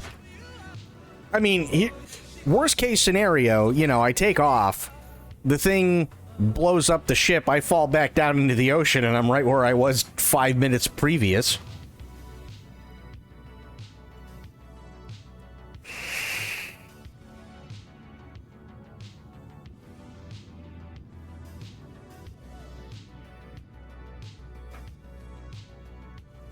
Are there any other modules? Wouldn't be the first time you pumped a ton of mass into a vehicle that got blown up. That's so very true. Sad, but true. Thermal reactor. I'm thinking I'm gonna want that, right?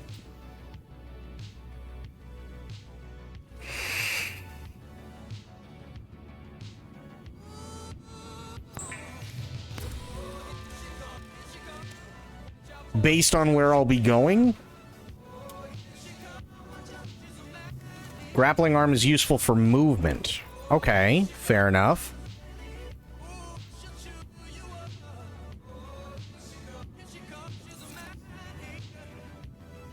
Wait, what? That's weird. Is that just a Subnautica thing? Is that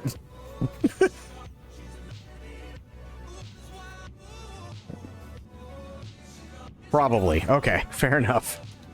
I was like, wait a minute. Repulsion cannon. No.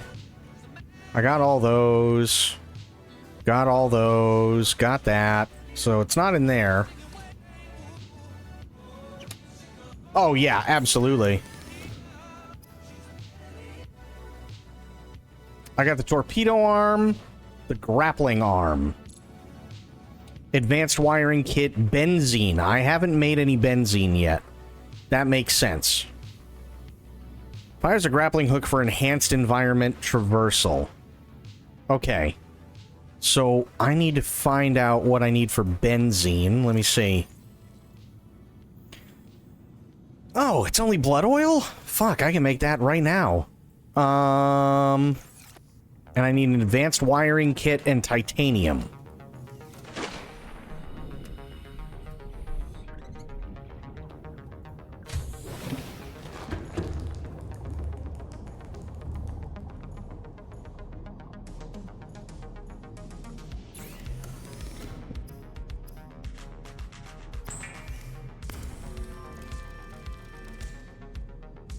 Okay.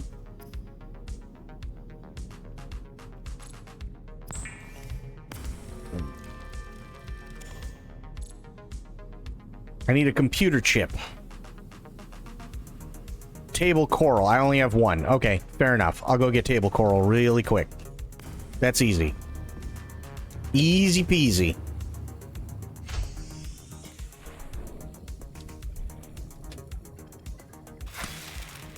Got it.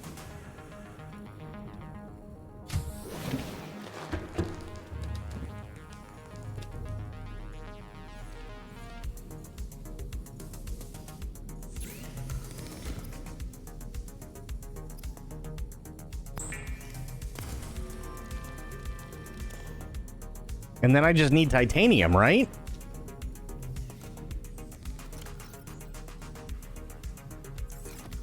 I can make a crap ton of that. That's nothing.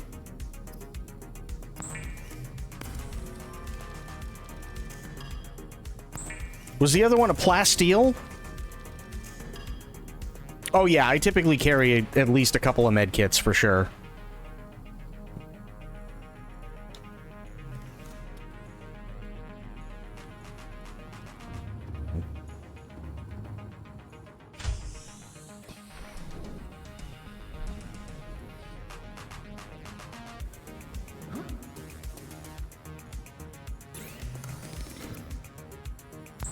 Booyah. Nice. Nice, nice, nice.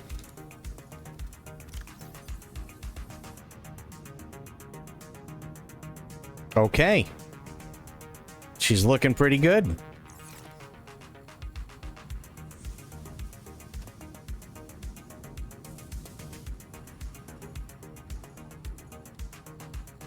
Damn. This thing is a beast.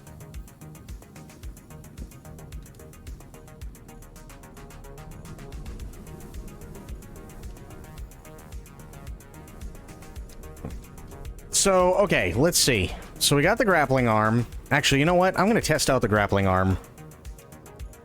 Let's go test that out. Welcome aboard, Captain.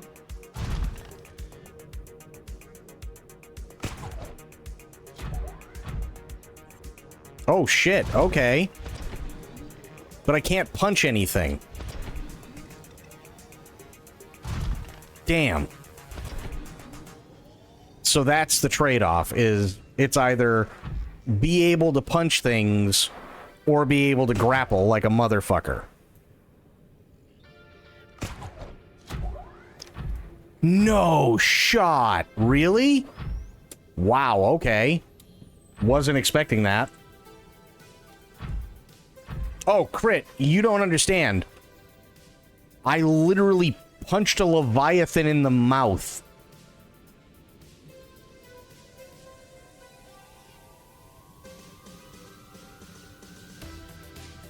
How'd it feel? It felt amazing. I hit him once in the mouth and he turned and ran his bitch ass away. No bullshit. It was the funniest damn thing.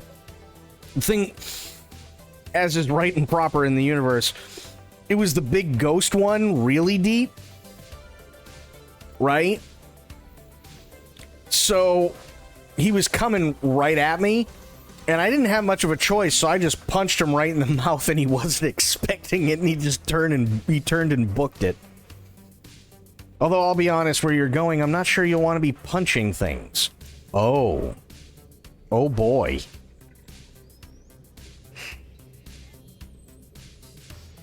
It was the best thing ever.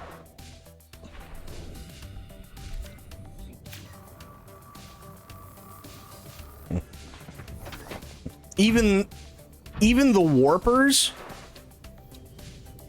they started spawning in. And I was just like, fuck it. I hit a ghost Leviathan, he ran, let's see what happens. And I went right up to a warper and punched him in the mouth, and he's just like, fuck this, I'm out. I also think punching a ghost Leviathan is freaking suicidal, so what do I know? Hey, I'm not saying I'm gonna go around looking for him to punch him, but it's good to know that it worked, you know?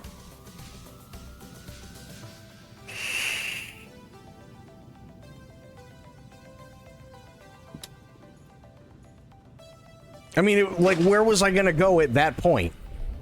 Right? I didn't have much of anywhere else to go, so it was Welcome aboard. either punch him in the mouth or possibly die.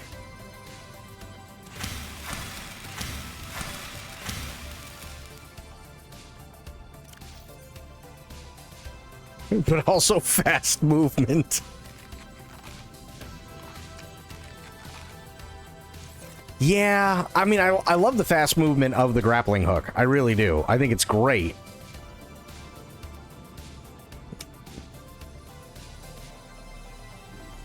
But did you see the size of that fucker? Those things are huge.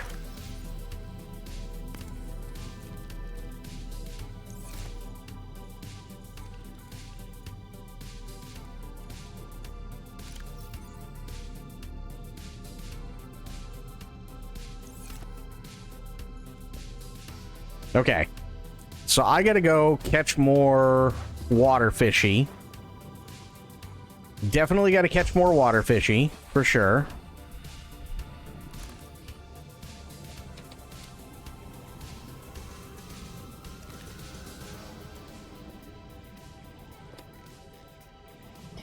Or cornering incident. Yeah, it was more like he was only like maybe 10 meters from me and I didn't have much of a choice.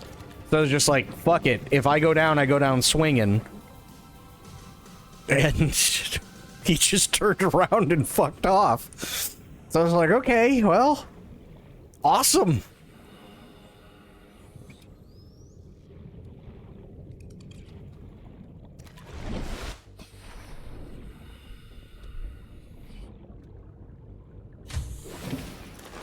Okay. Turn these guys into water.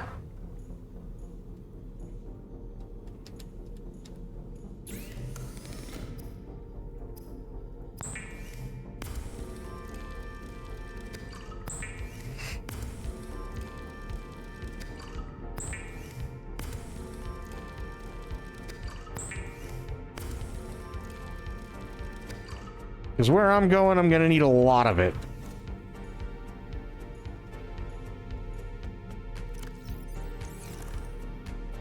%, okay.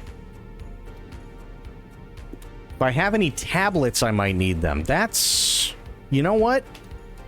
It's a good call. Where are my tablets? Oh yeah, I forgot about the engine efficiency module for the Cyclops, but I'll put that in here for now. Because I don't need to carry that.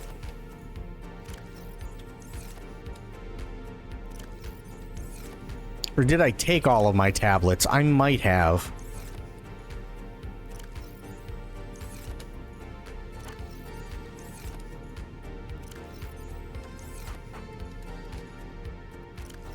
Nope, there's a tablet. 2 more tablets. Oh yeah, I got an ion cube. I keep forgetting about that. Hang on.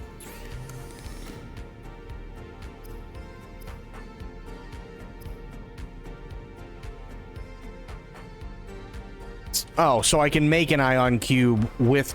Or I can make a tablet with an ion cube and diamond. Would it be worth doing that?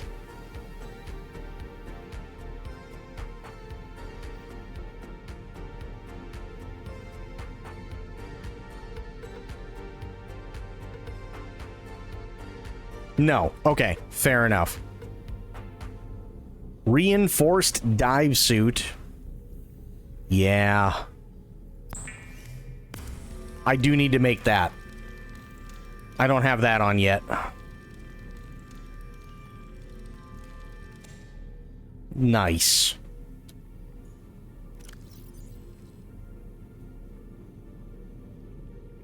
Reinforced gloves. Reinforced dive suit. Hell yes. What goes in this spot? I have no idea.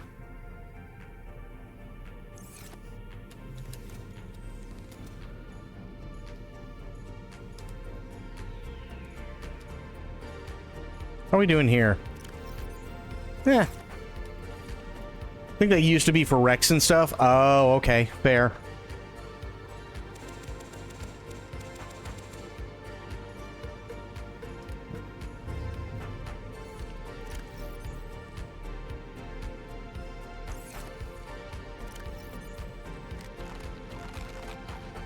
So I got 3 tablets. Like, you would equip them individually to go find them, then put them in storage, but now you can just activate and deactivate them on your HUD. Oh, okay. Gotcha. Yeah, that makes sense. That makes total sense.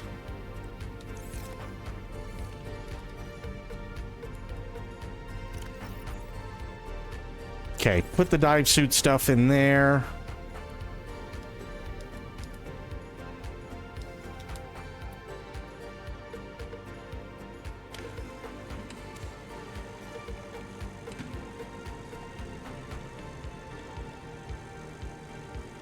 I think the game is going to make you go back and forth to that area a few times. Three purple keys should be plenty for now. Okay, fair enough.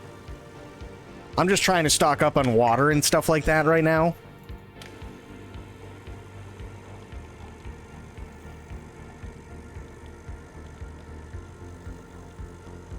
So that way I can just be like, fuck it, we ball, right? And stay down there for as long as possible. And food I'm not necessarily all that worried about, because worst case scenario, I just stab a fish with my, my knife, and I can eat cooked fish. 89%. Okay, fair enough. How we looking here? I got 2 med kits. I'm hoping to get at least a 3rd. I got 4 bottles of filtered water. 1 large filtered water, which I'm hoping to turn into 3, 4 cups of coffee. I don't need this many fire extinguishers. I can put those away.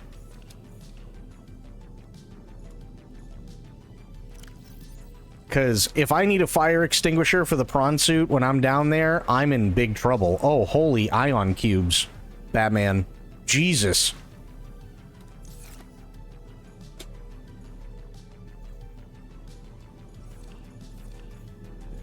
%. I like it. You know, I've never used a beacon. I've literally never used one. I don't think I've ever made one. But a beacon's probably not a bad idea.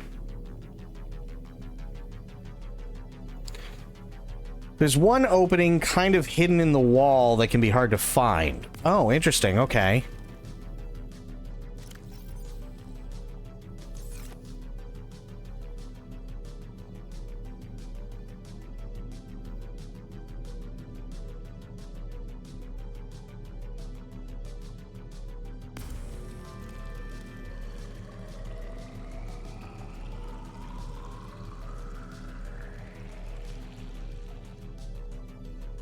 Nice. I could probably get some more water fishies. Get some more of these. Which isn't really that bad of an idea. Put the salt in here.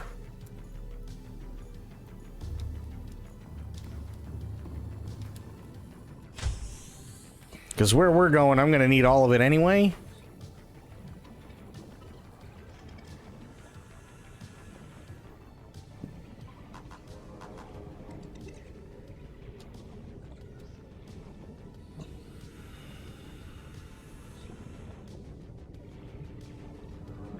I just gotta find them.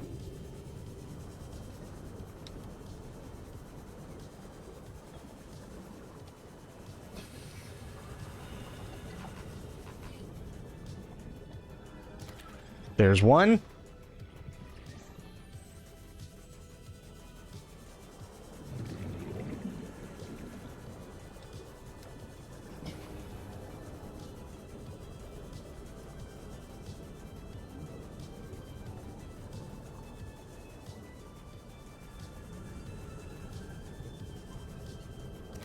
Nice. Come here, little fucker. Nice.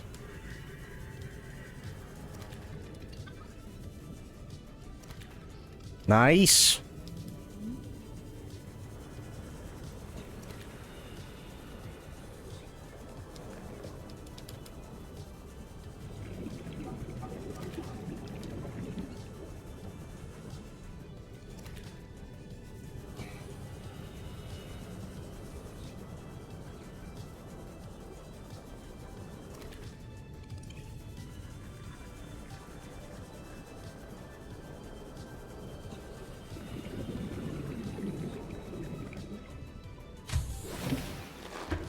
Welcome aboard, Captain. Thank you. How are we looking here? Okay, we're looking pretty good.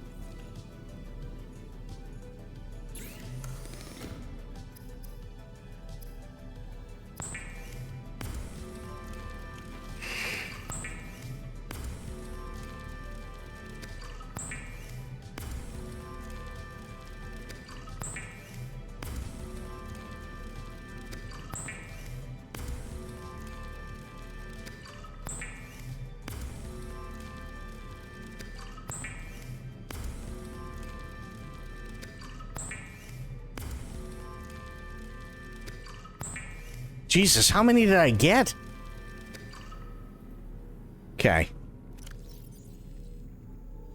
3, 6, 9, 12. I got 13 bottles of filtered water, 2 large filtered water bottles, 4 cups of coffee. It's gonna end up being at least 1 more large filtered, which is fine.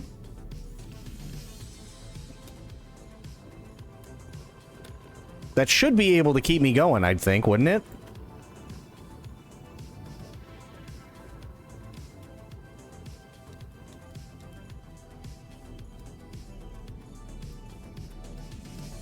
So, I can take...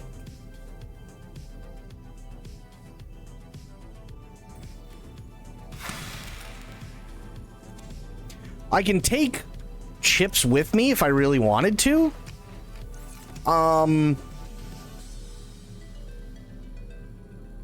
I do know that there is stuff, at least as far down as I went, in terms of fish, but yeah, it probably wouldn't hurt.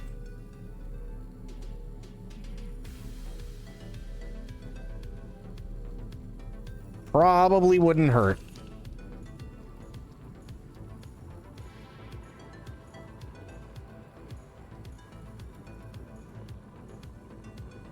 Also, I love that, yeah. I love that the vending machine exists in this.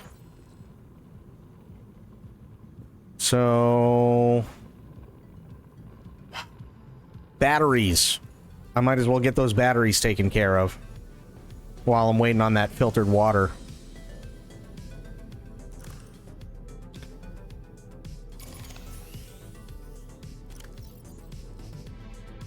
Good.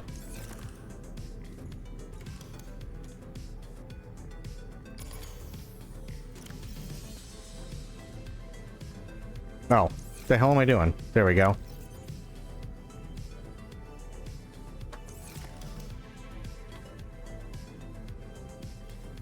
What? There. Good.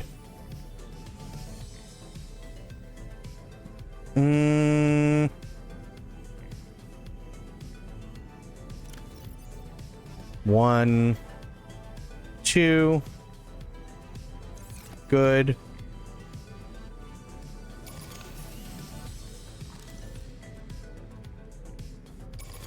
Good. Nice.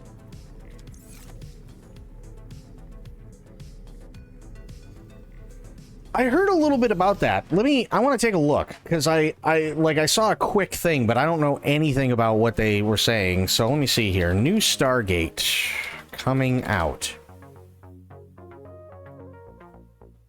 This is from Gate World. Amazon greenlights a new Stargate series. It is now in pre-production for Prime Video with veteran writer and producer Martin Gero at the helm. There's a future for the Stargate franchise on television. Today, Amazon MGM Studios announced that it has given the green light to a brand new live-action series which will stream globally on Prime Video. Veteran Stargate writer and producer Martin Gero created the show and will helm it as executive producer and showrunner. Fellow Stargate alums Brad Wright and Joseph Malazzi are also on board as producers. The new series will continue the franchise with the same universe canon and tone that made Stargate a global hit. This has been a very hard secret to keep for the last 18 months, but we did announce today that a brand new Stargate series is coming to Prime Video, Gero said. And in a surprise twist, Stargate's original creators Dean Devlin and Roland Emmerich, no shit, have signed on as EPs alongside Safe House Pictures' Joby Harold and Tori Tunnel, Gate World managing editor Darren Sumner, and the Dial the Gate host David Reed. Both longtime fans of Stargate were on hand to discuss the announced firsthand with the producers. Watch the announcement from Prime Video. Nice. Stargate's television universe spans 17 seasons and more than 350 episodes. And Prime Video's show will be the first new ongoing series since Stargate Universe took its final bow in May 2011. Giro emphasized for longtime fans that the new series will not be a reboot. It's not a reboot, he says. It is a brand new chapter. It's its own unique chapter in the Stargate universe.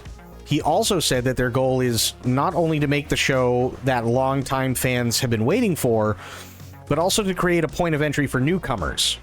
For us, it's really important to not only have it so that the fans feel like this is my Stargate, this is the Stargate I've been waiting 14 years for, but that a brand new audience can come in without having to have watched 350 episodes of an amazing show, that they can start with the episode 1 of the new Stargate show, he said, and then if they love it, they can go back and watch everything else. Further details on the next series are still scarce, including a title, production schedule, and filming location. Casting is not yet begun. Continuation of the existing canon will allow the show to bring back some familiar faces, though the producers aren't willing to name names just yet. Okay.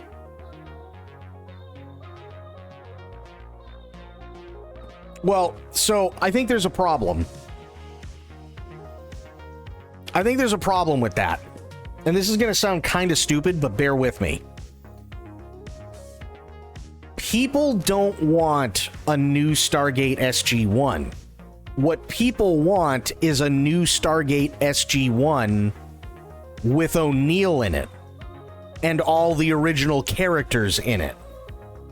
That's what they want.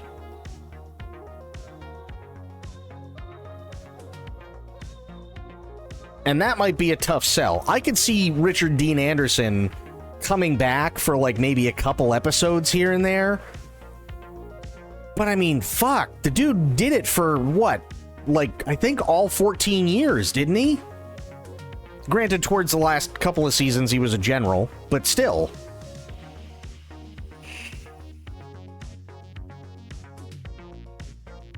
They're gonna want, Richard Dean Anderson. They're going to want Christopher Judge. They're going to want Michael Shanks. I can't remember her name, but you know who I'm talking about, right? There were also fans who really thought that if you had Ben Browder and you had Claudia Black team up with everybody, like the original cast, that would have been awesome. I don't disagree, but everybody's kind of getting old. You know what I mean? Like, they're kind of getting old.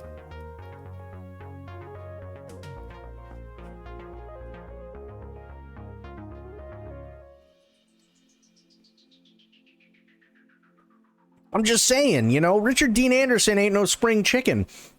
Fuck, Kurt Russell, the original Colonel O'Neill. You seen him lately? I mean, he looks good for his age, but goddamn.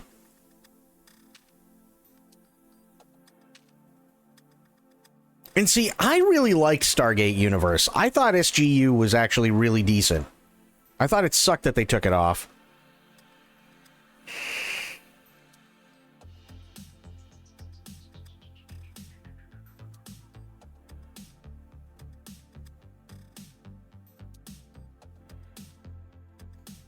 I guess if they make SG-1 with like the same but different people would have a fit. Yeah. Yeah. Now, again, I don't mind if General O'Neill comes back. I don't mind if Teal'c comes back, or Jackson, or, again, I can't remember her name for the life of me, or Ben Browder's character, Claudia Black's character. I don't have any problem with them, you know, coming in little by little. Maybe they, you know, there's a mission that everybody has to team up with and, you know, team up for. Okay, fair enough.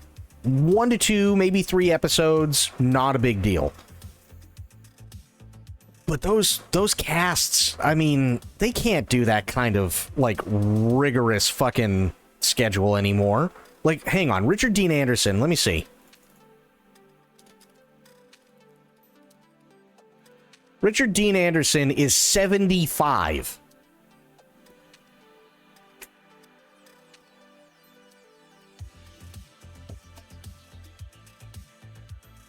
He's up there.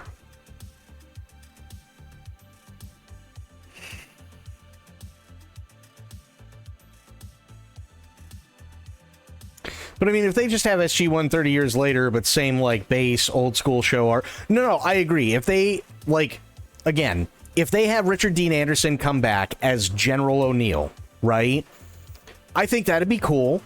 He gets some screen time, maybe comes back once every few episodes or whatever, right? He's in General Hammond's chair. He's doing his thing, just like Hammond used to do. Cool. And then... you've got a new SG-1 crew. I don't see that as a problem.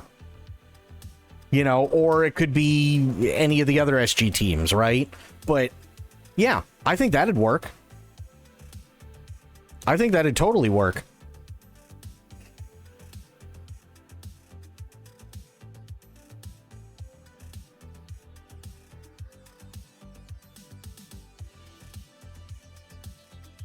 I don't see that as an issue.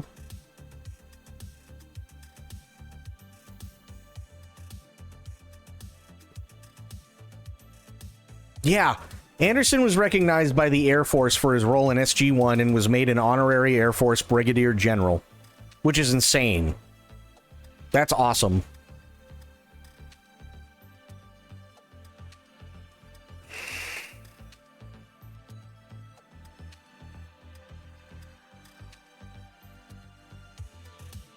So, allowing a sizable role to be filled by veteran actors.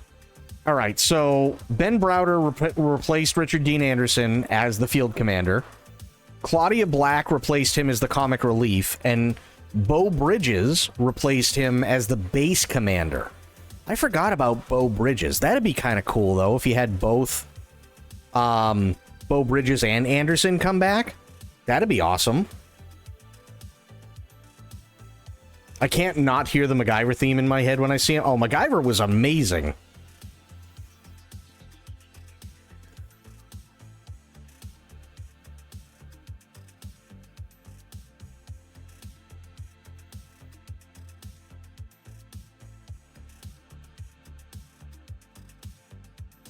MacGyver was great.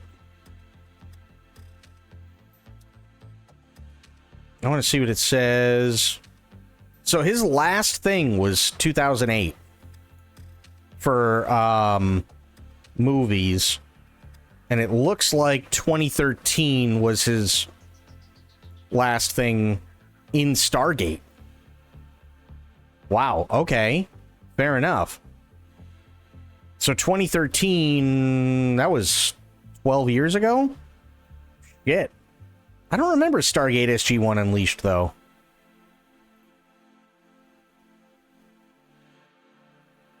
Oh, it's a mobile game. Okay, fair enough. Gotcha. That's why I don't know it.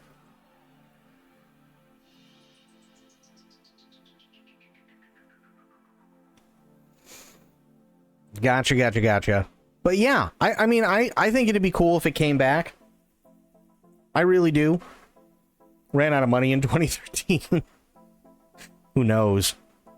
But yeah, I mean, I think it'd be really, really interesting. I will give Amazon this. Amazon usually does pretty decent when it comes to sci-fi. They usually do pretty decent. Like, some of them are, you know, maybe they lasted a little bit longer than they should have. But generally speaking, Amazon is usually pretty good about sci-fi.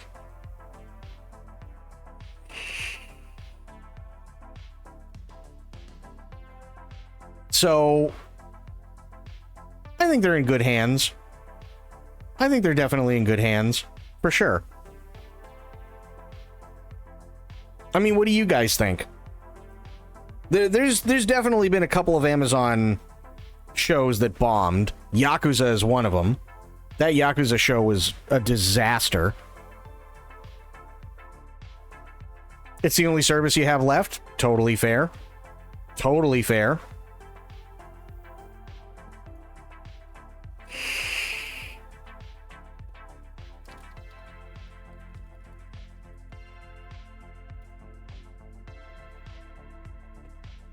I have 0 streaming services, so... Okay, actually, you know what, Doc? Question for you. I mean, yeah, if you have Amazon Prime, you already have Prime Video. You don't have to pay any extra for it. But question... Why? And I'm not, like... It's not accusatory or anything, I'm just legitimately curious.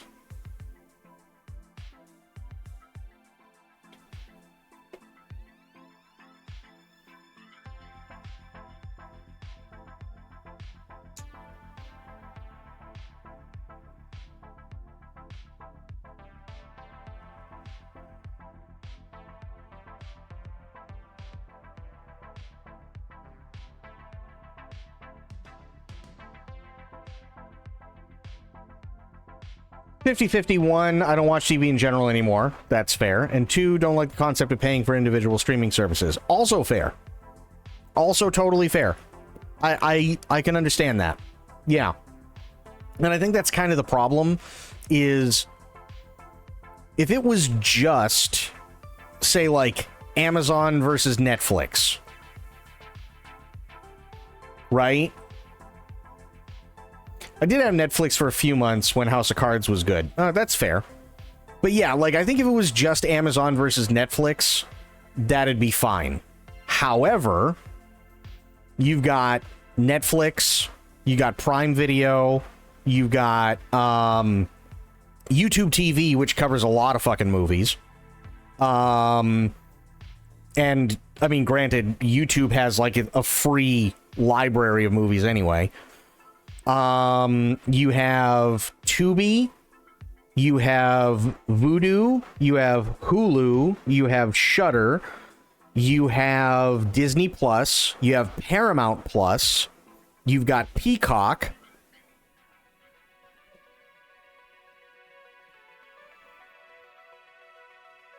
I mean, I've got Prime, Netflix, Disney Plus, and Paramount Plus. For me, that's it.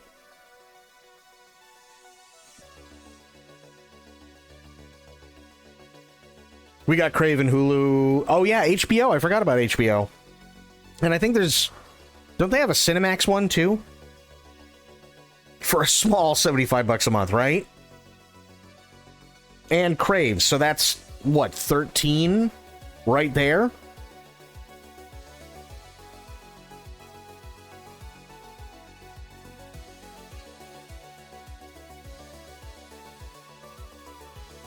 But yeah, Paramount, because they have all the Star Trek stuff, so duh. For me, anyway.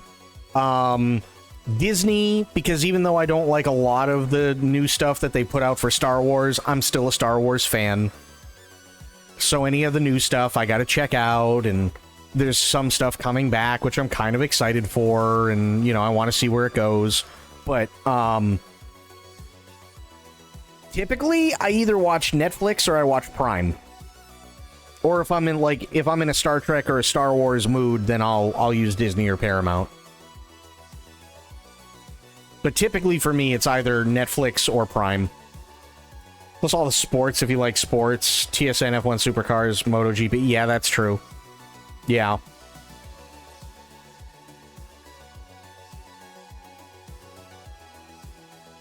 Yeah, that's fair. That's totally fair.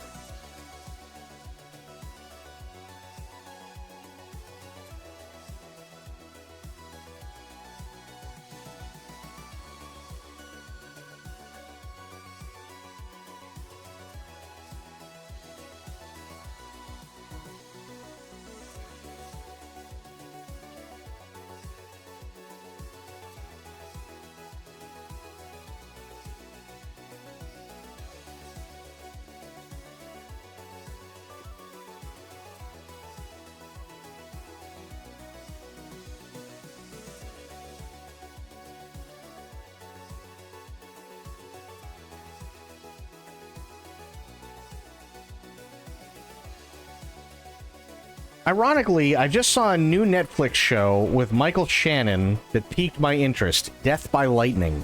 I never heard of it, but sounds kind of cool. Oh, and isn't the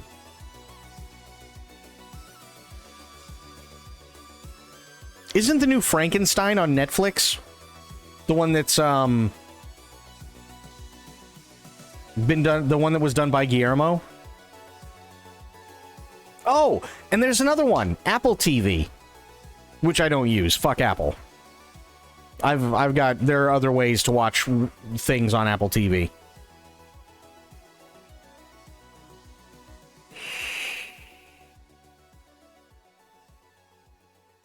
After, in what my opinion was the disaster that was Alien Earth, seriously fuck Apple TV.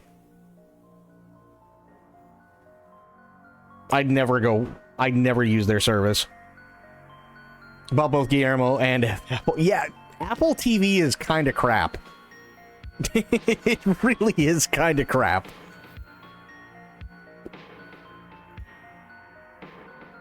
I was not a fan of Alien Earth at all. I thought it was terribad.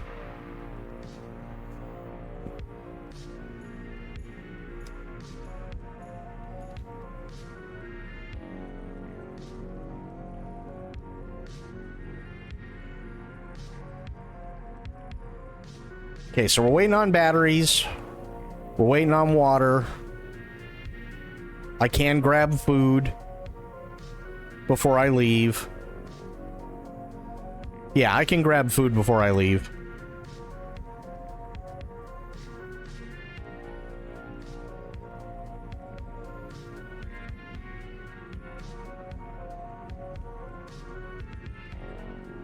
Oh, God. I keep forgetting to ask Spoiled if she's seen the Interview with the Vampire TV series.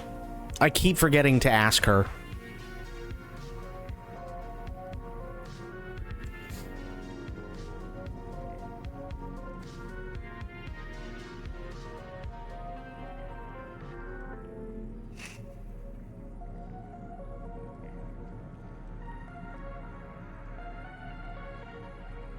Because I kind of had a problem. Well, couple of problems. I had a couple of problems with it, and I'm not entirely sure how to feel about it. Like, have you guys seen them at all?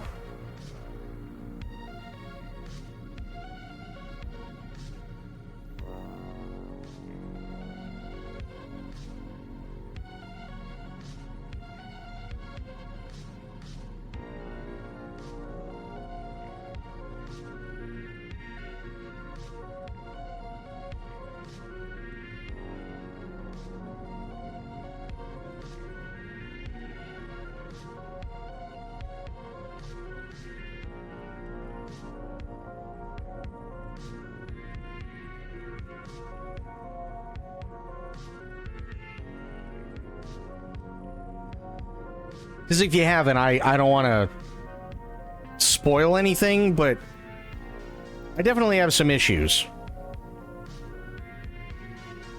Because it's not like, it's not nitpicky stuff, it's like really big stuff that fundamentally changes the entire story. And I'm not sure how I feel about it.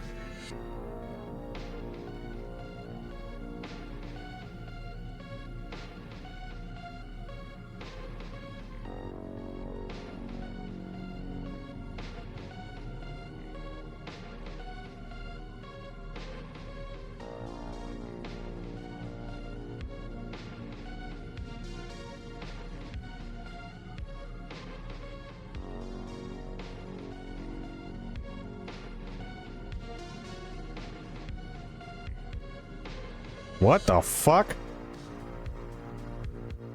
That's not good. That was weird. I think Twitch had a hiccup.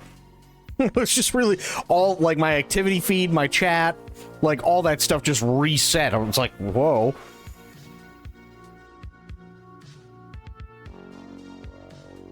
The hour and 30 minutes of ads in Prime Video is kind of brutal. Yeah. Or 1 minute 30, yeah. That's fair. Bring at least one ion cube to be safe. Fair. No, sir. Go ahead and say what you want to say. Okay, so in the book Interview with the Vampire, and even in the movies, specifically the first movie, Interview with the Vampire, with Brad Pitt and Tom Cruise, the interview that they're having, or that Christian Slater, or I should say the reporter's character, because both Christian Slater and I can't remember the guy's name who plays the same character now, they're amazing. They're interviewing a vampire named Louis, right? Now, Louis is an interesting character because in the book and in the original movie, it's specifically set up that he comes from... I think it might be during or towards the end of the Civil War, the American Civil War, right? And he is a plantation owner.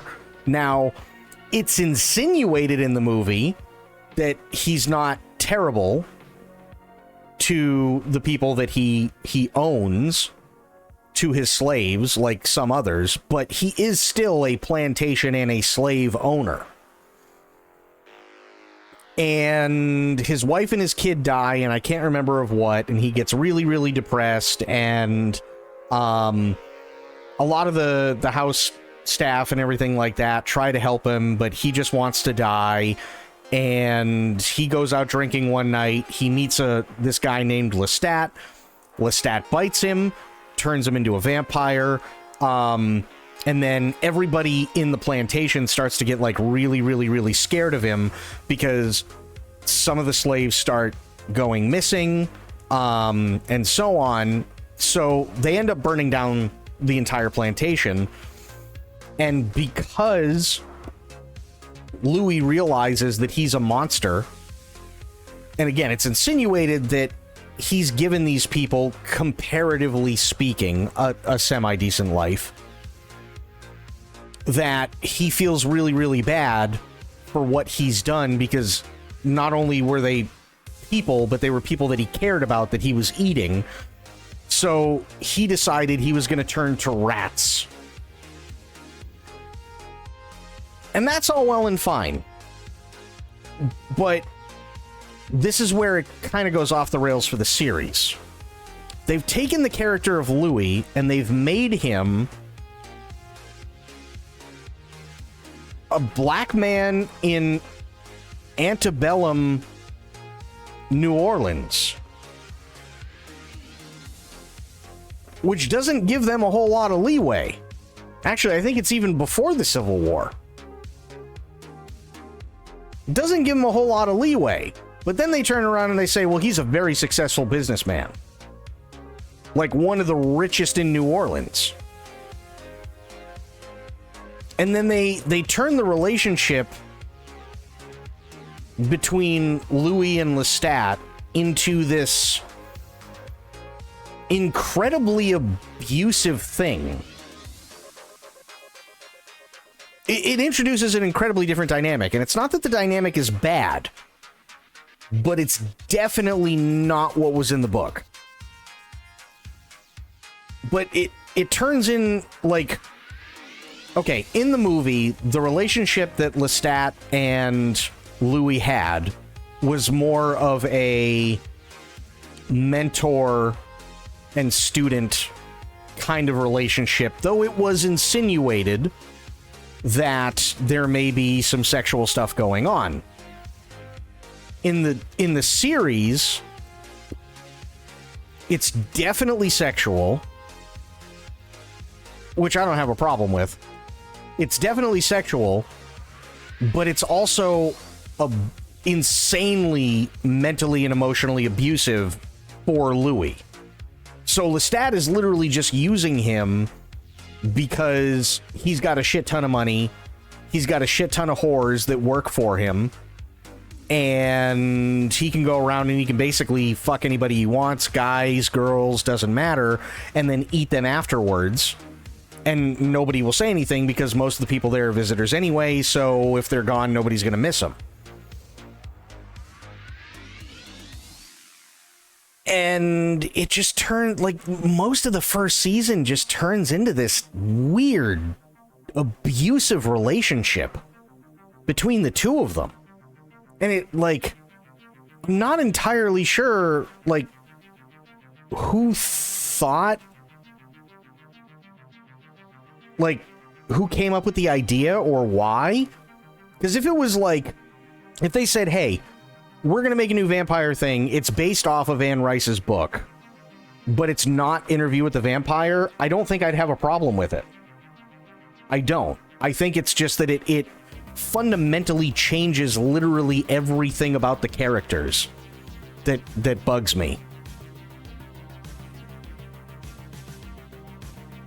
And the worst part is like, I'm a really, really big fan of one character in particular. I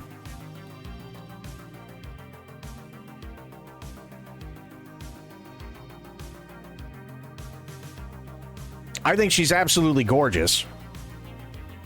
And I love her portrayal of it, although, again, the character is much older than Kirsten Dunst's character in the movie. It creates a really, really interesting dynamic, but I still think that she does a fantastic job. And her name is, the character's name is Claudia, and the actor's name is Bailey Bass. And I'm trying to find a good picture of her, because she's really, really, really good. Yeah, okay. This'll work. This is from the show, but whatever. She does a phenomenal job. But, again, she's playing somebody who's basically eternally 18 years old. Versus Kirsten Dunst's version of the character, which is more true to the book, where Kirsten Dunst's character is eternally, like, 7 or 8. So there's a drastic, like, dynamic shift. You know what I mean? It's just, it, again, if it was any other, like, vampire thing, and they wanted to base it in the same universe as Anne Rice's books, I don't think there'd be a problem. It's just the fact that it's Interview with the Vampire, but it's not Interview with the Vampire. She was like 12, I think, when that came out. Yeah, I think in the movie, the character Claudia was like 7 or 8 years old, and she was dying. And Louis and Lestat came across her because she was with basically her parents who had died and rotted away, and she didn't know where else to go. So they turned her into a vampire, but she realized very quickly that it was a curse because she can never grow any older. She can never be a woman. She can never experience things that women experience, right? Because she's eternally a girl, right? You have a little bit of that with this character, but not much, because she's 18.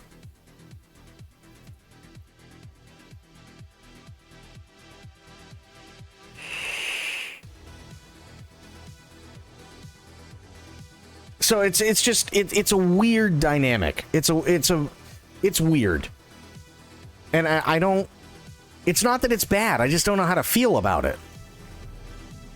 Again, just different. Yeah, it's very different. It's very, very different.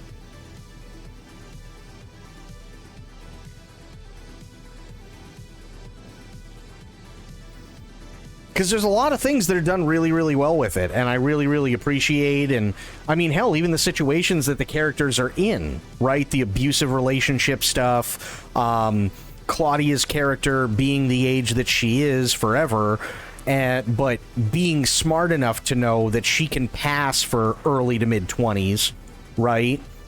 So she can make her way around without anybody asking questions, you know, being a wealthy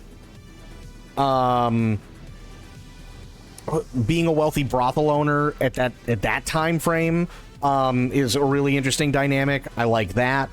I like them going to different places that they've gone to.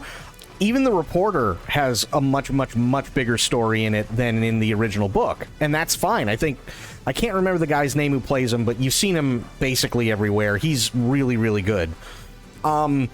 It's all really well done. But yeah, it's drastically different. And I don't think I was expecting that.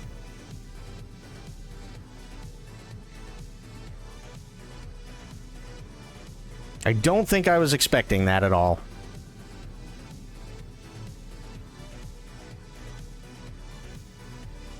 So I wanted to see what Spoiled thought, because Spoiled is a massive, massive, massive Anne Rice fan. She is a massive Anne Rice fan. Now, I will say, everybody in the show, and I don't mean this sexually or anything like that, but everybody in the show is incredibly attractive. They just are, right? We can look at guys and go, that's a good-looking guy, right? Without it being sexual. That's exactly what... You look at Lestat, you're like, that's a good-looking dude, right? You look at Louis, you're like, fuck, that's... Okay, yeah, that's another good-looking dude. You look at most of the other male characters that are supposed to be vampires, and you're like, they're all good-looking dudes. You look at all the women who are supposed to be vampires, you're like, wow. But... yeah, it's just, it's so different. It's so, so different.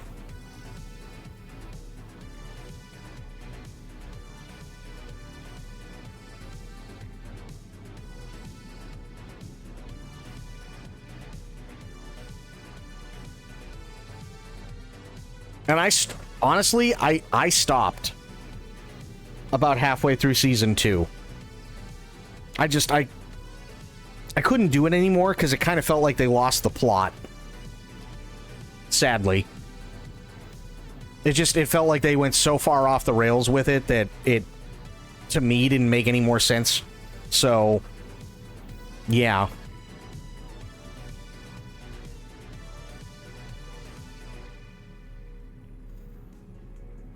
Come on, anytime batteries.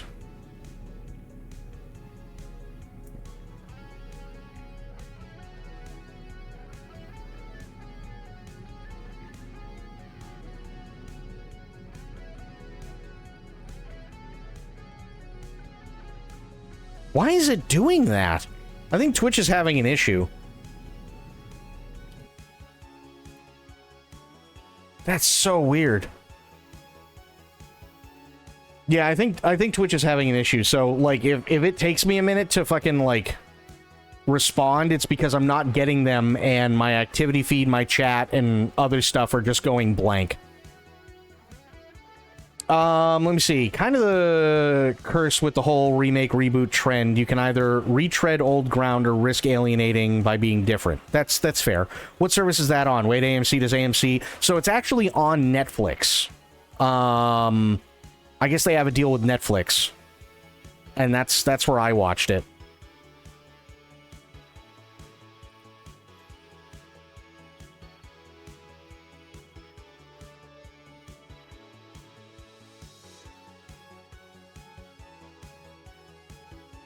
So yeah, if you have Netflix, you can absolutely watch it there.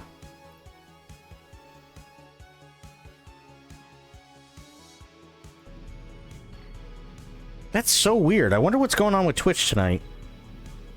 That is so, so weird.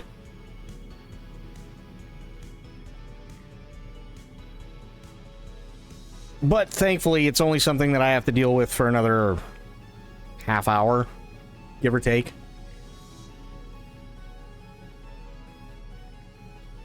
Then Twitch can do whatever Twitch does.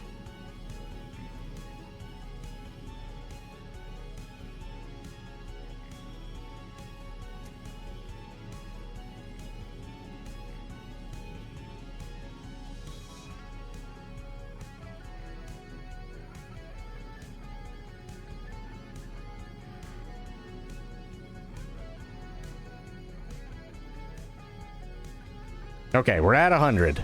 Finally.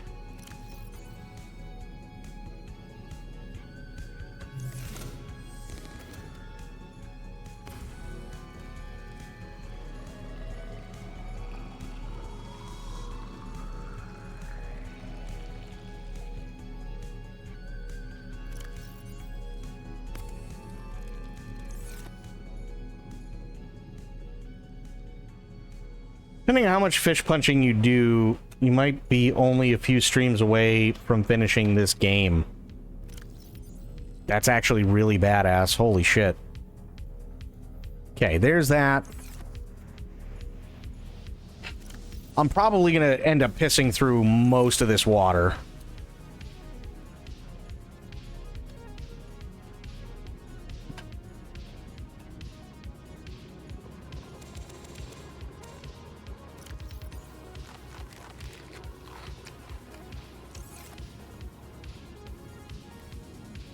No, okay. Bulbo tree is not ready yet.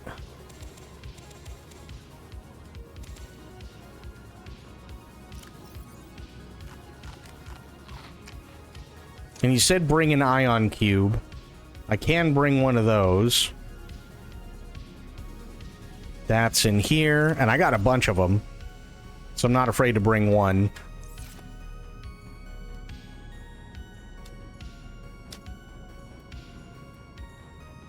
Nope.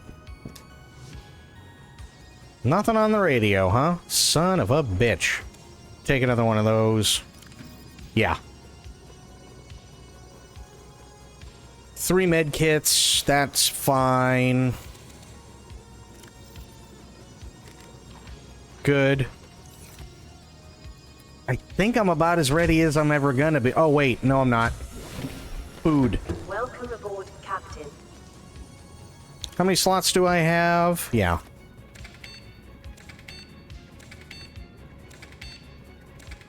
There we go. Actually, you know what? I should be able to fill this up because it doesn't go... The stuff that I get doesn't go in my inventory. It goes in the storage. There is storage on the prawn suit. Yeah. But can I put another storage thing on there? If I can, I think that'd be a good idea. Let me find out. Common modules... Seamoth prawn compatible. I don't have enough diamonds, though. Fuck.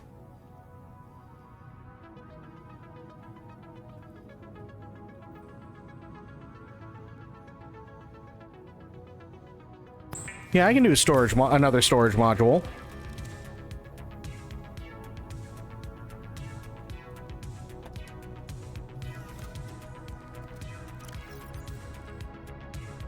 There we go. Nice. Ooh, I gotta take these out. Shit. Hang on. Do that. Do that. Go put these away. You'll definitely be coming across some useful materials. I mean, here's to hoping.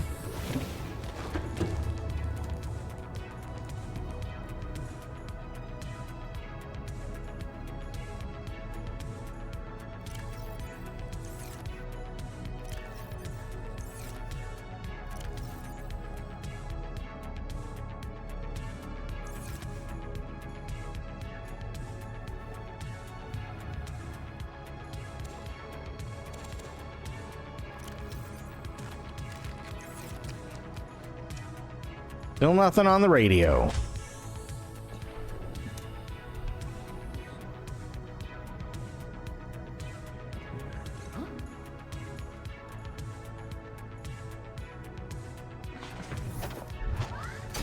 Welcome aboard, Captain.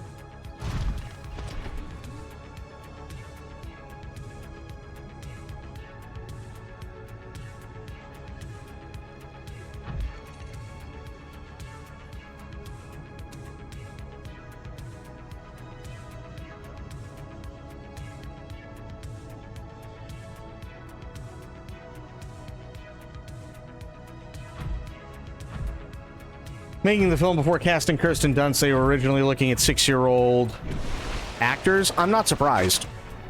I'm not surprised at all.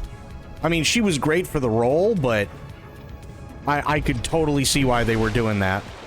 I didn't know I could... That's awesome!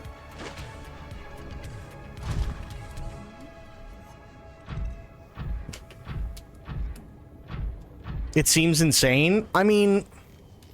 I can understand why it seems insane, but if you look her up in Interview with the Vampire, she looks the part. She really does.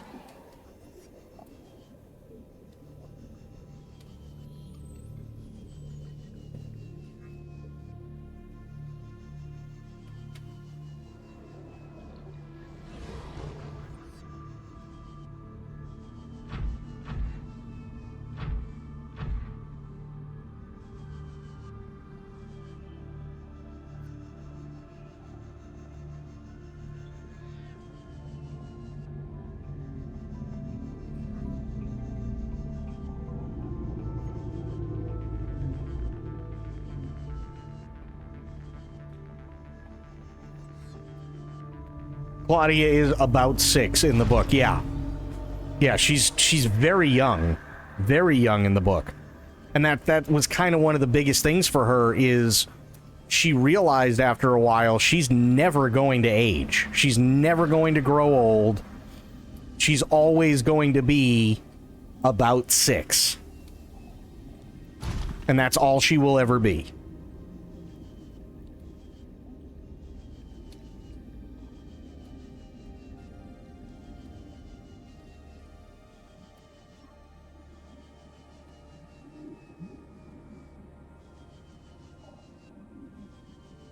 God, I absolutely fucking love this prawn suit. This thing is insane.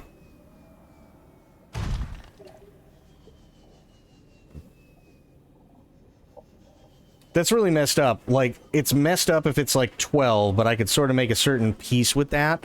Well, and that's kind of the whole thing, right? Is there the thought of being 6 for a turn? Well, yeah, and that's where the duality of what's going on really kicks in, especially for Claudia. So she was turned for a couple of reasons. One, because Lestat wanted to give Louis basically a gift, the gift of a daughter, right? To kind of fill a void that he had in him after his wife and daughter died. And 2, because Louis needed somebody to love and Lestat knew it wasn't him. Now, they did what they did specifically on Claudia because Claudia was near death anyway. Right? If they hadn't done it, she would have died. So, in Louis's eyes, it was a mercy to an extent. But then both she and Louis realized that what had been done to them was a curse. And that's a real tough thing to come to terms with, and I can understand like the reason why they chose that, because it's kind of a powerful thing, right?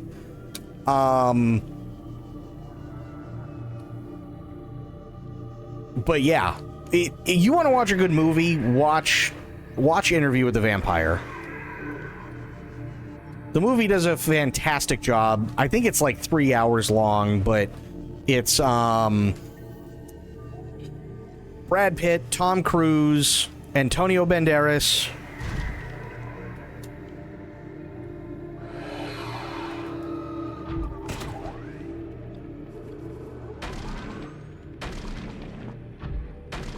What? What? You want to go, bitch?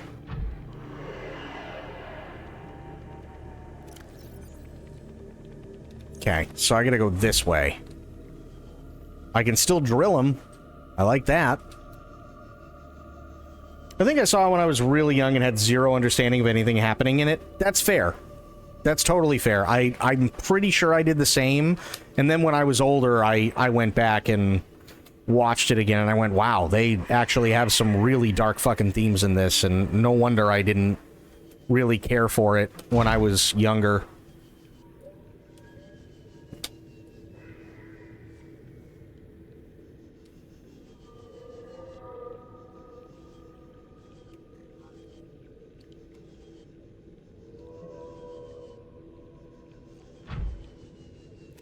Okay, let me see. So I gotta go this way.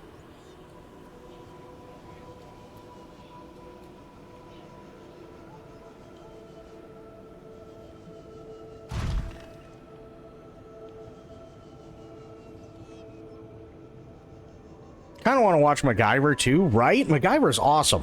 I love MacGyver.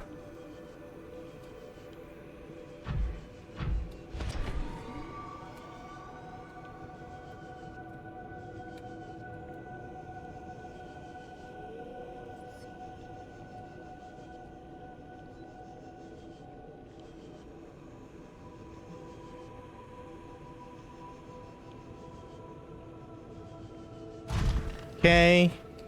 Good. And drop down. God, this jetpack is... ooh. So good.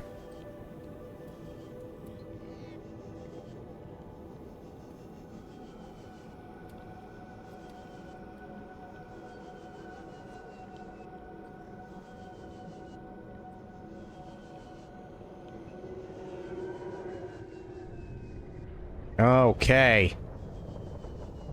Welcome to hell. So I went down this way before, and I'm gonna keep going down this way. Because I know that there was kyanite.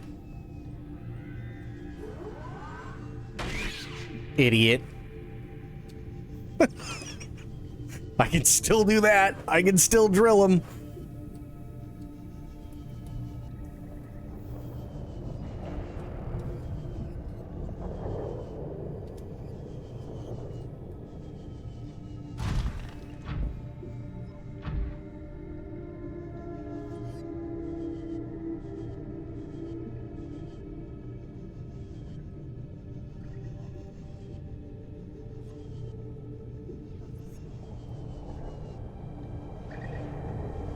Oh, shit.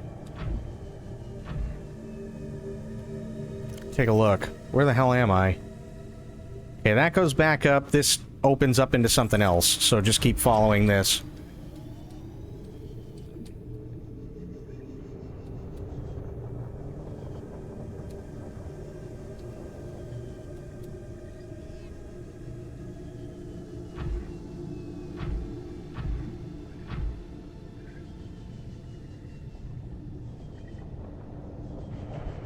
And I know that dickhead. Okay. I think that's the kyanite that I drilled last time. Which, fair.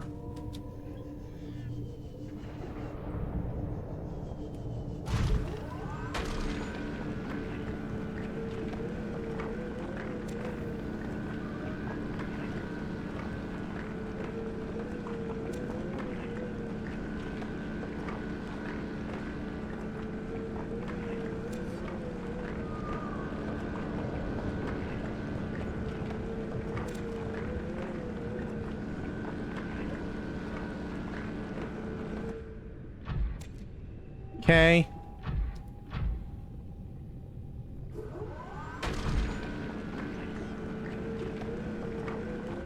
Ah, fuck it. Whatever.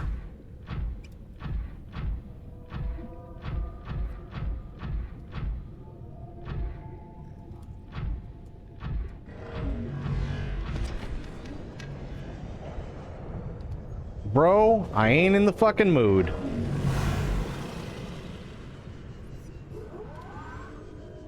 You missed, bitch.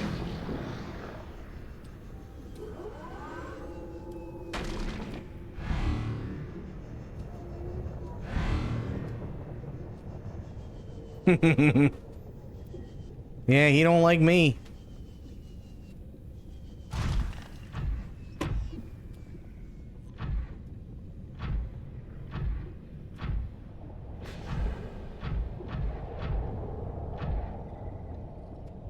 I think everybody should support violence against warpers. Warpers suck.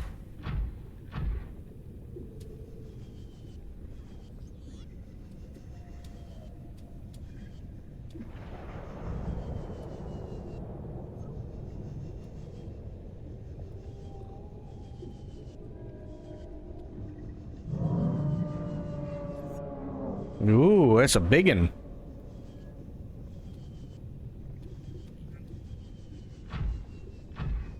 There is some good stuff. Lots of kyanite, obviously.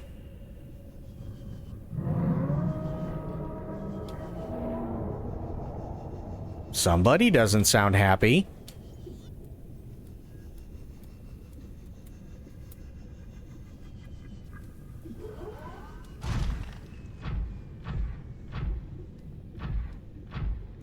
Check the map. Ooh, I am way the hell down here. Holy shit. Okay. Fair enough.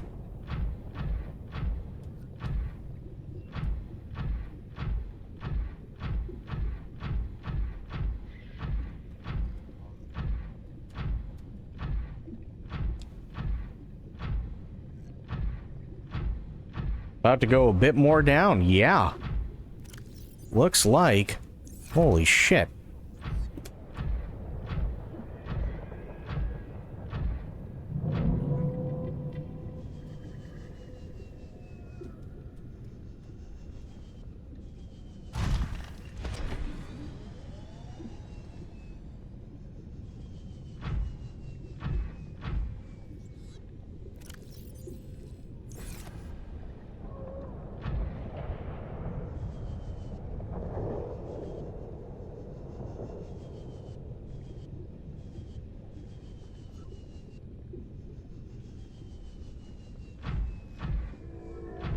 That's a big old thing of kyanite. But I want to see what else they have down here before I just start going nuts with it.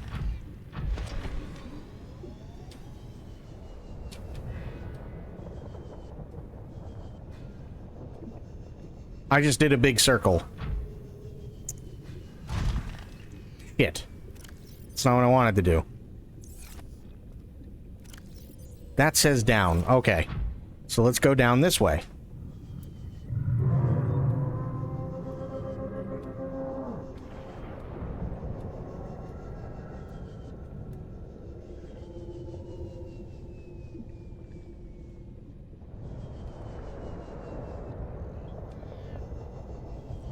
Damn.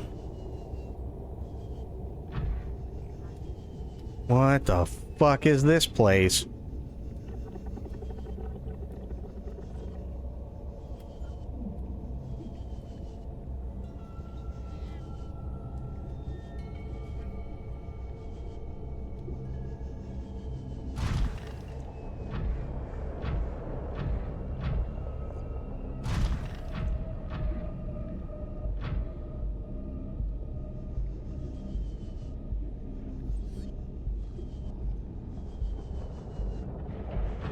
More uraninite.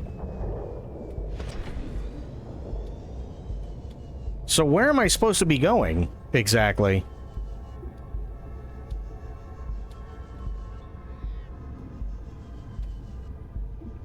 I'm not.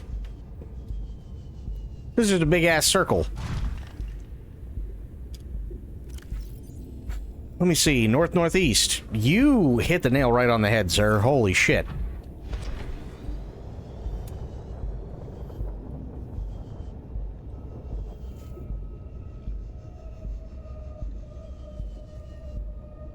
Yeah, there it is.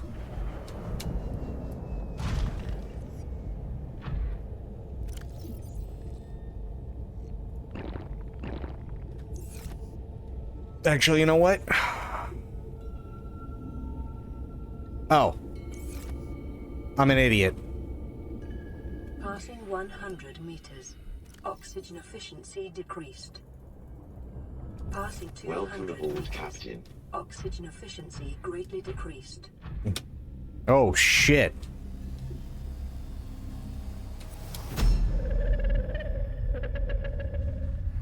I am what you seek. Want to help you. Okay. I like that you want to help me. I would like to be helped. Oh, shit. What the fuck?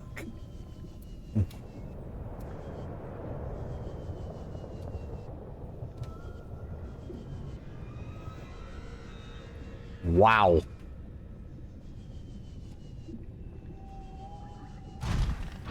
Holy fuck.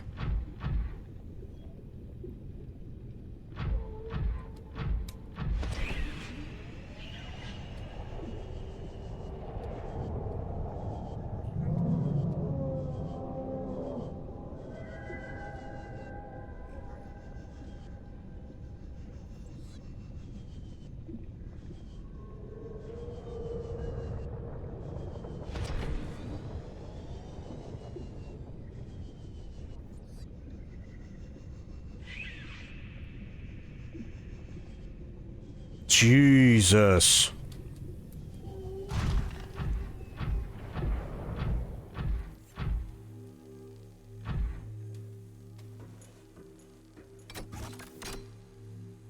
I don't have a blue tablet? You gotta be shitting me.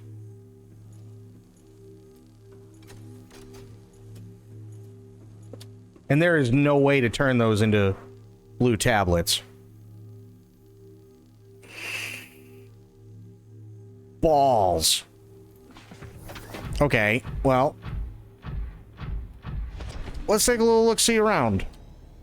Maybe there's another way in. I don't know.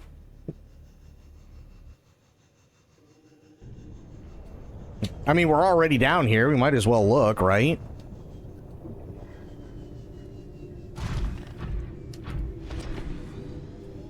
I just need to figure out where the hell I'm gonna get blue tablets. I don't even know where the yellow tablets come from.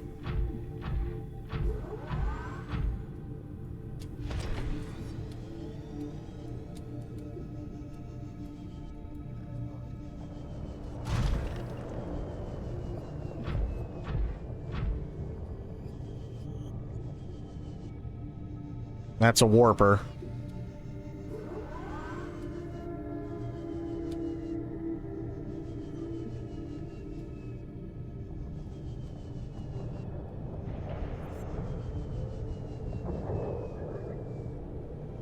There's some kyanite. Kyanite's good.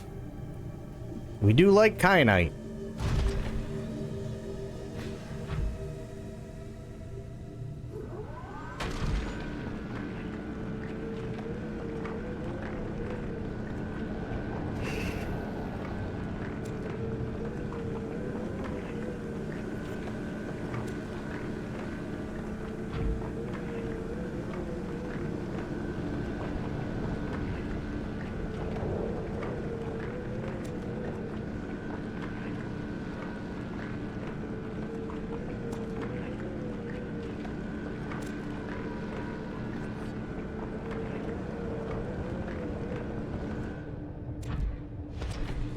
I like that with the thermal...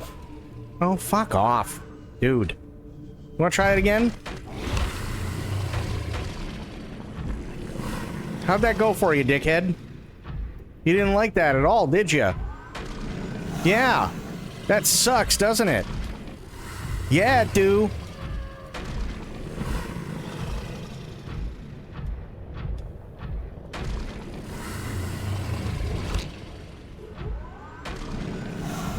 Yeah, you don't like it when you get drilled in the face, do you? Idiot.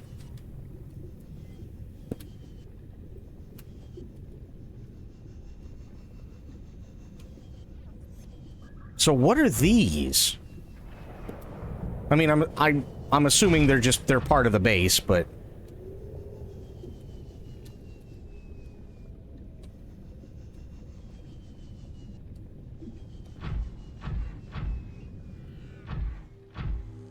the good news is I can do this and I don't have to worry about losing air. That's really nice.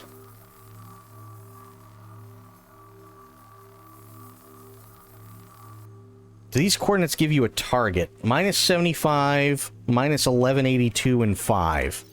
Let me see.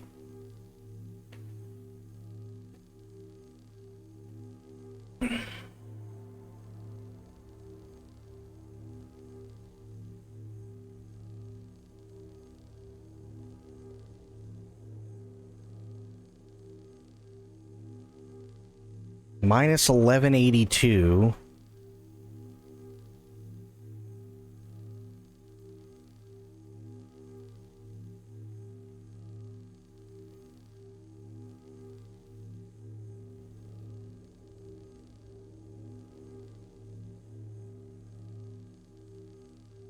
basically somewhere right around there.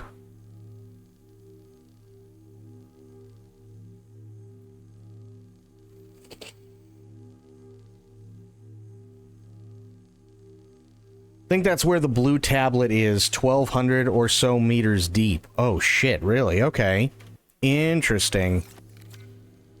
Interesting. Okay. Well, I'll tell you what. Here's what I'll do. I'm going to save here. And I'm going to call it for tonight. It's only 10 minutes, but, I mean, honestly, it'd take me 10 minutes just to get to where I need to go anyway. So it is saved, which is really, really nice. We will be back tomorrow to finish the rest. Well, not finish the rest, but to keep going with this. But I do want to thank everybody for hanging out. Doc, we had Mongo, we had Sober, we had Itzy, Bloop was here, Fafo. We had a bunch of awesome people tonight. True was here. Can't forget True. So yeah, I had fun with this, but I've been having a lot of fun with Subnautica. I definitely have been. So yeah, it's been good. It's been really, really good. Yeah, that's it for me, guys. So thank you everybody for hanging out. Thank you for watching. Really, really appreciate all of you.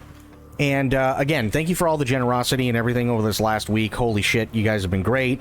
And it's great to see new people in here. And yeah, we'll just keep going with this later on today. But until I see you all then, have yourselves a great day, great night, wherever you are. Be good to yourselves, be good to one another. Stay safe, stay frosty. And of course, the #1 golden rule around here, try to remember some of the basics of CQC. And I will see you guys later on. Thanks so much, everybody.